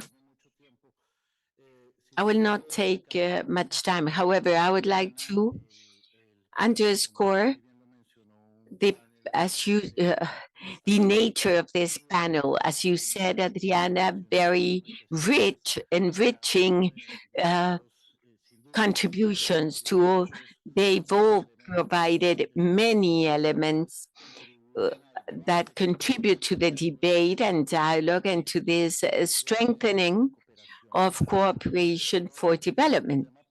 And the subject raised in this table of challenges of international cooperation for development in the new global context, indeed, it is quite challenging and all-encompassing, challenging to reach answers that none of us have it, but panel members have provided and contributed with valuable elements.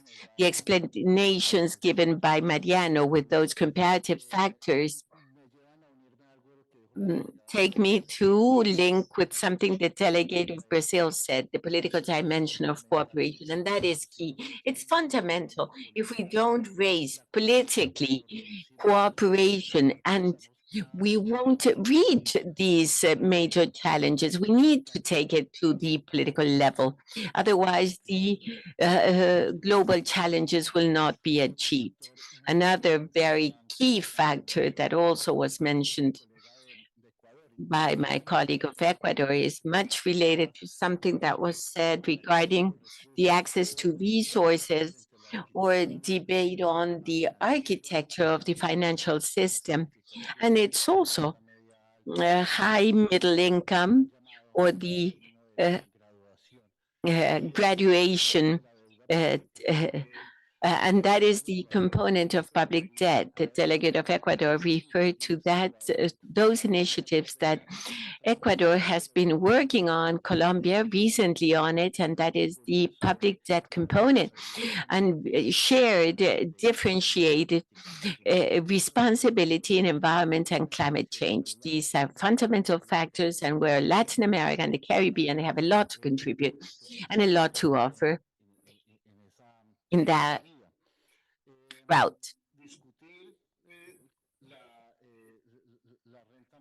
To discuss high middle income, Adriana said it, we don't need to convince ourselves of what we already know. But this issue with countries, and here SEGIP also plays a key role, Lorena, and in that relations with many of the OECD members, well, it's the factor that sometimes is very omitted, and that is objective of cooperation from the beginning always seeks sustainability of public policy. That was the beginning. And it so happens that the rating or say, look, at this point, you're not subject to this, to support or official development assistance. What I'm telling you is you are no longer a subject for sustainability of public policy. And if public policy is not sustainable, then development will not be either. So it's to put it in a very rapid manner. I want to invest in a bakery with you. I can set up all the infrastructure, but in raw materials purchase, I say, no more money. And so what? You have the bakery shop, but what? So middle income is to say, what's the real, actual, global, shared responsibility vis-a-vis development, and how that fits with something Jonathan mentioned, and I liked it very much, and that is the concept that is supremely interesting, universalization of cooperation, and the same concept of circular cooperation. These are key elements, and I end with the following. Let us not forget, there are new players, new valuable players, and that is private sector. Private sector needs to be part of this matrix, and of this matrix and equation in order to generate greater diversity, greater strength in the South-South and triangular cooperation, and also on the other hand, the involvement, and I say this based on Colombian experience, the involvement of local governments. You spoke, Adriana, about the impact and cooperation. The great dimensions, the great national impact is what we seek, but territorial impacts, in some cases, the sum of all generate national legitimacy, robust national legitimacy. An exploration and along those views would be a good alternative. Thank you. very valuable. And to conclude, del Centro. Go ahead, and Team Federico from the OECD. Thank you. Thank you, Adriana. Good afternoon. I'm sorry to take the floor. There's just 3 points, three things. I wanted to first thank you for being invited to be part of this important conference. And second, I'd like to recognize several of the points mentioned by Colombia, Costa Rica, and others this morning on the need to continue with this conversation with the partners, the universal nature of that was introduced, a concept that was introduced with the transition. If I could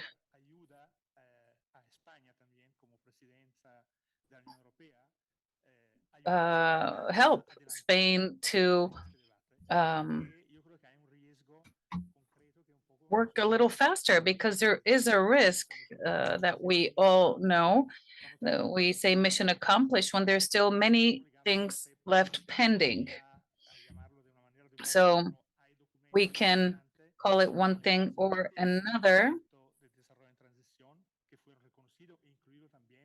And it was recognized in Spain, among others. And on one side, you can underscore the political part. On the other hand, there is a need to advance on the universalization, and in the third place, to support oneself on the concept that may allow us to continue in this effort. Thank you. Well, I think everything we've looked at here is cooperation policy. We haven't really looked at any projects. Thank you very much to the panelists, to the delegates today. Thank you for everything.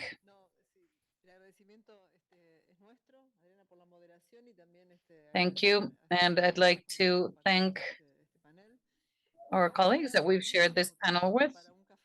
We're going to give you 10 minutes for coffee and to take a breather, and we will then come back for the next panel on assessment and evaluation of South-South and triangular cooperation.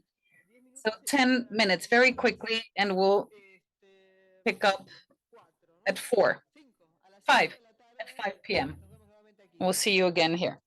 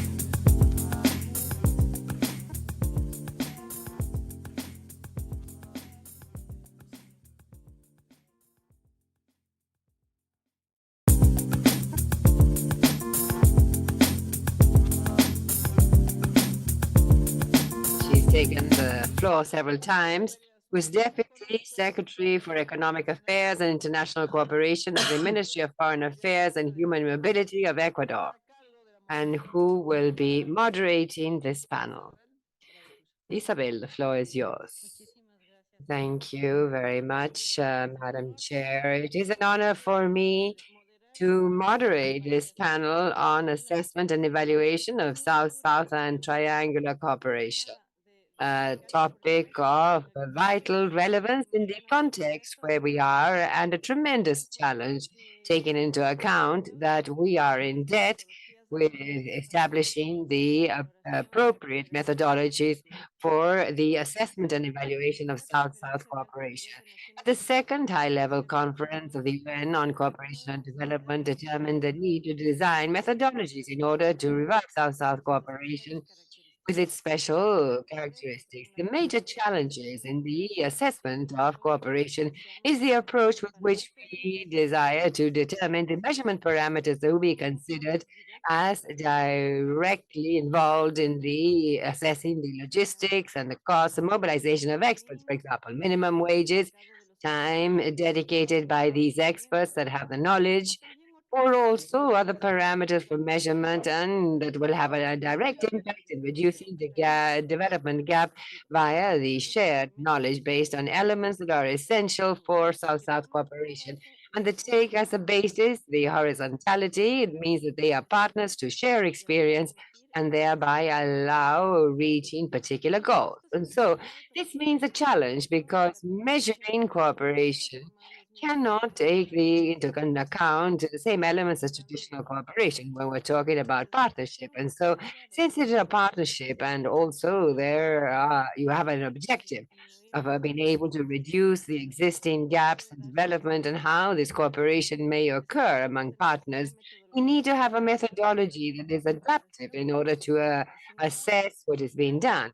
But given the relevance of what we're seeing in the context that where we are right now, at least in our region, we are less subject to traditional cooperation account of the level of development medium to high income countries means we must be more imaginative to reach these new stages of development. And how to measure this, how to have the parameters and the relevance of having this appropriate assessment in order to, first of all, make visible the great contribution given by South-South cooperation.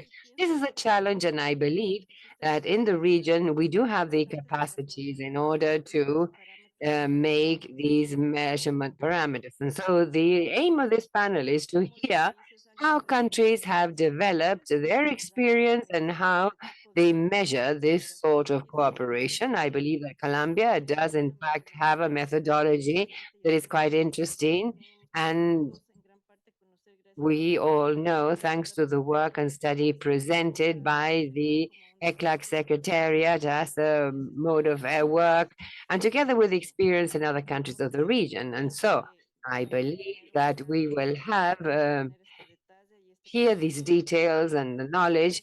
And also we know that the Ley de Ejido also is in itself has an established methodology to assess South-South cooperation, also implemented within the framework of triangular cooperation with the members of the CEJID. And also we have within the framework of the OECD, the methodology used to measure through the TOS platform, official support for sustainable development, that also allows us to determine appropriate parameters to measure and that we might apply to the region.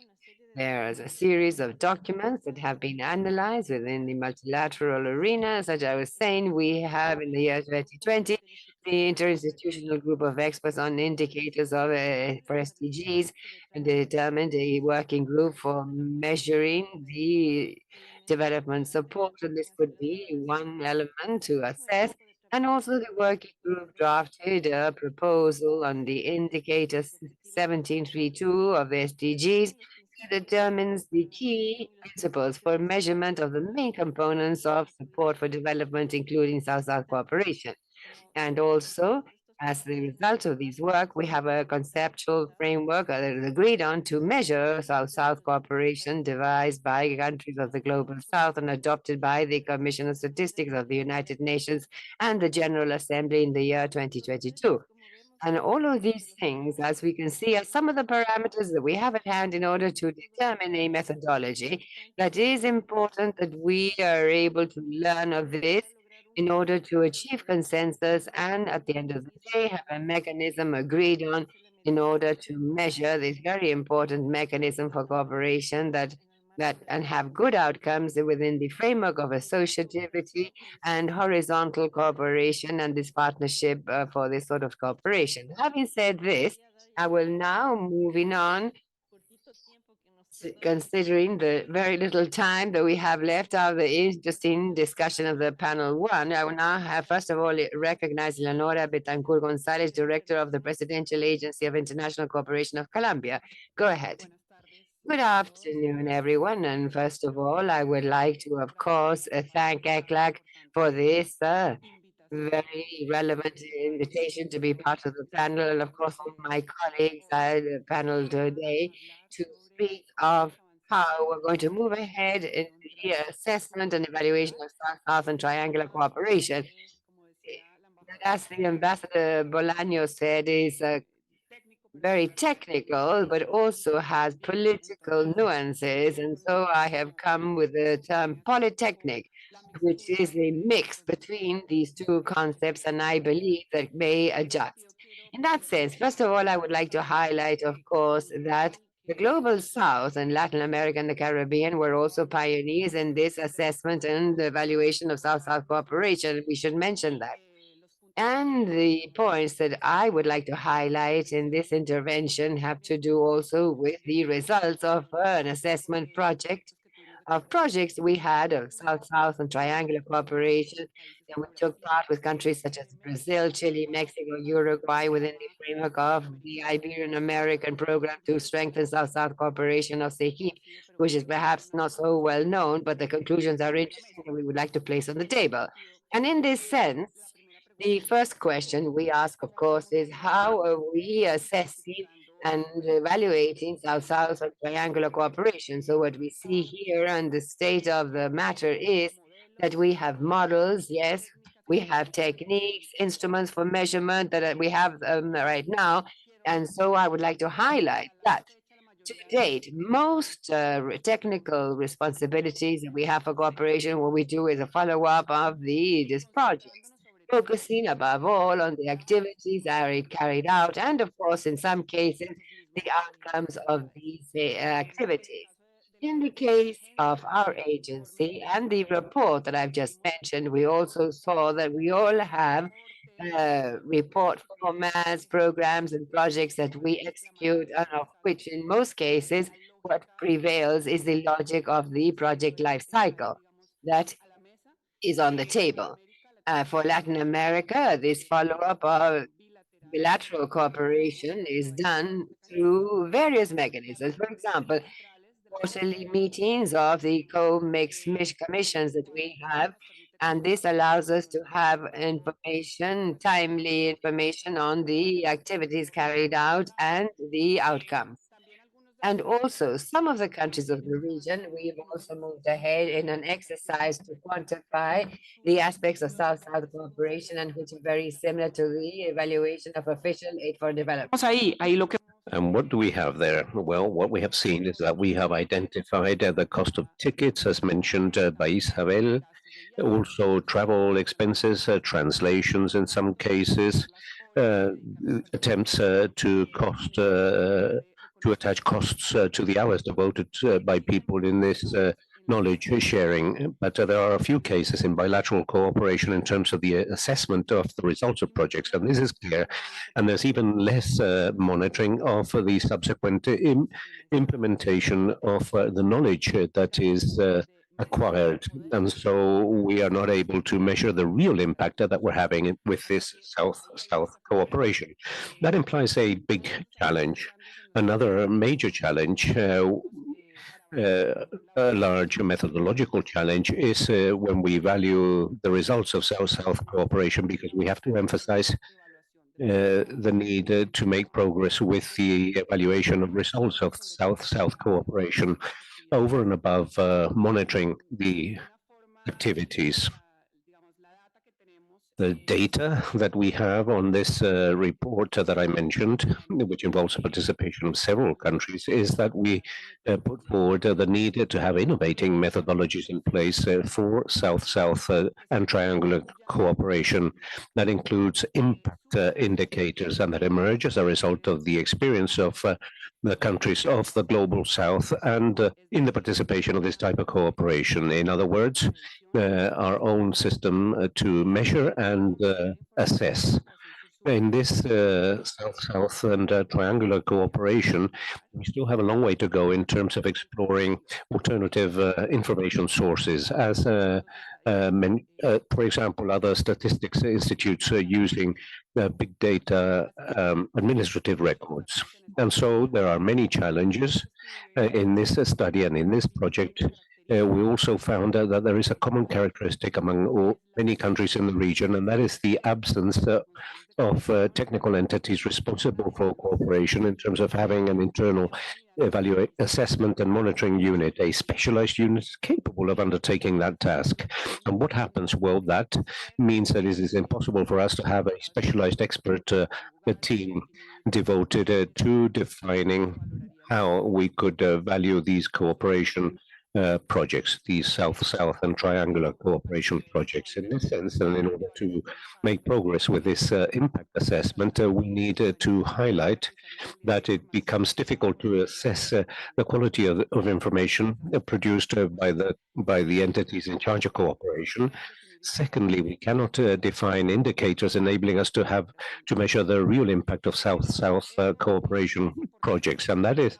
And we need to make progress in that sense, and we need to highlight that and to advance towards a culture of evaluation, that enables us, as from when we identify possible actions for South-South cooperation and involving the whole cycle of the project, that encompasses the concrete results that could be subjected to an impact assessment.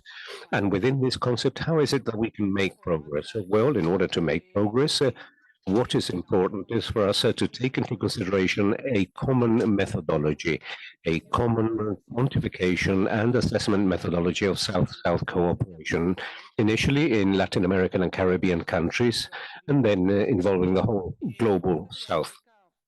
This would be the only real way to comply with what is established in documents that we have brought to this table, such as a high-level conference of the United Nations on South-South cooperation, with regards to need to improve the efficiency of South-South and triangular cooperation.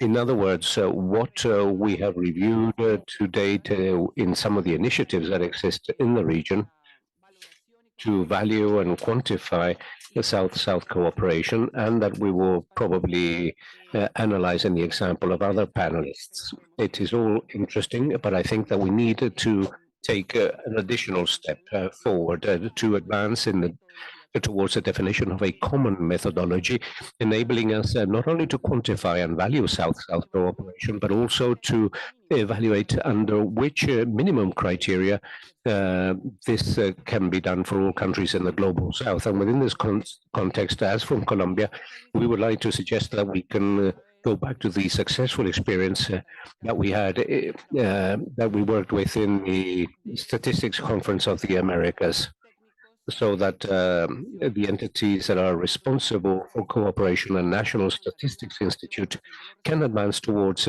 the assessment of results of South-South and triangular cooperation projects. And for this project, we provide to all interested stakeholders the practical community of measuring and quantifying South-South cooperation that forms part of the International Cooperation Observatory that includes Colombia, and that we want to strengthen via a collaboration agreement that we will enter into with the Statistics Division of ECLAC. In this community, what we want to promote is not to seek to replicate efforts, but on the contrary, to bring together all the exercises that are already underway. That is the idea. So that based on a methodology that we're able to define among us all in order to value and assess the South-South cooperation, and thus define the processes, the procedures, and the methodological tools that will enable us to reduce the number of forms that countries have to deal with in order to report the progress made by South-South and triangular cooperation, and so that we can improve the quality of the information that we produce. In this sense, we suggested that this community of practice is able to deal with issues such as a single reporting platform, clearly based on the consensus that we already have, and exercises are already underway.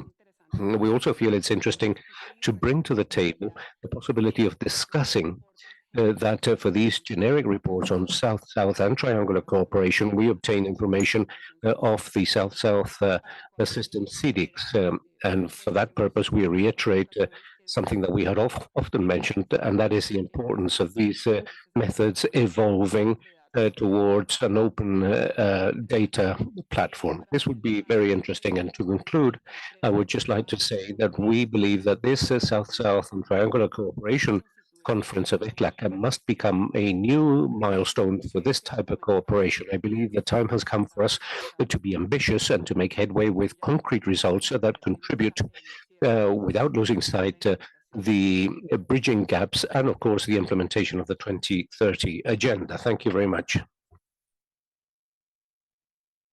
Pues, muy interesantes las. Very interesting proposals that Colombia is suggesting, including this issue of statistical assessment. That is a very important issue, and above all, to go beyond the parameters that are fairly easy to value, such as the quantification of air tickets, the salary of people involved in the processes related to the transmission of knowledge, and as experts.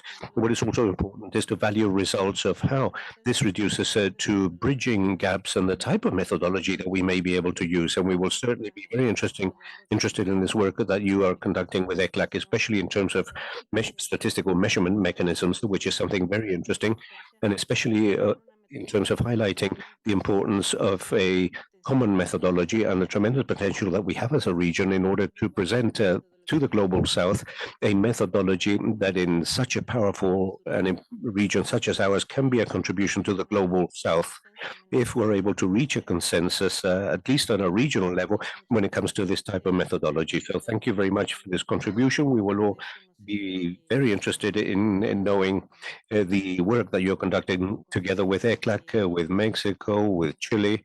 For us, we will certainly be very interested in getting to know about that work. And now we'll offer the floor to Nuria Carreño, who is the head of Triangular Cooperation of the Spanish Agency for International Cooperation for Development, ECID. Good afternoon. Thank you very much for the invitation and for enabling us to share the vision and the evaluation that we have of South-South and triangular cooperation beyond what has already been mentioned. As mentioned by the Secretary of State in this morning's presentation, Spain has a strong commitment with cooperation with Latin America. That has been expressed recently with the law that has just been passed, the Law on Cooperation for Sustainable Development and Global Solidarity. This new law expresses, among others, two major messages. First of all, the objective is to devote 0.7% of the gross national product of the GDP to cooperation, which will imply an increase in cooperation with our partners in the region over the next few years, and the importance also of working on the approach of cooperation in transition, convinced that traditional measurements such as GDP per capita does not reflect challenges when it comes to development that faced by countries, especially when we talk about global public goods or regional crises. Now, all this evidences political willingness that has also been achieved through a wide consensus in terms of continuing to work, but doing this with a new perspective. In order to face up to these challenges, what is fundamental is a contribution of international cooperation via collaboration modes adapted to the new global reality, and also of each country. Spanish cooperation has a long history of supporting South-South and triangular cooperation, and it is one of the stakeholders that has been very active and that has shown relevant comparative advantages. We have been working with different instruments. We have worked with mixed funds, with a support to regional programs, summons, specific initiatives, supporting the creation of some development agencies in some countries, and also involving the participation of programs of the EU, a cooperation that we also form part of, such as the Adelante program that has been mentioned repeatedly during the day. At a Latin American level, our support for South-South cooperation also involves our contribution to the program to strengthen South-South cooperation, with which we have a close relation, and that has also been mentioned this morning and was mentioned by our minister. We have also developed some pilot triangular cooperation projects at an interregional level, where we transfer the Latin American experience to African nations. We believe that this is a model that has an important potential that we want to continue to explore. Nowadays, we're working on a project to transfer the experience of Honduras and Colombia on issues related to the value chain of coffee to Ethiopia within the framework of an EU program, which implies an alliance with several stakeholders, which implies an important added value, and that is working very adequately. It is true that triangular cooperation is in itself a way of working with higher income countries, but from a viewpoint, it is a formula to generate alliances. It is a way to favor horizontal work and the benefit and the responsibility, mutual responsibility and work. And there we are focusing when it comes to the renewal process that we're conducting of the Triangular Cooperation Program in Latin America. This is a program whereby we want to place the alliance at the very center, dealing with three aspects that we believe are fundamental. First of all, demand. The interventions must arise from the identification of challenges as from countries, be they individual challenges in terms of defining needs and shared processes among the different partners of strategic associations. Within an alliance, we can find an innovating solution, for example, to deal with a problem that had not been envisaged at the beginning. Secondly, the horizontal nature of this, in the wider sense of the word, we bet on collaboration models where Spain can become an additional partner and not only a financer, but with an active participation, sharing its knowledge and benefiting also from the experience of the other partners. Our objective also implies acting as facilitators of alliances, acting as a bridge between Spanish institutions and those of the rest of the partners, but also between partners of different countries of the region. Likewise, we would like to open up programs to a bigger universe of stakeholders, decentralized cooperation, civil society, other participants that may have knowledge and experience that they wish to share. And thirdly, the management of knowledge, an element that is fundamental in order to disseminate, share, and improve. Clearly betting on knowledge as a key element to deal on the dialogue around public policies. A few weeks ago, within the framework of the reform of Spanish cooperation, we have formalized the function of the Office of Spanish Cooperation with SC of Uruguay and the Training Center of Spanish Cooperation in Montevideo. Now, this restructuring is the result of redeploying ESID and its offices abroad so that we can maximize its impact and accelerate the transition towards a more strategic cooperation model that is also better adapted. And we believe that this will enable us to integrate the traditional way of operating of the cooperation office with the strategy developed by training centers within the framework of the plan to exchange knowledge of the plan, which is called Interconecta, that uses advanced methodologies in order to promote innovation through co-creation processes and seeking new solutions, generating a shared impact. Thus, we have established that this new office should become a leader in terms of innovation, but at the same time, that it becomes a connection point for knowledge, for the exchange of experience in terms of triangular cooperation for the whole region of Latin America and the Caribbean. All these elements will serve to evaluate if triangular cooperation purposes have complied with the objectives. And now the results on development also, but regarding the alliances, and that calls for specific indicators allowing to measure its impact on beneficiaries.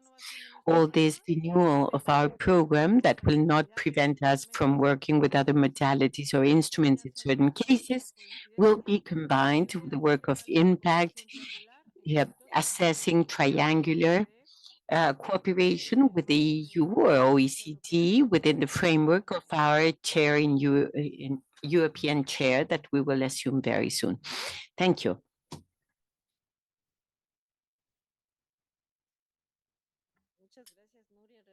Thank you, Nuria. It's highly encouraging, all these lines of work that you are developing so as to leverage cooperation in the region. We will be very much alert as to Interconecta. And also, we will want to measure that impact on the beneficiaries and incidents. Those are keywords involving gap reduction in the region, which is one of the aspects that we have assessed in this working panel. Thank you for your presentation, and we'll be looking forward to work with you in this type of programs.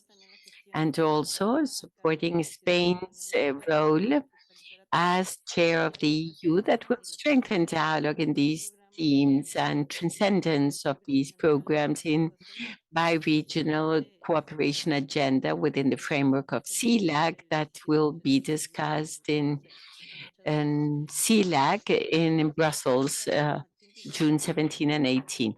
Now, Martin Rivero, coordinator of South-South Cooperation. No. Camilo Gamba, policy analyst of the Secretariat of the International Task Group of Official Support for Sustainable Development of the OECD. I think I should work on how to shorten the titles, not to be 4 lines, but something shorter. It's good that you did it without any pause. My name is Camilo Gamba, and I'm very pleased to be here with you in this panel meeting, and thanks to ECLAC for the invitation to this first meeting of South-South cooperation in Latin America and the Caribbean. I bring the greetings of Julia Bench. She is the director of the Secretariat of TOTSI Group. She was unable to be here, but I want to be brief. Last week, we had a conversation with ECLAC as well on TOSD. And yes, I will be shorter than 20 minutes, as it was the case last week. My intervention is based on 3 questions, taking into account the guiding questions presented by the Secretariat. The first one would be, what is TOSI? How has it been formed or built?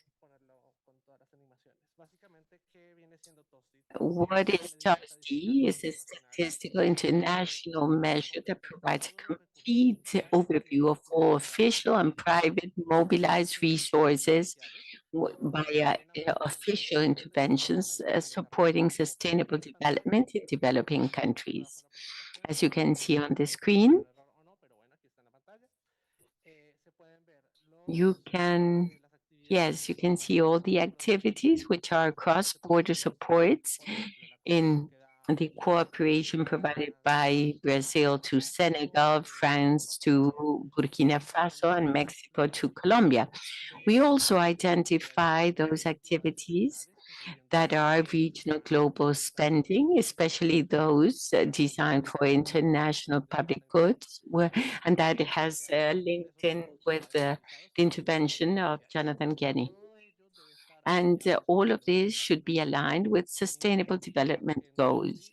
No activity in TOSDI can be reported if it's not aligned with a goal, and it has to be because it needs to be reported.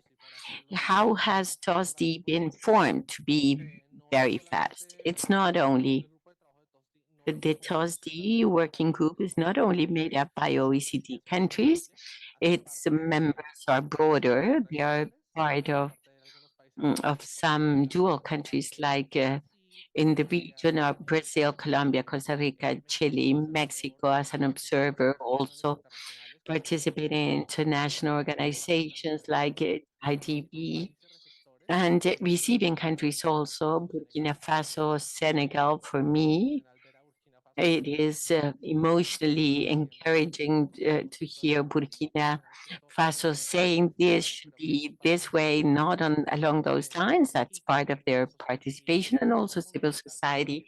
That has been key for TOSD to be as inclusive as possible and to be always a measure favoring developing countries. Next. That is the first question. Second question that you can see on the next slide. There. 30 years and technology, really, I can't master. And what is it that we play in this orchestra of South-South cooperation? Three main ideas. TOSD has adopted the initial conceptual framework for measurement of South-South cooperation agreed by UN. We believe that we cannot go in a parallel manner nor against the UN. There has been a discussion, a methodology has been proposed and worked by Global South countries to have an initial framework for measurement of South-South cooperation.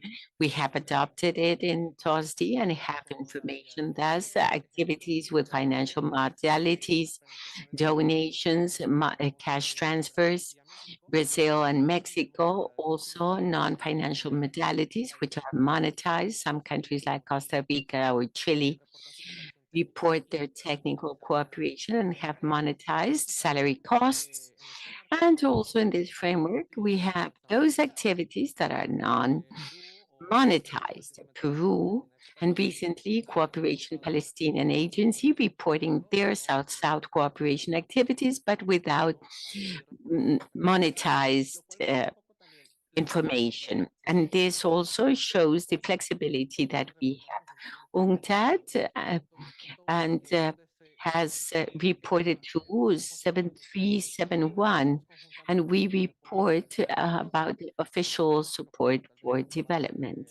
This, my colleague from ECLAC will refer to this, and Secretariat of TOSD will participate as an observer in the board of the project of UNCTAD for this conceptual framework.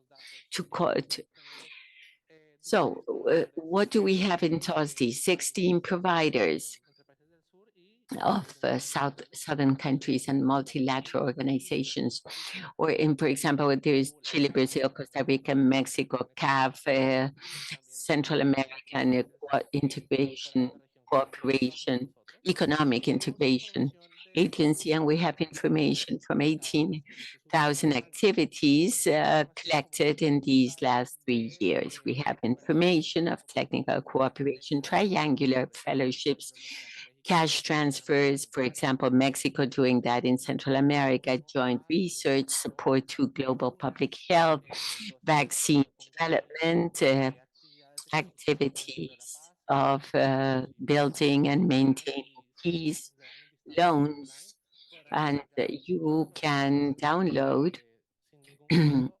freely all the information and have open data and see each one of these activities.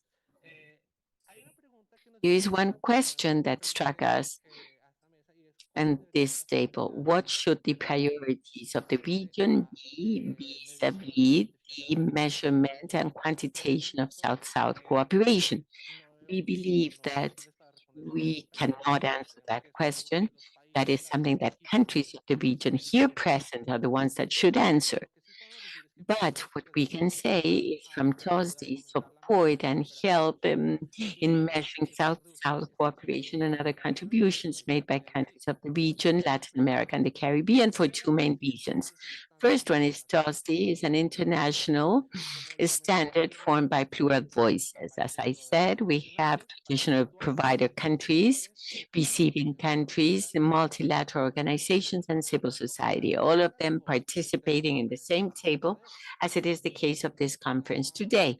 And as Eleanor mentioned, this discussion of including statistical national offices and technical agencies responsible for cooperation, both have participated in defining and refining all of this. For 5 or 7 years, we have understood that without the joint work with statistical offices, we cannot have a sufficiently developed and faithful standard complying with statistical purposes. And also, TOSDI evidences how diverse is South-South cooperation. I process the data, and it is fascinating to see this diversity. Projects where you can see knowledge transfer, transparency in yucca crops or sweet potato crops. And open formats you can see online, all these activities supported by South-South providers and with whom we work. And the framework of TOSI is sufficiently broad and flexible at the same time. We believe that some countries have information of how much has been invested in salaries and activities, and this information is not available by activity, but on an aggregate basis, and therefore we have an open willingness to work with each one of the countries. And then finally, I wanted to conclude with 3 calls to action. The first, that you can follow the EU discussions of the working group. This is in transition to an international forum in TOSDI, so as to have a formal structure and participation be sustained in time. After 3 rounds of data collection, the working group has reached a point where it has to become more formal, and that is being discussed at this present moment. Secondly, you can see the data we have in TOSDI online. You can download them and supplement your maps at national levels. And thirdly, to continue discussing. I've been able to speak to some of you. I will continue discussing about these positions as to sharing and evidencing South-South cooperation and its diversity. We are very pleased from TOSDI Secretariat supporting those purposes. Thank you very much.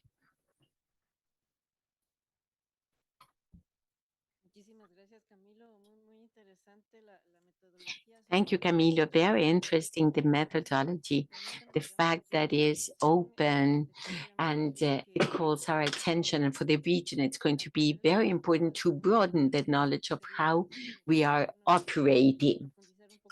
It would be good to delve into these methodologies. In fact, in Ecuador, we're also doing it with great interest as a mechanism for keeping records. So thank you very much for your explanation.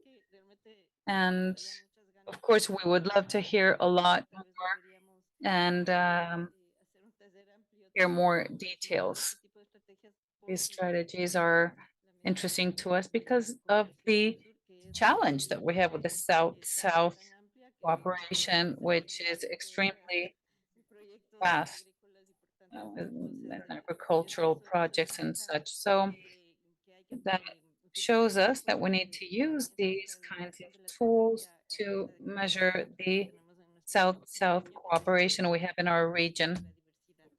It's extremely important. So having said this, we would like to offer the floor to Martin Rivero, Coordinator of Social Cohesion and South-South Cooperation of the Ibero-American Association, SEGIP.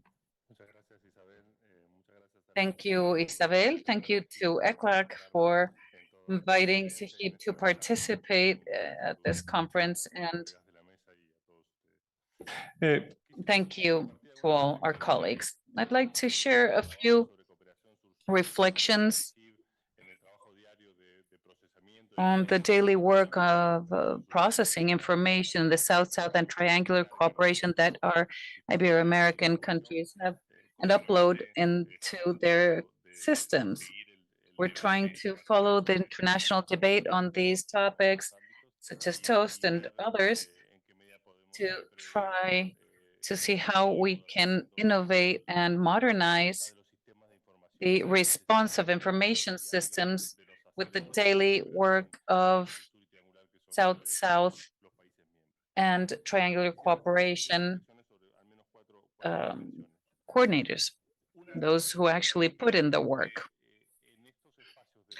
I'd like to mention that in these spaces of qualified personnel that work daily on statistics and the cooperations management systems, the conceptual aspects are very clear, and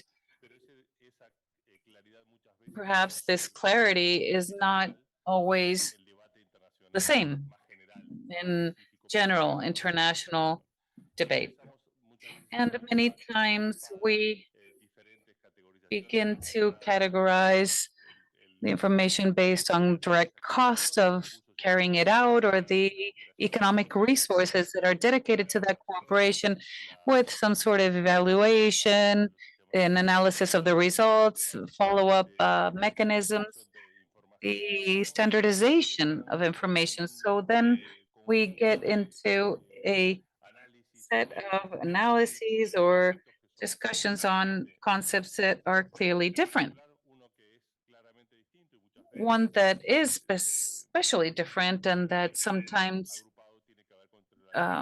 is grouped between cost and value. I'm not going to get into that discussion is this institution, but it's important to bear in mind that there is a substantive difference between cost and value in this South-South cooperation, which is extremely important to take into account with its implications, conceptual, methodological, and political that it has. Of course, establishing the cost is much simpler, well, quote unquote simpler, and the countries of CEGIP and ECLAC in general have had significant progress, substantive progress in this sense, and Leonora from Colombia gave us some examples. Countries such as Chile and Colombia have positive and sophisticated quality of production of this kind of information. So there is interesting progress in our countries, and the value is more complex. It has to do with the capacities, with the impacts of these policies and actions, and we make these more complex, sometimes measuring costs and values, and that makes it more complex and more expensive to develop. And these costs, in terms of human resources and others, are part of what we do in the medium and long run. And this first aspect of how we group information or how we bundle information has to do with transparency and accountability.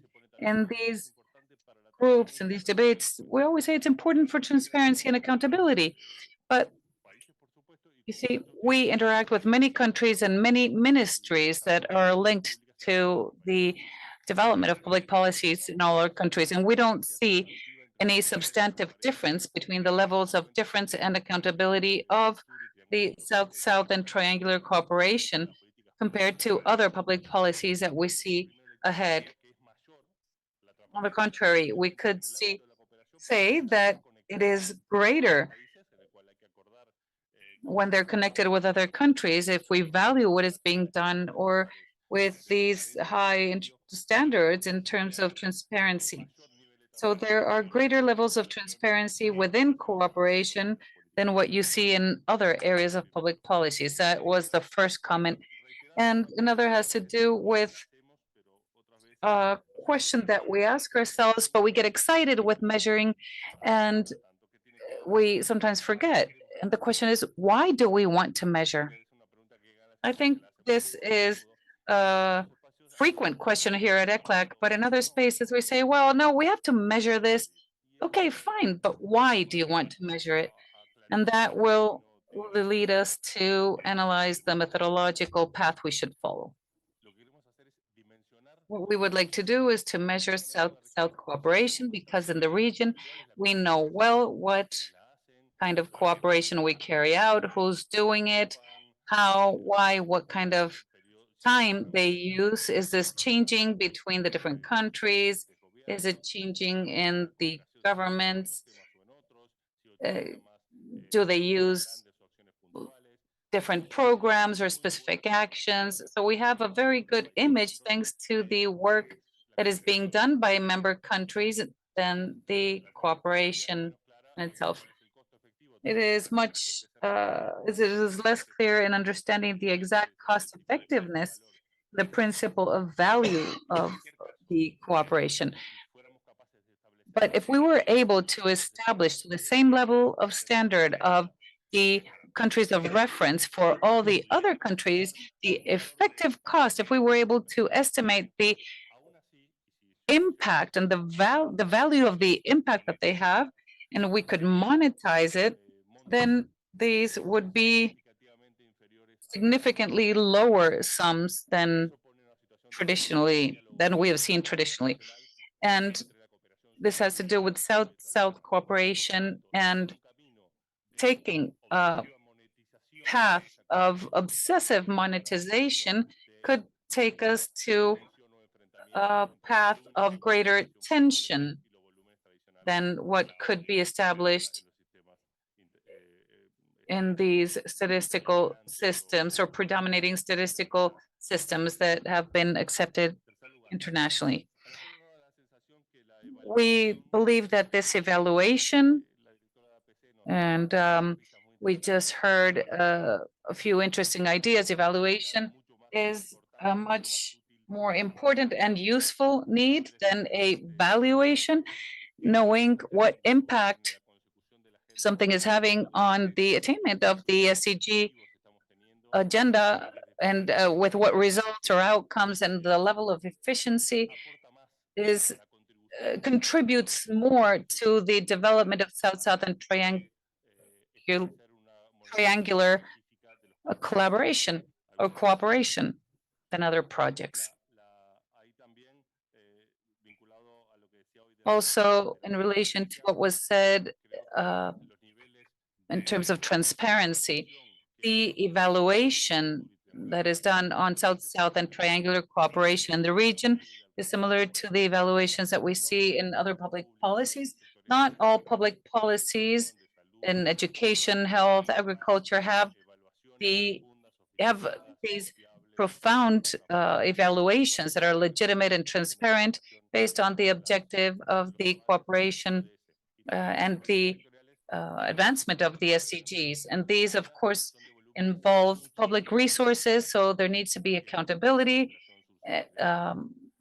and the citizens must be informed. So we sometimes demand South-South and triangular cooperation, a lot of or certain levels that are higher or have higher demands in terms of informing the results.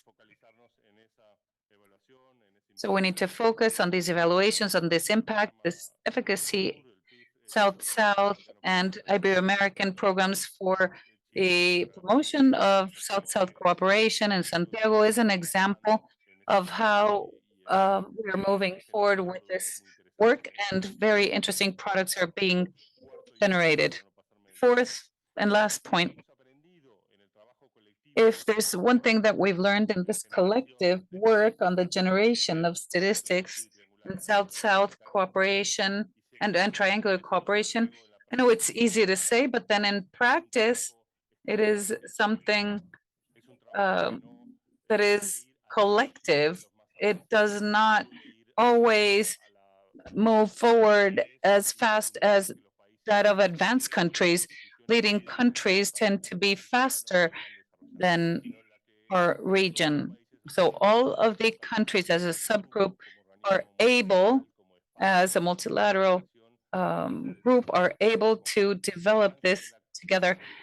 The progress of evaluation, valuation, and the impact of South-South cooperation will be a collective progress, but the greater the consensus, the more agreement there is, more legitimate the process will be, and the more legitimate it is, the greater the level of ownership and actual application of the results of the process, and they will be obviously much more robust, permanent, and with better results in improving the quality of life of our citizens. Thank you.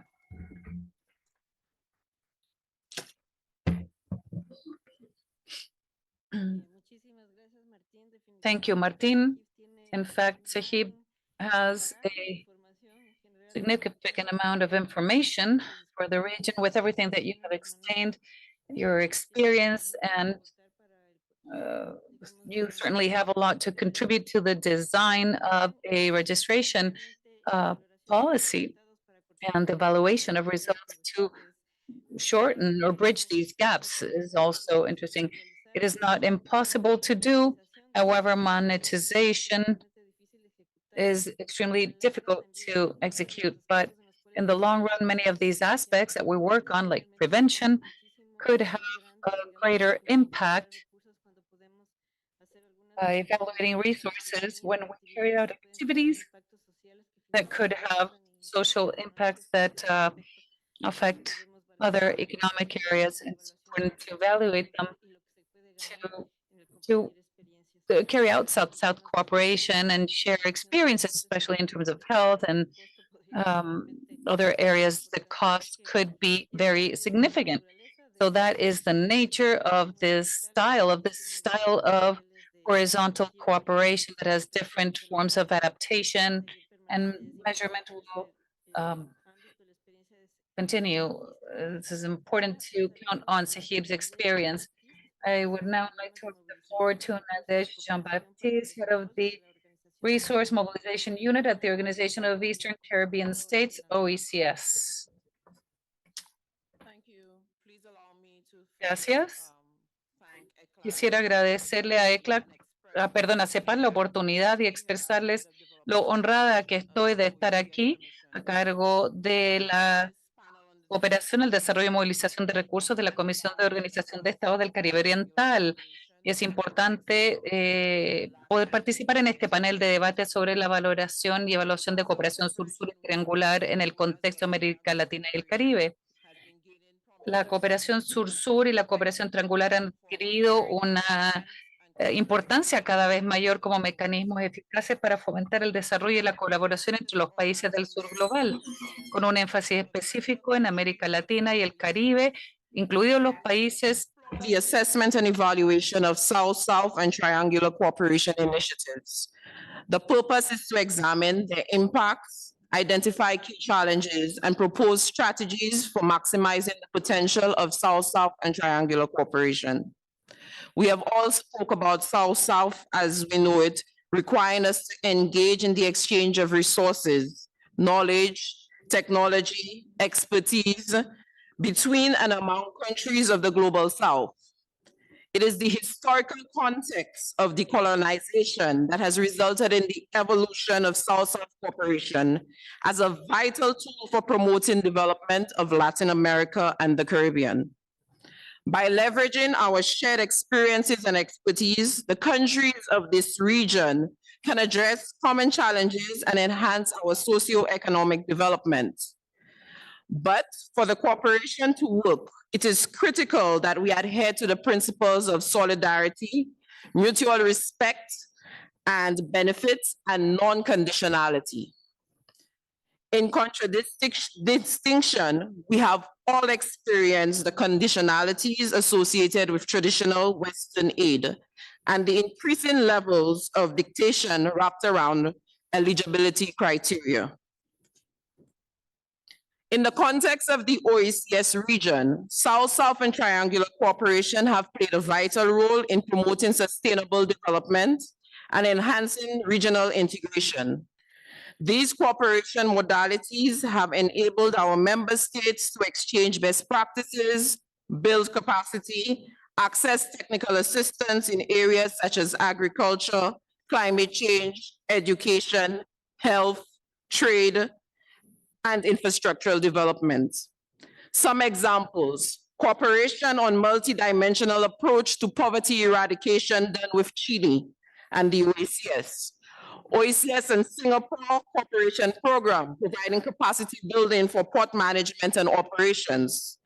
Extensive work in the area of climate change and the green and blue economy with South Korea through institutions such as Global Green Growth Institute. So, in speaking of the benefits of South-South cooperation and triangular cooperation, robust assessments frameworks are essential in evaluating their effectiveness. The findings of these assessments and evaluations processes are critical for identifying best practices, the success stories, to sharing among ourselves and also with the North. For guiding our efforts in strengthening existing partnerships, in forging new ones, and in designing and implementing future cooperation initiatives. It is therefore critical to evaluate and assess our cooperation initiatives based on its relevance and alignment to our national and regional priorities and procedures, its effectiveness and whether they are result-based oriented, focusing on the achievement of the Sustainable Development Goals. How sustainable and what about their long-term viability? How does it change what we call the DNA of the sectors in which the interventions are being made? What happens post these projects and how is it maintained and sustained? How innovation, knowledge exchange, and ownership are part of these initiatives, examining the extent to which knowledge and innovation practices are shared, transferred, and adopted, and also its efficiency. How were the resources utilized and what was the impact on capacity building and institutional strengthening? And I'll go even further, institutional transformation.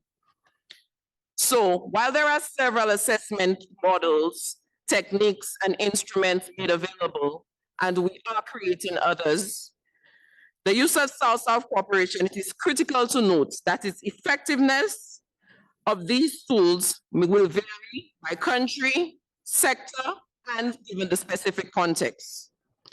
A combination of quantitative and qualitative approaches is needed. The quantitative indicators can provide data-driven insight, as we've heard earlier, while the qualitative approaches such as case studies and stakeholder consultation, which are critical, can offer the in-depth analysis and contextual understanding. Regional organizations like ECLAC and CELAC have provided platforms, and we've heard of others, for cooperation and have mechanisms for assessment. But there are other tools and frameworks that are utilized in which we maintain ought to be further strengthened. And this includes our monitoring and evaluation systems, the M&A frameworks, and the use of key data collection and analysis tools such as surveys, interviews, case studies, field studies, peer reviews to report against quantitative and qualitative indicators need to be strengthened. Results-based management need to be embraced, focusing on the performance and achievements of results. That is, the outputs, outcomes, and the impact. It requires that all processes, products, and services contribute to the achievement of the desired goals. Cooperation information systems, a platform, a database in which information on cooperation initiatives can be assessed. At the OECS, we have utilized such cooperation platforms to share on areas such as education, but there is definitely need to improve. Peer review and case studies. These models provide valuable insights, leverage best practices, and lessons learned. Such methods have been utilized within the OECS One such example was that with the Aruba Center of Excellence, where we collaborated on the development and dissemination of case studies and knowledge products to support the replication and upscaling of documents and best practices. This proved very valuable, but again, something that needs to be improved.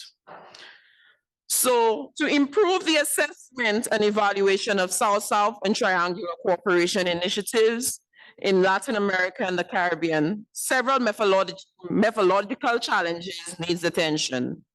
For example, the effectiveness of our M&E systems are determined by data availability. Inadequate data collection, monitoring systems hinder this evaluation process, making it a major challenge to measure our progress and assess our impact. There is great need to standardize these indicators, strengthen data availability, and the data collection methodologies. Strengthen and establish functioning knowledge sharing and exchange platforms, foster networks, as is being done here, and partnerships that will facilitate the exchange of experiences, best practices, and lessons learned. Capacity constraints remain a major hindrance to evaluation. There is a great need to strengthen the evaluation capacity as well as the results-based management capabilities at the individual and institutional level through training programs, technical assistance, and knowledge exchanges. Another major challenge is our resource constraints, be it in expertise, financial, technical, or technological, as well as time constraints also need to be addressed if we want to improve South-South cooperation. If we want to measure impact, we need to allocate the required time as well as the resources. We should have the resources to better understand the causality and attribution issues, to utilize diverse methods such as participatory assessment and stakeholder engagement. Too often, projects are designed with inadequate time for evaluation or bad evaluation time scheduling, resulting in rush evaluations or incomplete evaluations with little focus on outcomes. Impact assessment, therefore, is critical. There is also the need for tailoring instruments to give due consideration to our diverse contexts.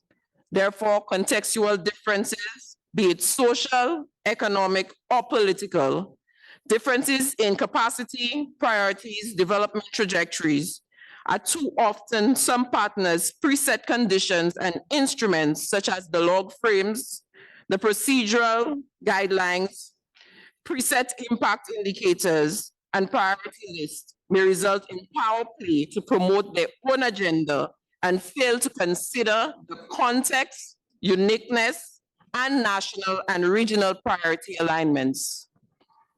Additionally, and importantly, as has been echoed earlier, there is a great need for ownership and leadership. So to overcome these evaluation challenges and maximize the potential of South-South and triangular cooperation, several strategies can be implemented. Strengthen our M&E systems, developing robust monitoring and evaluation systems that facilitate data collection, analysis, reports, which is critical for evidence-based decision-making. Engage in impact assessments for long-term perspectives.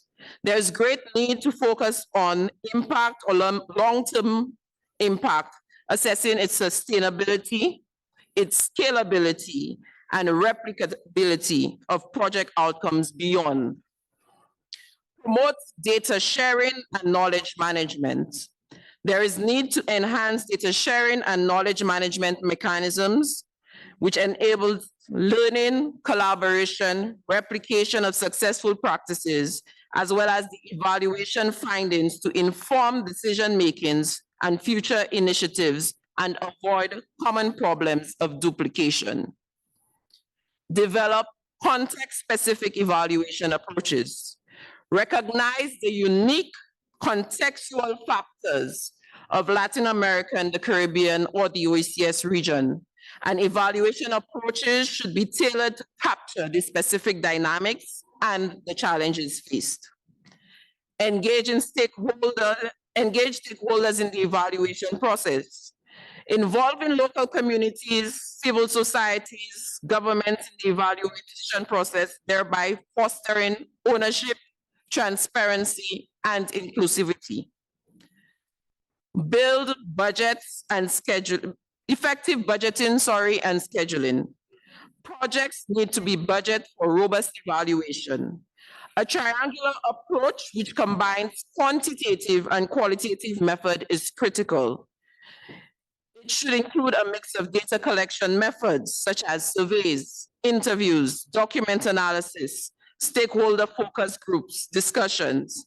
So this addresses some of the challenges we spoke of in terms of putting a monetary value towards the contributions being made. And what is more important is that the scheduling of these evaluations is also critical.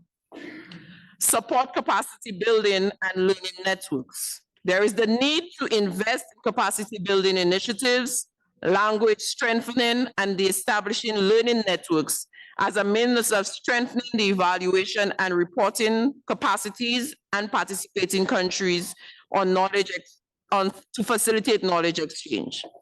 Strengthen the resource gap of regional networks and platforms. Encourage the establishment and strengthening of regional networks and platforms that foster dialogue, collaboration among countries in the region in real time. Platforms with reliable repository on projects is also critical.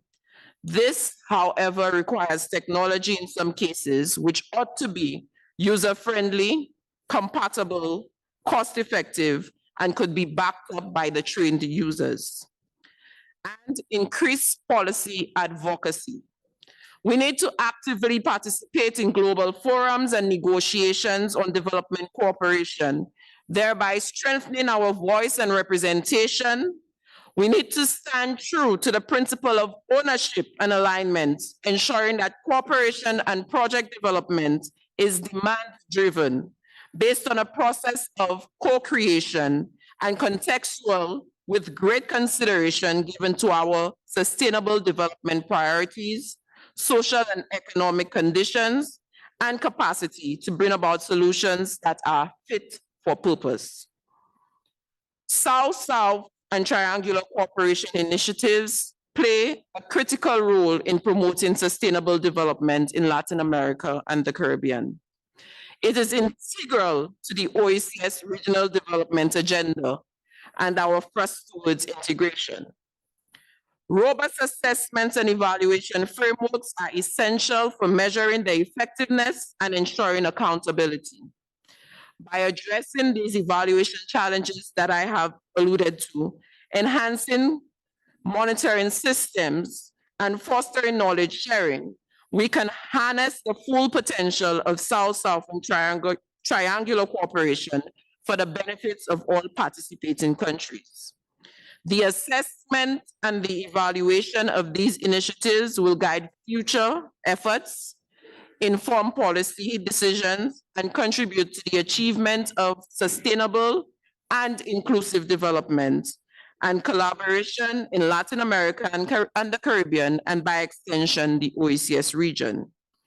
So in conclusion, I end with two quotations. Our own respected diplomat, Igna Ronda King of St. Vincent and the Grenadines, asserted that through South-South and triangular cooperation, developing countries can tap into a wealth of knowledge, innovation, and best practices to accelerate their progress towards sustainable development. A perspective further elaborated by Alicia Bassina in reminding us that South-South and triangular cooperation represents a significant paradigm shift in international relations, where developing countries are recognized as active agents of change, innovation, and collaboration. I thank you.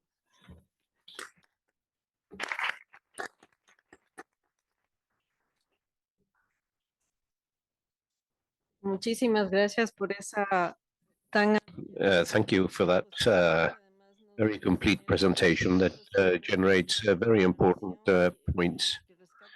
And I rescue one of the most important ones, which is to reach stakeholders, to the beneficiaries of cooperation and active participation on their part through important mechanisms in evaluations such as surveys, interviews. Wonderful suggestion to value the potential of triangular and South-South cooperation, which, as you well mentioned, have a tremendous potential. We have to work to strengthen the generation of knowledge, transfer of technology, innovation, fundamental elements in our region. But what is most interesting are the assessment mechanisms and users, an important element of all type of cooperation, not only of South-South or triangular cooperation, but in general of cooperation. And I believe that this is a very valuable element. Thank you very much for that contribution. Now we would like to offer the floor to Alfonso Cerón, who is a statistician in the Economic Statistics Unit of the Statistics Division of ECLAC. Good afternoon, everyone. I'll try to be very concise so that you don't fall asleep. I know that you're all tired by now. We've heard a lot. First of all, I would like to thank everyone. I'm here representing actually Rolando Campos, who is the director of the Statistics Division. I would also like to thank Claudia de Camino, who is in charge of the Economic Statistics Unit, for her support. And as from this morning, we have, well, I've heard a lot about the need to measure challenges in valuation, different viewpoints. We also spoke about how to measure, and now we're talking about how to value. There are many viewpoints, and all that enriches the discussion. That is something very positive, but there is a political willingness, which is very important in terms of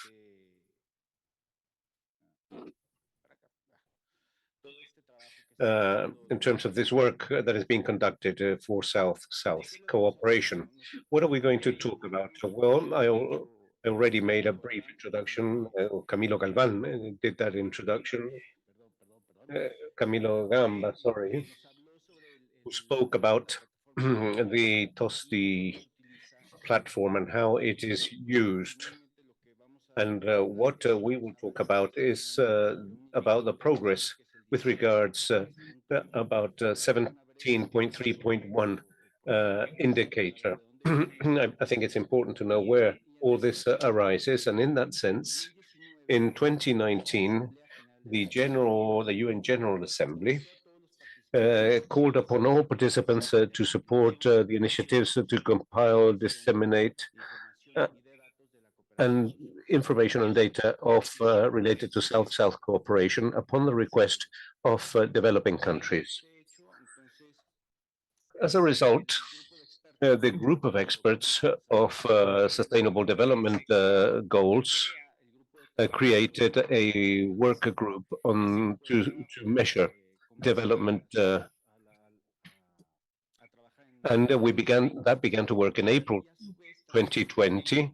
And that same group of experts created a sub-working group for South-South cooperation. And its objective is to provide advice to the group work on how to deal with the measurement of South-South cooperation. And this is very important because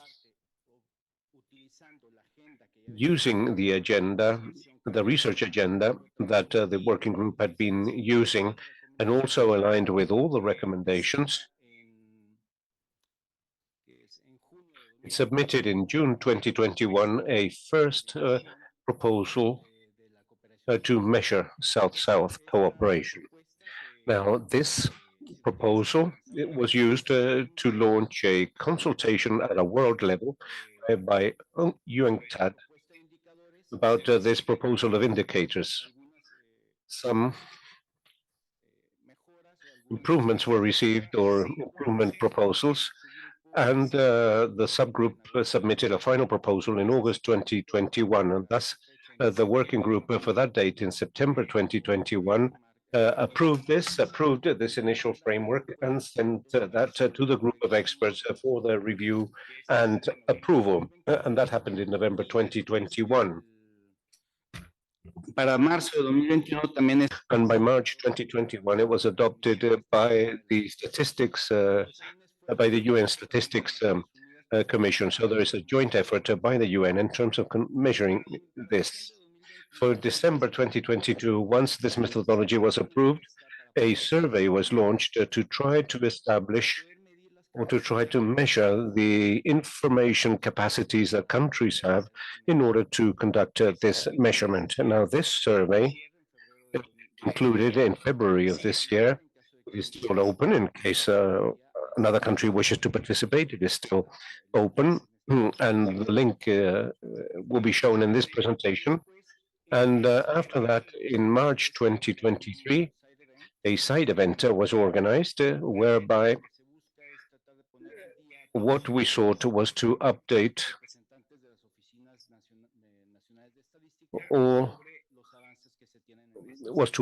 the progress obtained to all the heads of national statistical offices. This morning, the executive secretary spoke about the importance of measurements, and the approval of this reference framework is an excellent starting point to favor a better understanding of the complexity of this cooperation. dentro el objetivo 17. Now, Objective 17, what it seeks is an alliance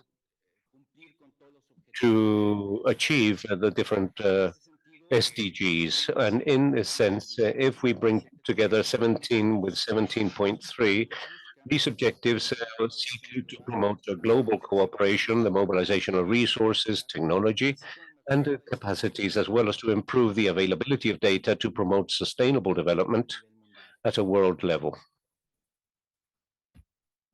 Algo ahorita escuché bastantes, como mencionaba en un principio, diferentes. As mentioned in the beginning, I mentioned different viewpoints on how to conduct a measurement, on how to measure and what not to measure. But the representative of Mexico, Mr. Galvan, this morning said something that I liked very much. And he said, it is only what we can measure that we can improve.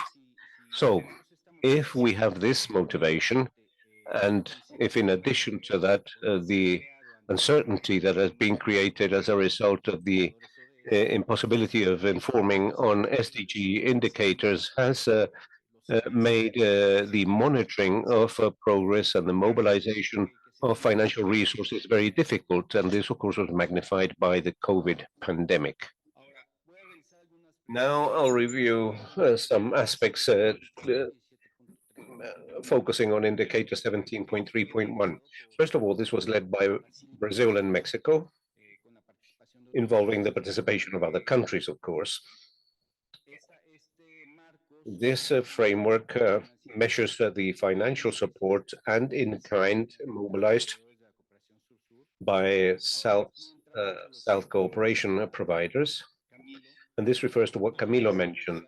All this was done as a result of the support of the OECD that provided the platform where we include the reports. And this framework seeks to quantify the inputs and outputs. It doesn't measure or conducts evaluations. It simply produces that report. The framework was approved at a world level as an initial framework, in other words, subject to changes, and will be subjected to changes because there are still future steps to be taken, and it is expected that a test will guarantee the validity of the framework within different national contexts. As co-custodians, we find the OECD and UNCTAD, as mentioned by Camila. UNCTAD will publish the final report, and the OECD, as co-custodian of the information, will maintain TOSTI, and ECLAC will support the measurement of South-South cooperation within the region. Now, how do we measure? Well, we have three main groups. These were mentioned very quickly by Camilo.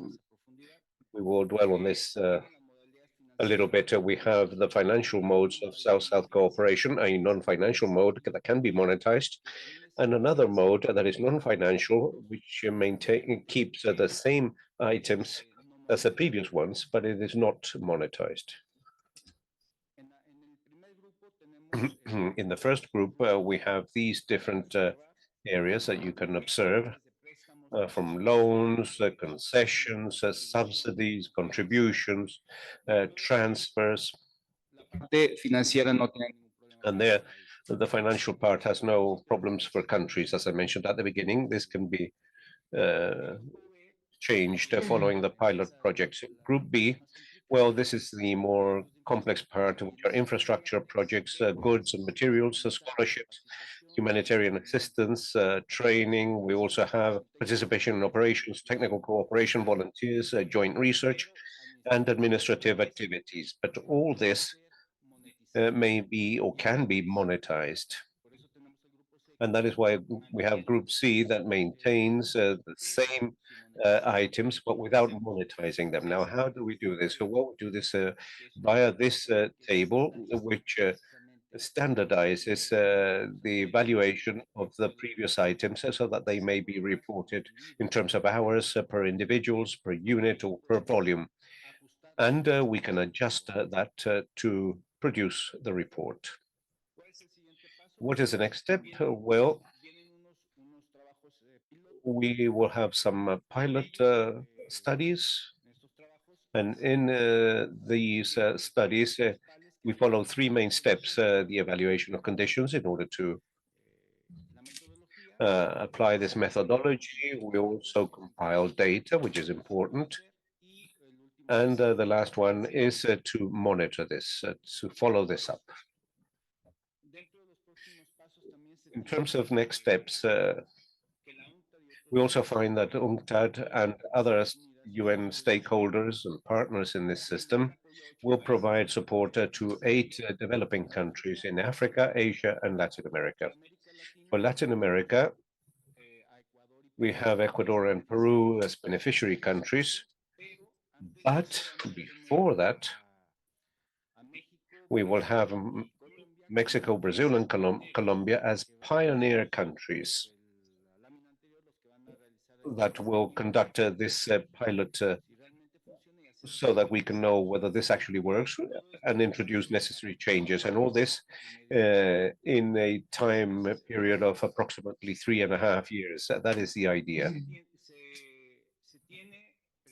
We have foreseen a meeting that will be held between July 11 and 13th, organized by UNCTAD and by the Institute of Applied Research of Brazil and by the Brazilian Cooperation Agency, in order to, as a kind of kickoff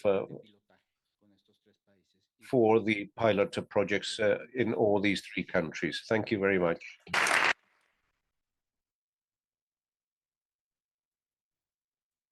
Muchísimas gracias, Alfonso. Thank you, Alfonso. That is good news to know that we are beginning to work with a mechanism that has multilateral support. These are mechanisms developed within the monitoring of Objective 17 of the SDGs, and that can imply facilitating consensus for the measurement and valuation of South-South cooperation. So we will be very keen to know the methodology, how this develops, and how information is provided. And as Ecuador, we are very interested and thankful for being included in this pilot project. I think this is very interesting. Thank you very much. That said, we now give the floor to Rosario del Pilar Díaz Garavito, Executive Director of the Millennials Movement. Please, go ahead, Pilar. Thank you. And first and foremost, I would like to thank ECLAC and organizing institutions for inviting us, this group of girls, youth, and adolescents, which is part of the regional mechanism that follows the 2030 agenda and represents youth and childhood in Latin America and the Caribbean. For me, as an organization, it is an honor really to be here. Good afternoon, boa tarde, buenas tardes, 3 languages. We'll do this with lots of energy. I know we are almost at the end of the session. And in our intervention, we've considered 2 aspects. One is the context and the importance of regional agendas. We are at a moment of review of the 2030 agenda, and in SDG 17, international cooperation has been impacted by COVID-19 and has faced several challenges. We have social, political crises and conflicts and disputes that hamper this cooperation. Therefore, it is important that the evaluation and the assessment and the monitoring be part of a regional ecosystem of South-South cooperation. There has to be an ecosystem responding to global challenges that we face as a region, to regional and national challenges, but from a capacity approach from the region. We can respond from the region to South-South and triangular cooperation and national and interregional solidarity. So in South-South and triangular cooperation, in some cases, we've seen that some projects of some countries have included the indicators and goals of the 2030 agenda. And it is important to consider also the space or the processes of these agendas to be included in the cooperation processes so as to identify indicators of progress or backwardness. So, for example, we have the space of the Forum of Latin American and Caribbean Countries for Sustainable Development. It was only a month ago. That is a relevant space, of course, to identify regional ambitious agendas to respond to the global challenges in a geopolitical context, which is quite dynamic and complex at the same time, and different interests are at stake. So, as a region, we need to go beyond polarization, allowing us to have a regional, short, medium, and long-term agenda, and thus transcending the transitions of different administrations at local and national level. That would be most helpful. So South-South and triangular cooperation may be a road to achieve these purposes with regional responses. And evaluation and monitoring are tools that allow us to measure not only the expenditure, but the impact and sustainability to contribute to these identified agendas. So we work in cooperation. We have this ecosystem. We do the monitoring and evaluation processes. We need to have those common regional objectives where we are addressing this action. That will allow us to generate a new narrative to the globalization dynamics. This from South-South and triangular cooperation. From a capacity building approach in our region in order to reduce through that cooperation dependence patterns in key contexts like energy transition, food crisis, water, climate change, metaverse, AI. So from this South-South and triangular cooperation, we need to be able to find a space that will allow us not to fall, but rather turn it into a neo-energy polarization process and depend on other regions. So we need to prevent that. As to challenges and recommendations for monitoring and evaluation processes, Something that is important and we want to share with you is that in our region, through these different challenges that we have identified, resources have been mobilized in our region. There are issues like structural gaps, corruption. Once again, it pushes us from the desired objective. So it's important to consider we need to consolidate and monitor and evaluation participatory intergenerational culture.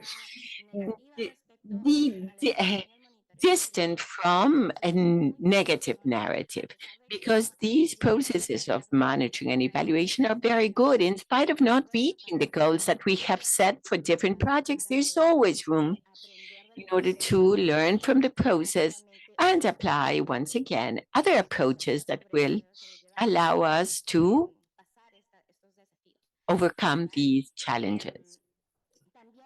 And also, it's important that these ecosystems I mentioned at the beginning of South-South and triangular cooperation to have, on the one hand, the human skilled resource in order to qualify these narrative processes. It's important that these be intergenerational. We have a young, active population. It is a prepared generation. How do we start working on all this? And also, it is important that from the projects themselves and implementing bodies to generate all the necessary data for an evaluation process that will allow us to know not only the expenditure, but the impact in a differentiated manner. How these processes reflect an impact, in our case, which is our agenda, in childhood, adolescence, and youth of contexts that have been beneficiary of these projects and programs.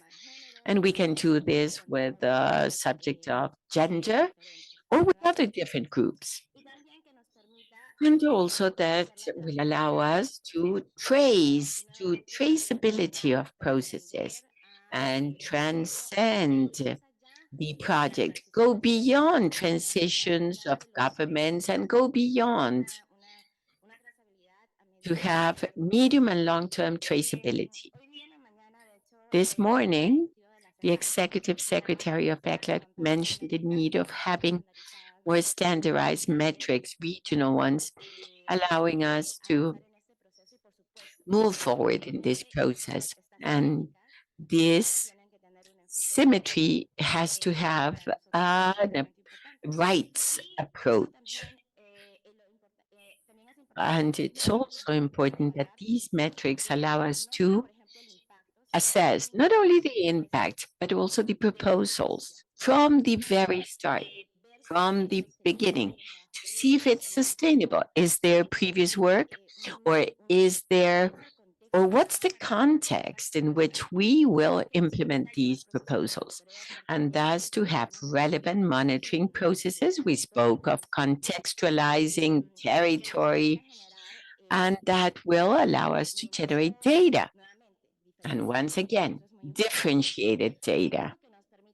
Likewise, that will allow us to assess the level of satisfaction of beneficiaries. Yes, we can measure the expenditure, but what's the satisfaction level after this process? And projecting results towards the future. It's important also to formulate your efforts, allowing to identify what's the added value of the proposal. And something that it is important that will allow us to identify and measure the social fabric built in the process. Let us recall that we have implementation, we have evaluation, but in the end, the project ends and there is a social fabric that was generated. How is that evaluated? Because that fabric will, after the project, lead the continuity in the process with the social stakeholders, local authorities, and others. So, as I said, we need to transcend present context and achieve South-South and triangular coherent cooperation or using new types of measurements refer to multi-level development. What do these tools for evaluation and monitoring, and then we move on to what are the metrics. And something that's important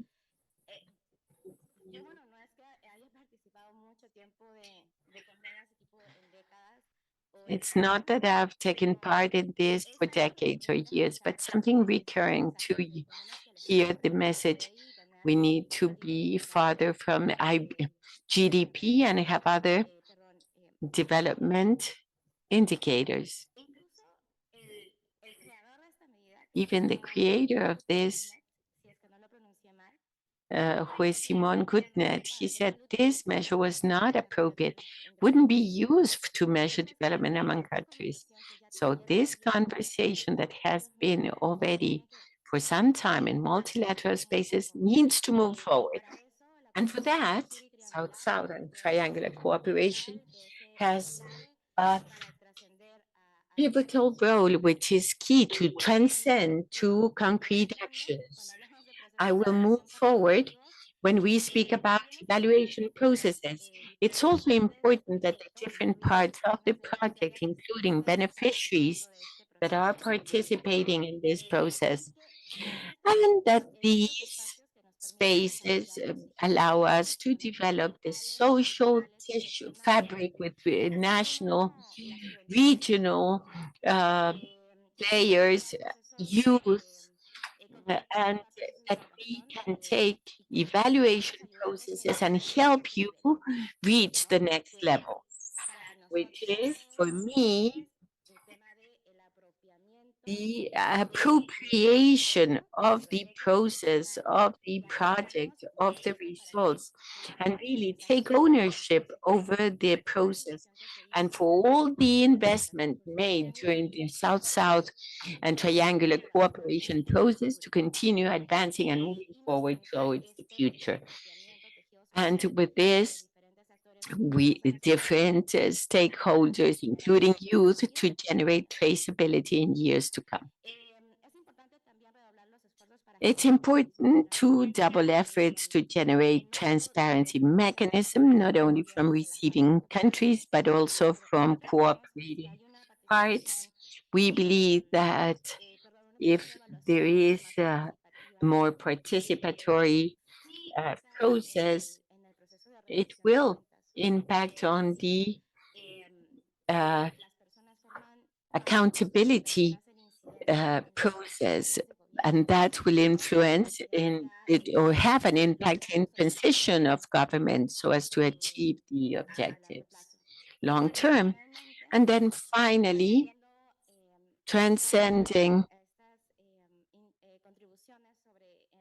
these contributions on what is evaluation of South-South and triangular cooperation, something we wanted to share, taking the advantage of this opportunity, having you as interlocutors is a call so that in these exercises of South-South and triangular cooperation to consider the importance of mobilizing resources for a significant involvement of boys, girls, adolescents, and youth.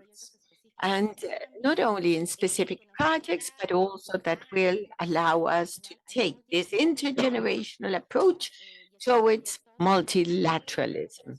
And here, cooperation projects need to consider the different characteristics of these groups. How do we take this cooperation, South-South and triangular, to beneficiaries with different features, different from adult beneficiaries, for example, that have different legal personalities, different trainings.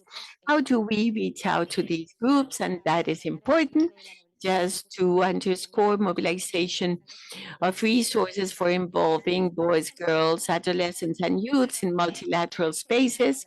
There are examples This is not starting from scratch. In UNIA, Stockholm Plus 50, there was an important process of cooperation. It wasn't South-South or triangular, but there was a cooperation process mobilizing youth from everywhere. In spite of the challenges of representing youth in our region, it was achieved. Therefore, if we want to take this regional agenda through the youth, childhood, adolescents, it's important that this cooperation will consider how do we involve them in these conversations which are key for the future of the region and reach these regional objectives that I mentioned at the beginning of the presentation. So, from the group of boys and girls, we are very grateful for this invitation. And also here we had an example that is in the Forum of Countries of Latin America and the Caribbean for Sustainable Development. Thanks to the cooperation we had from FAO, ECLAC, and others, we could mobilize 500 youth. And we participated in a more significant manner, bringing territorial recommendations to help moving forward the 2030 agenda. So we make that call again, and thank you.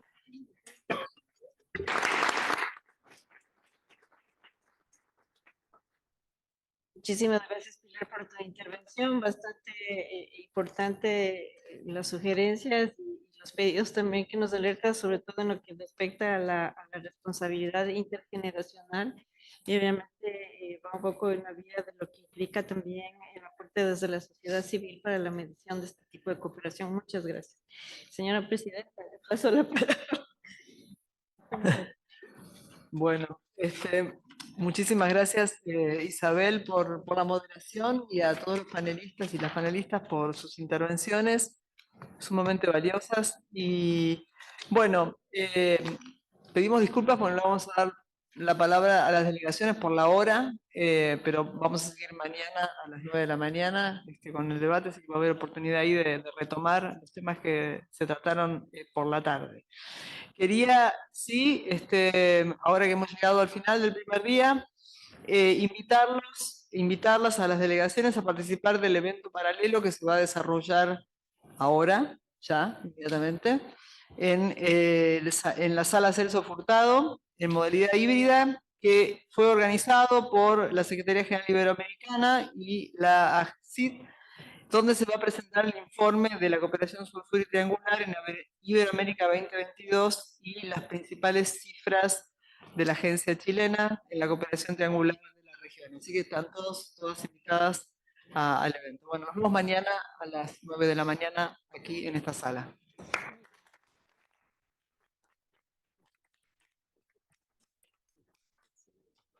No, sí, no, que ya no da para más. No, ya sí.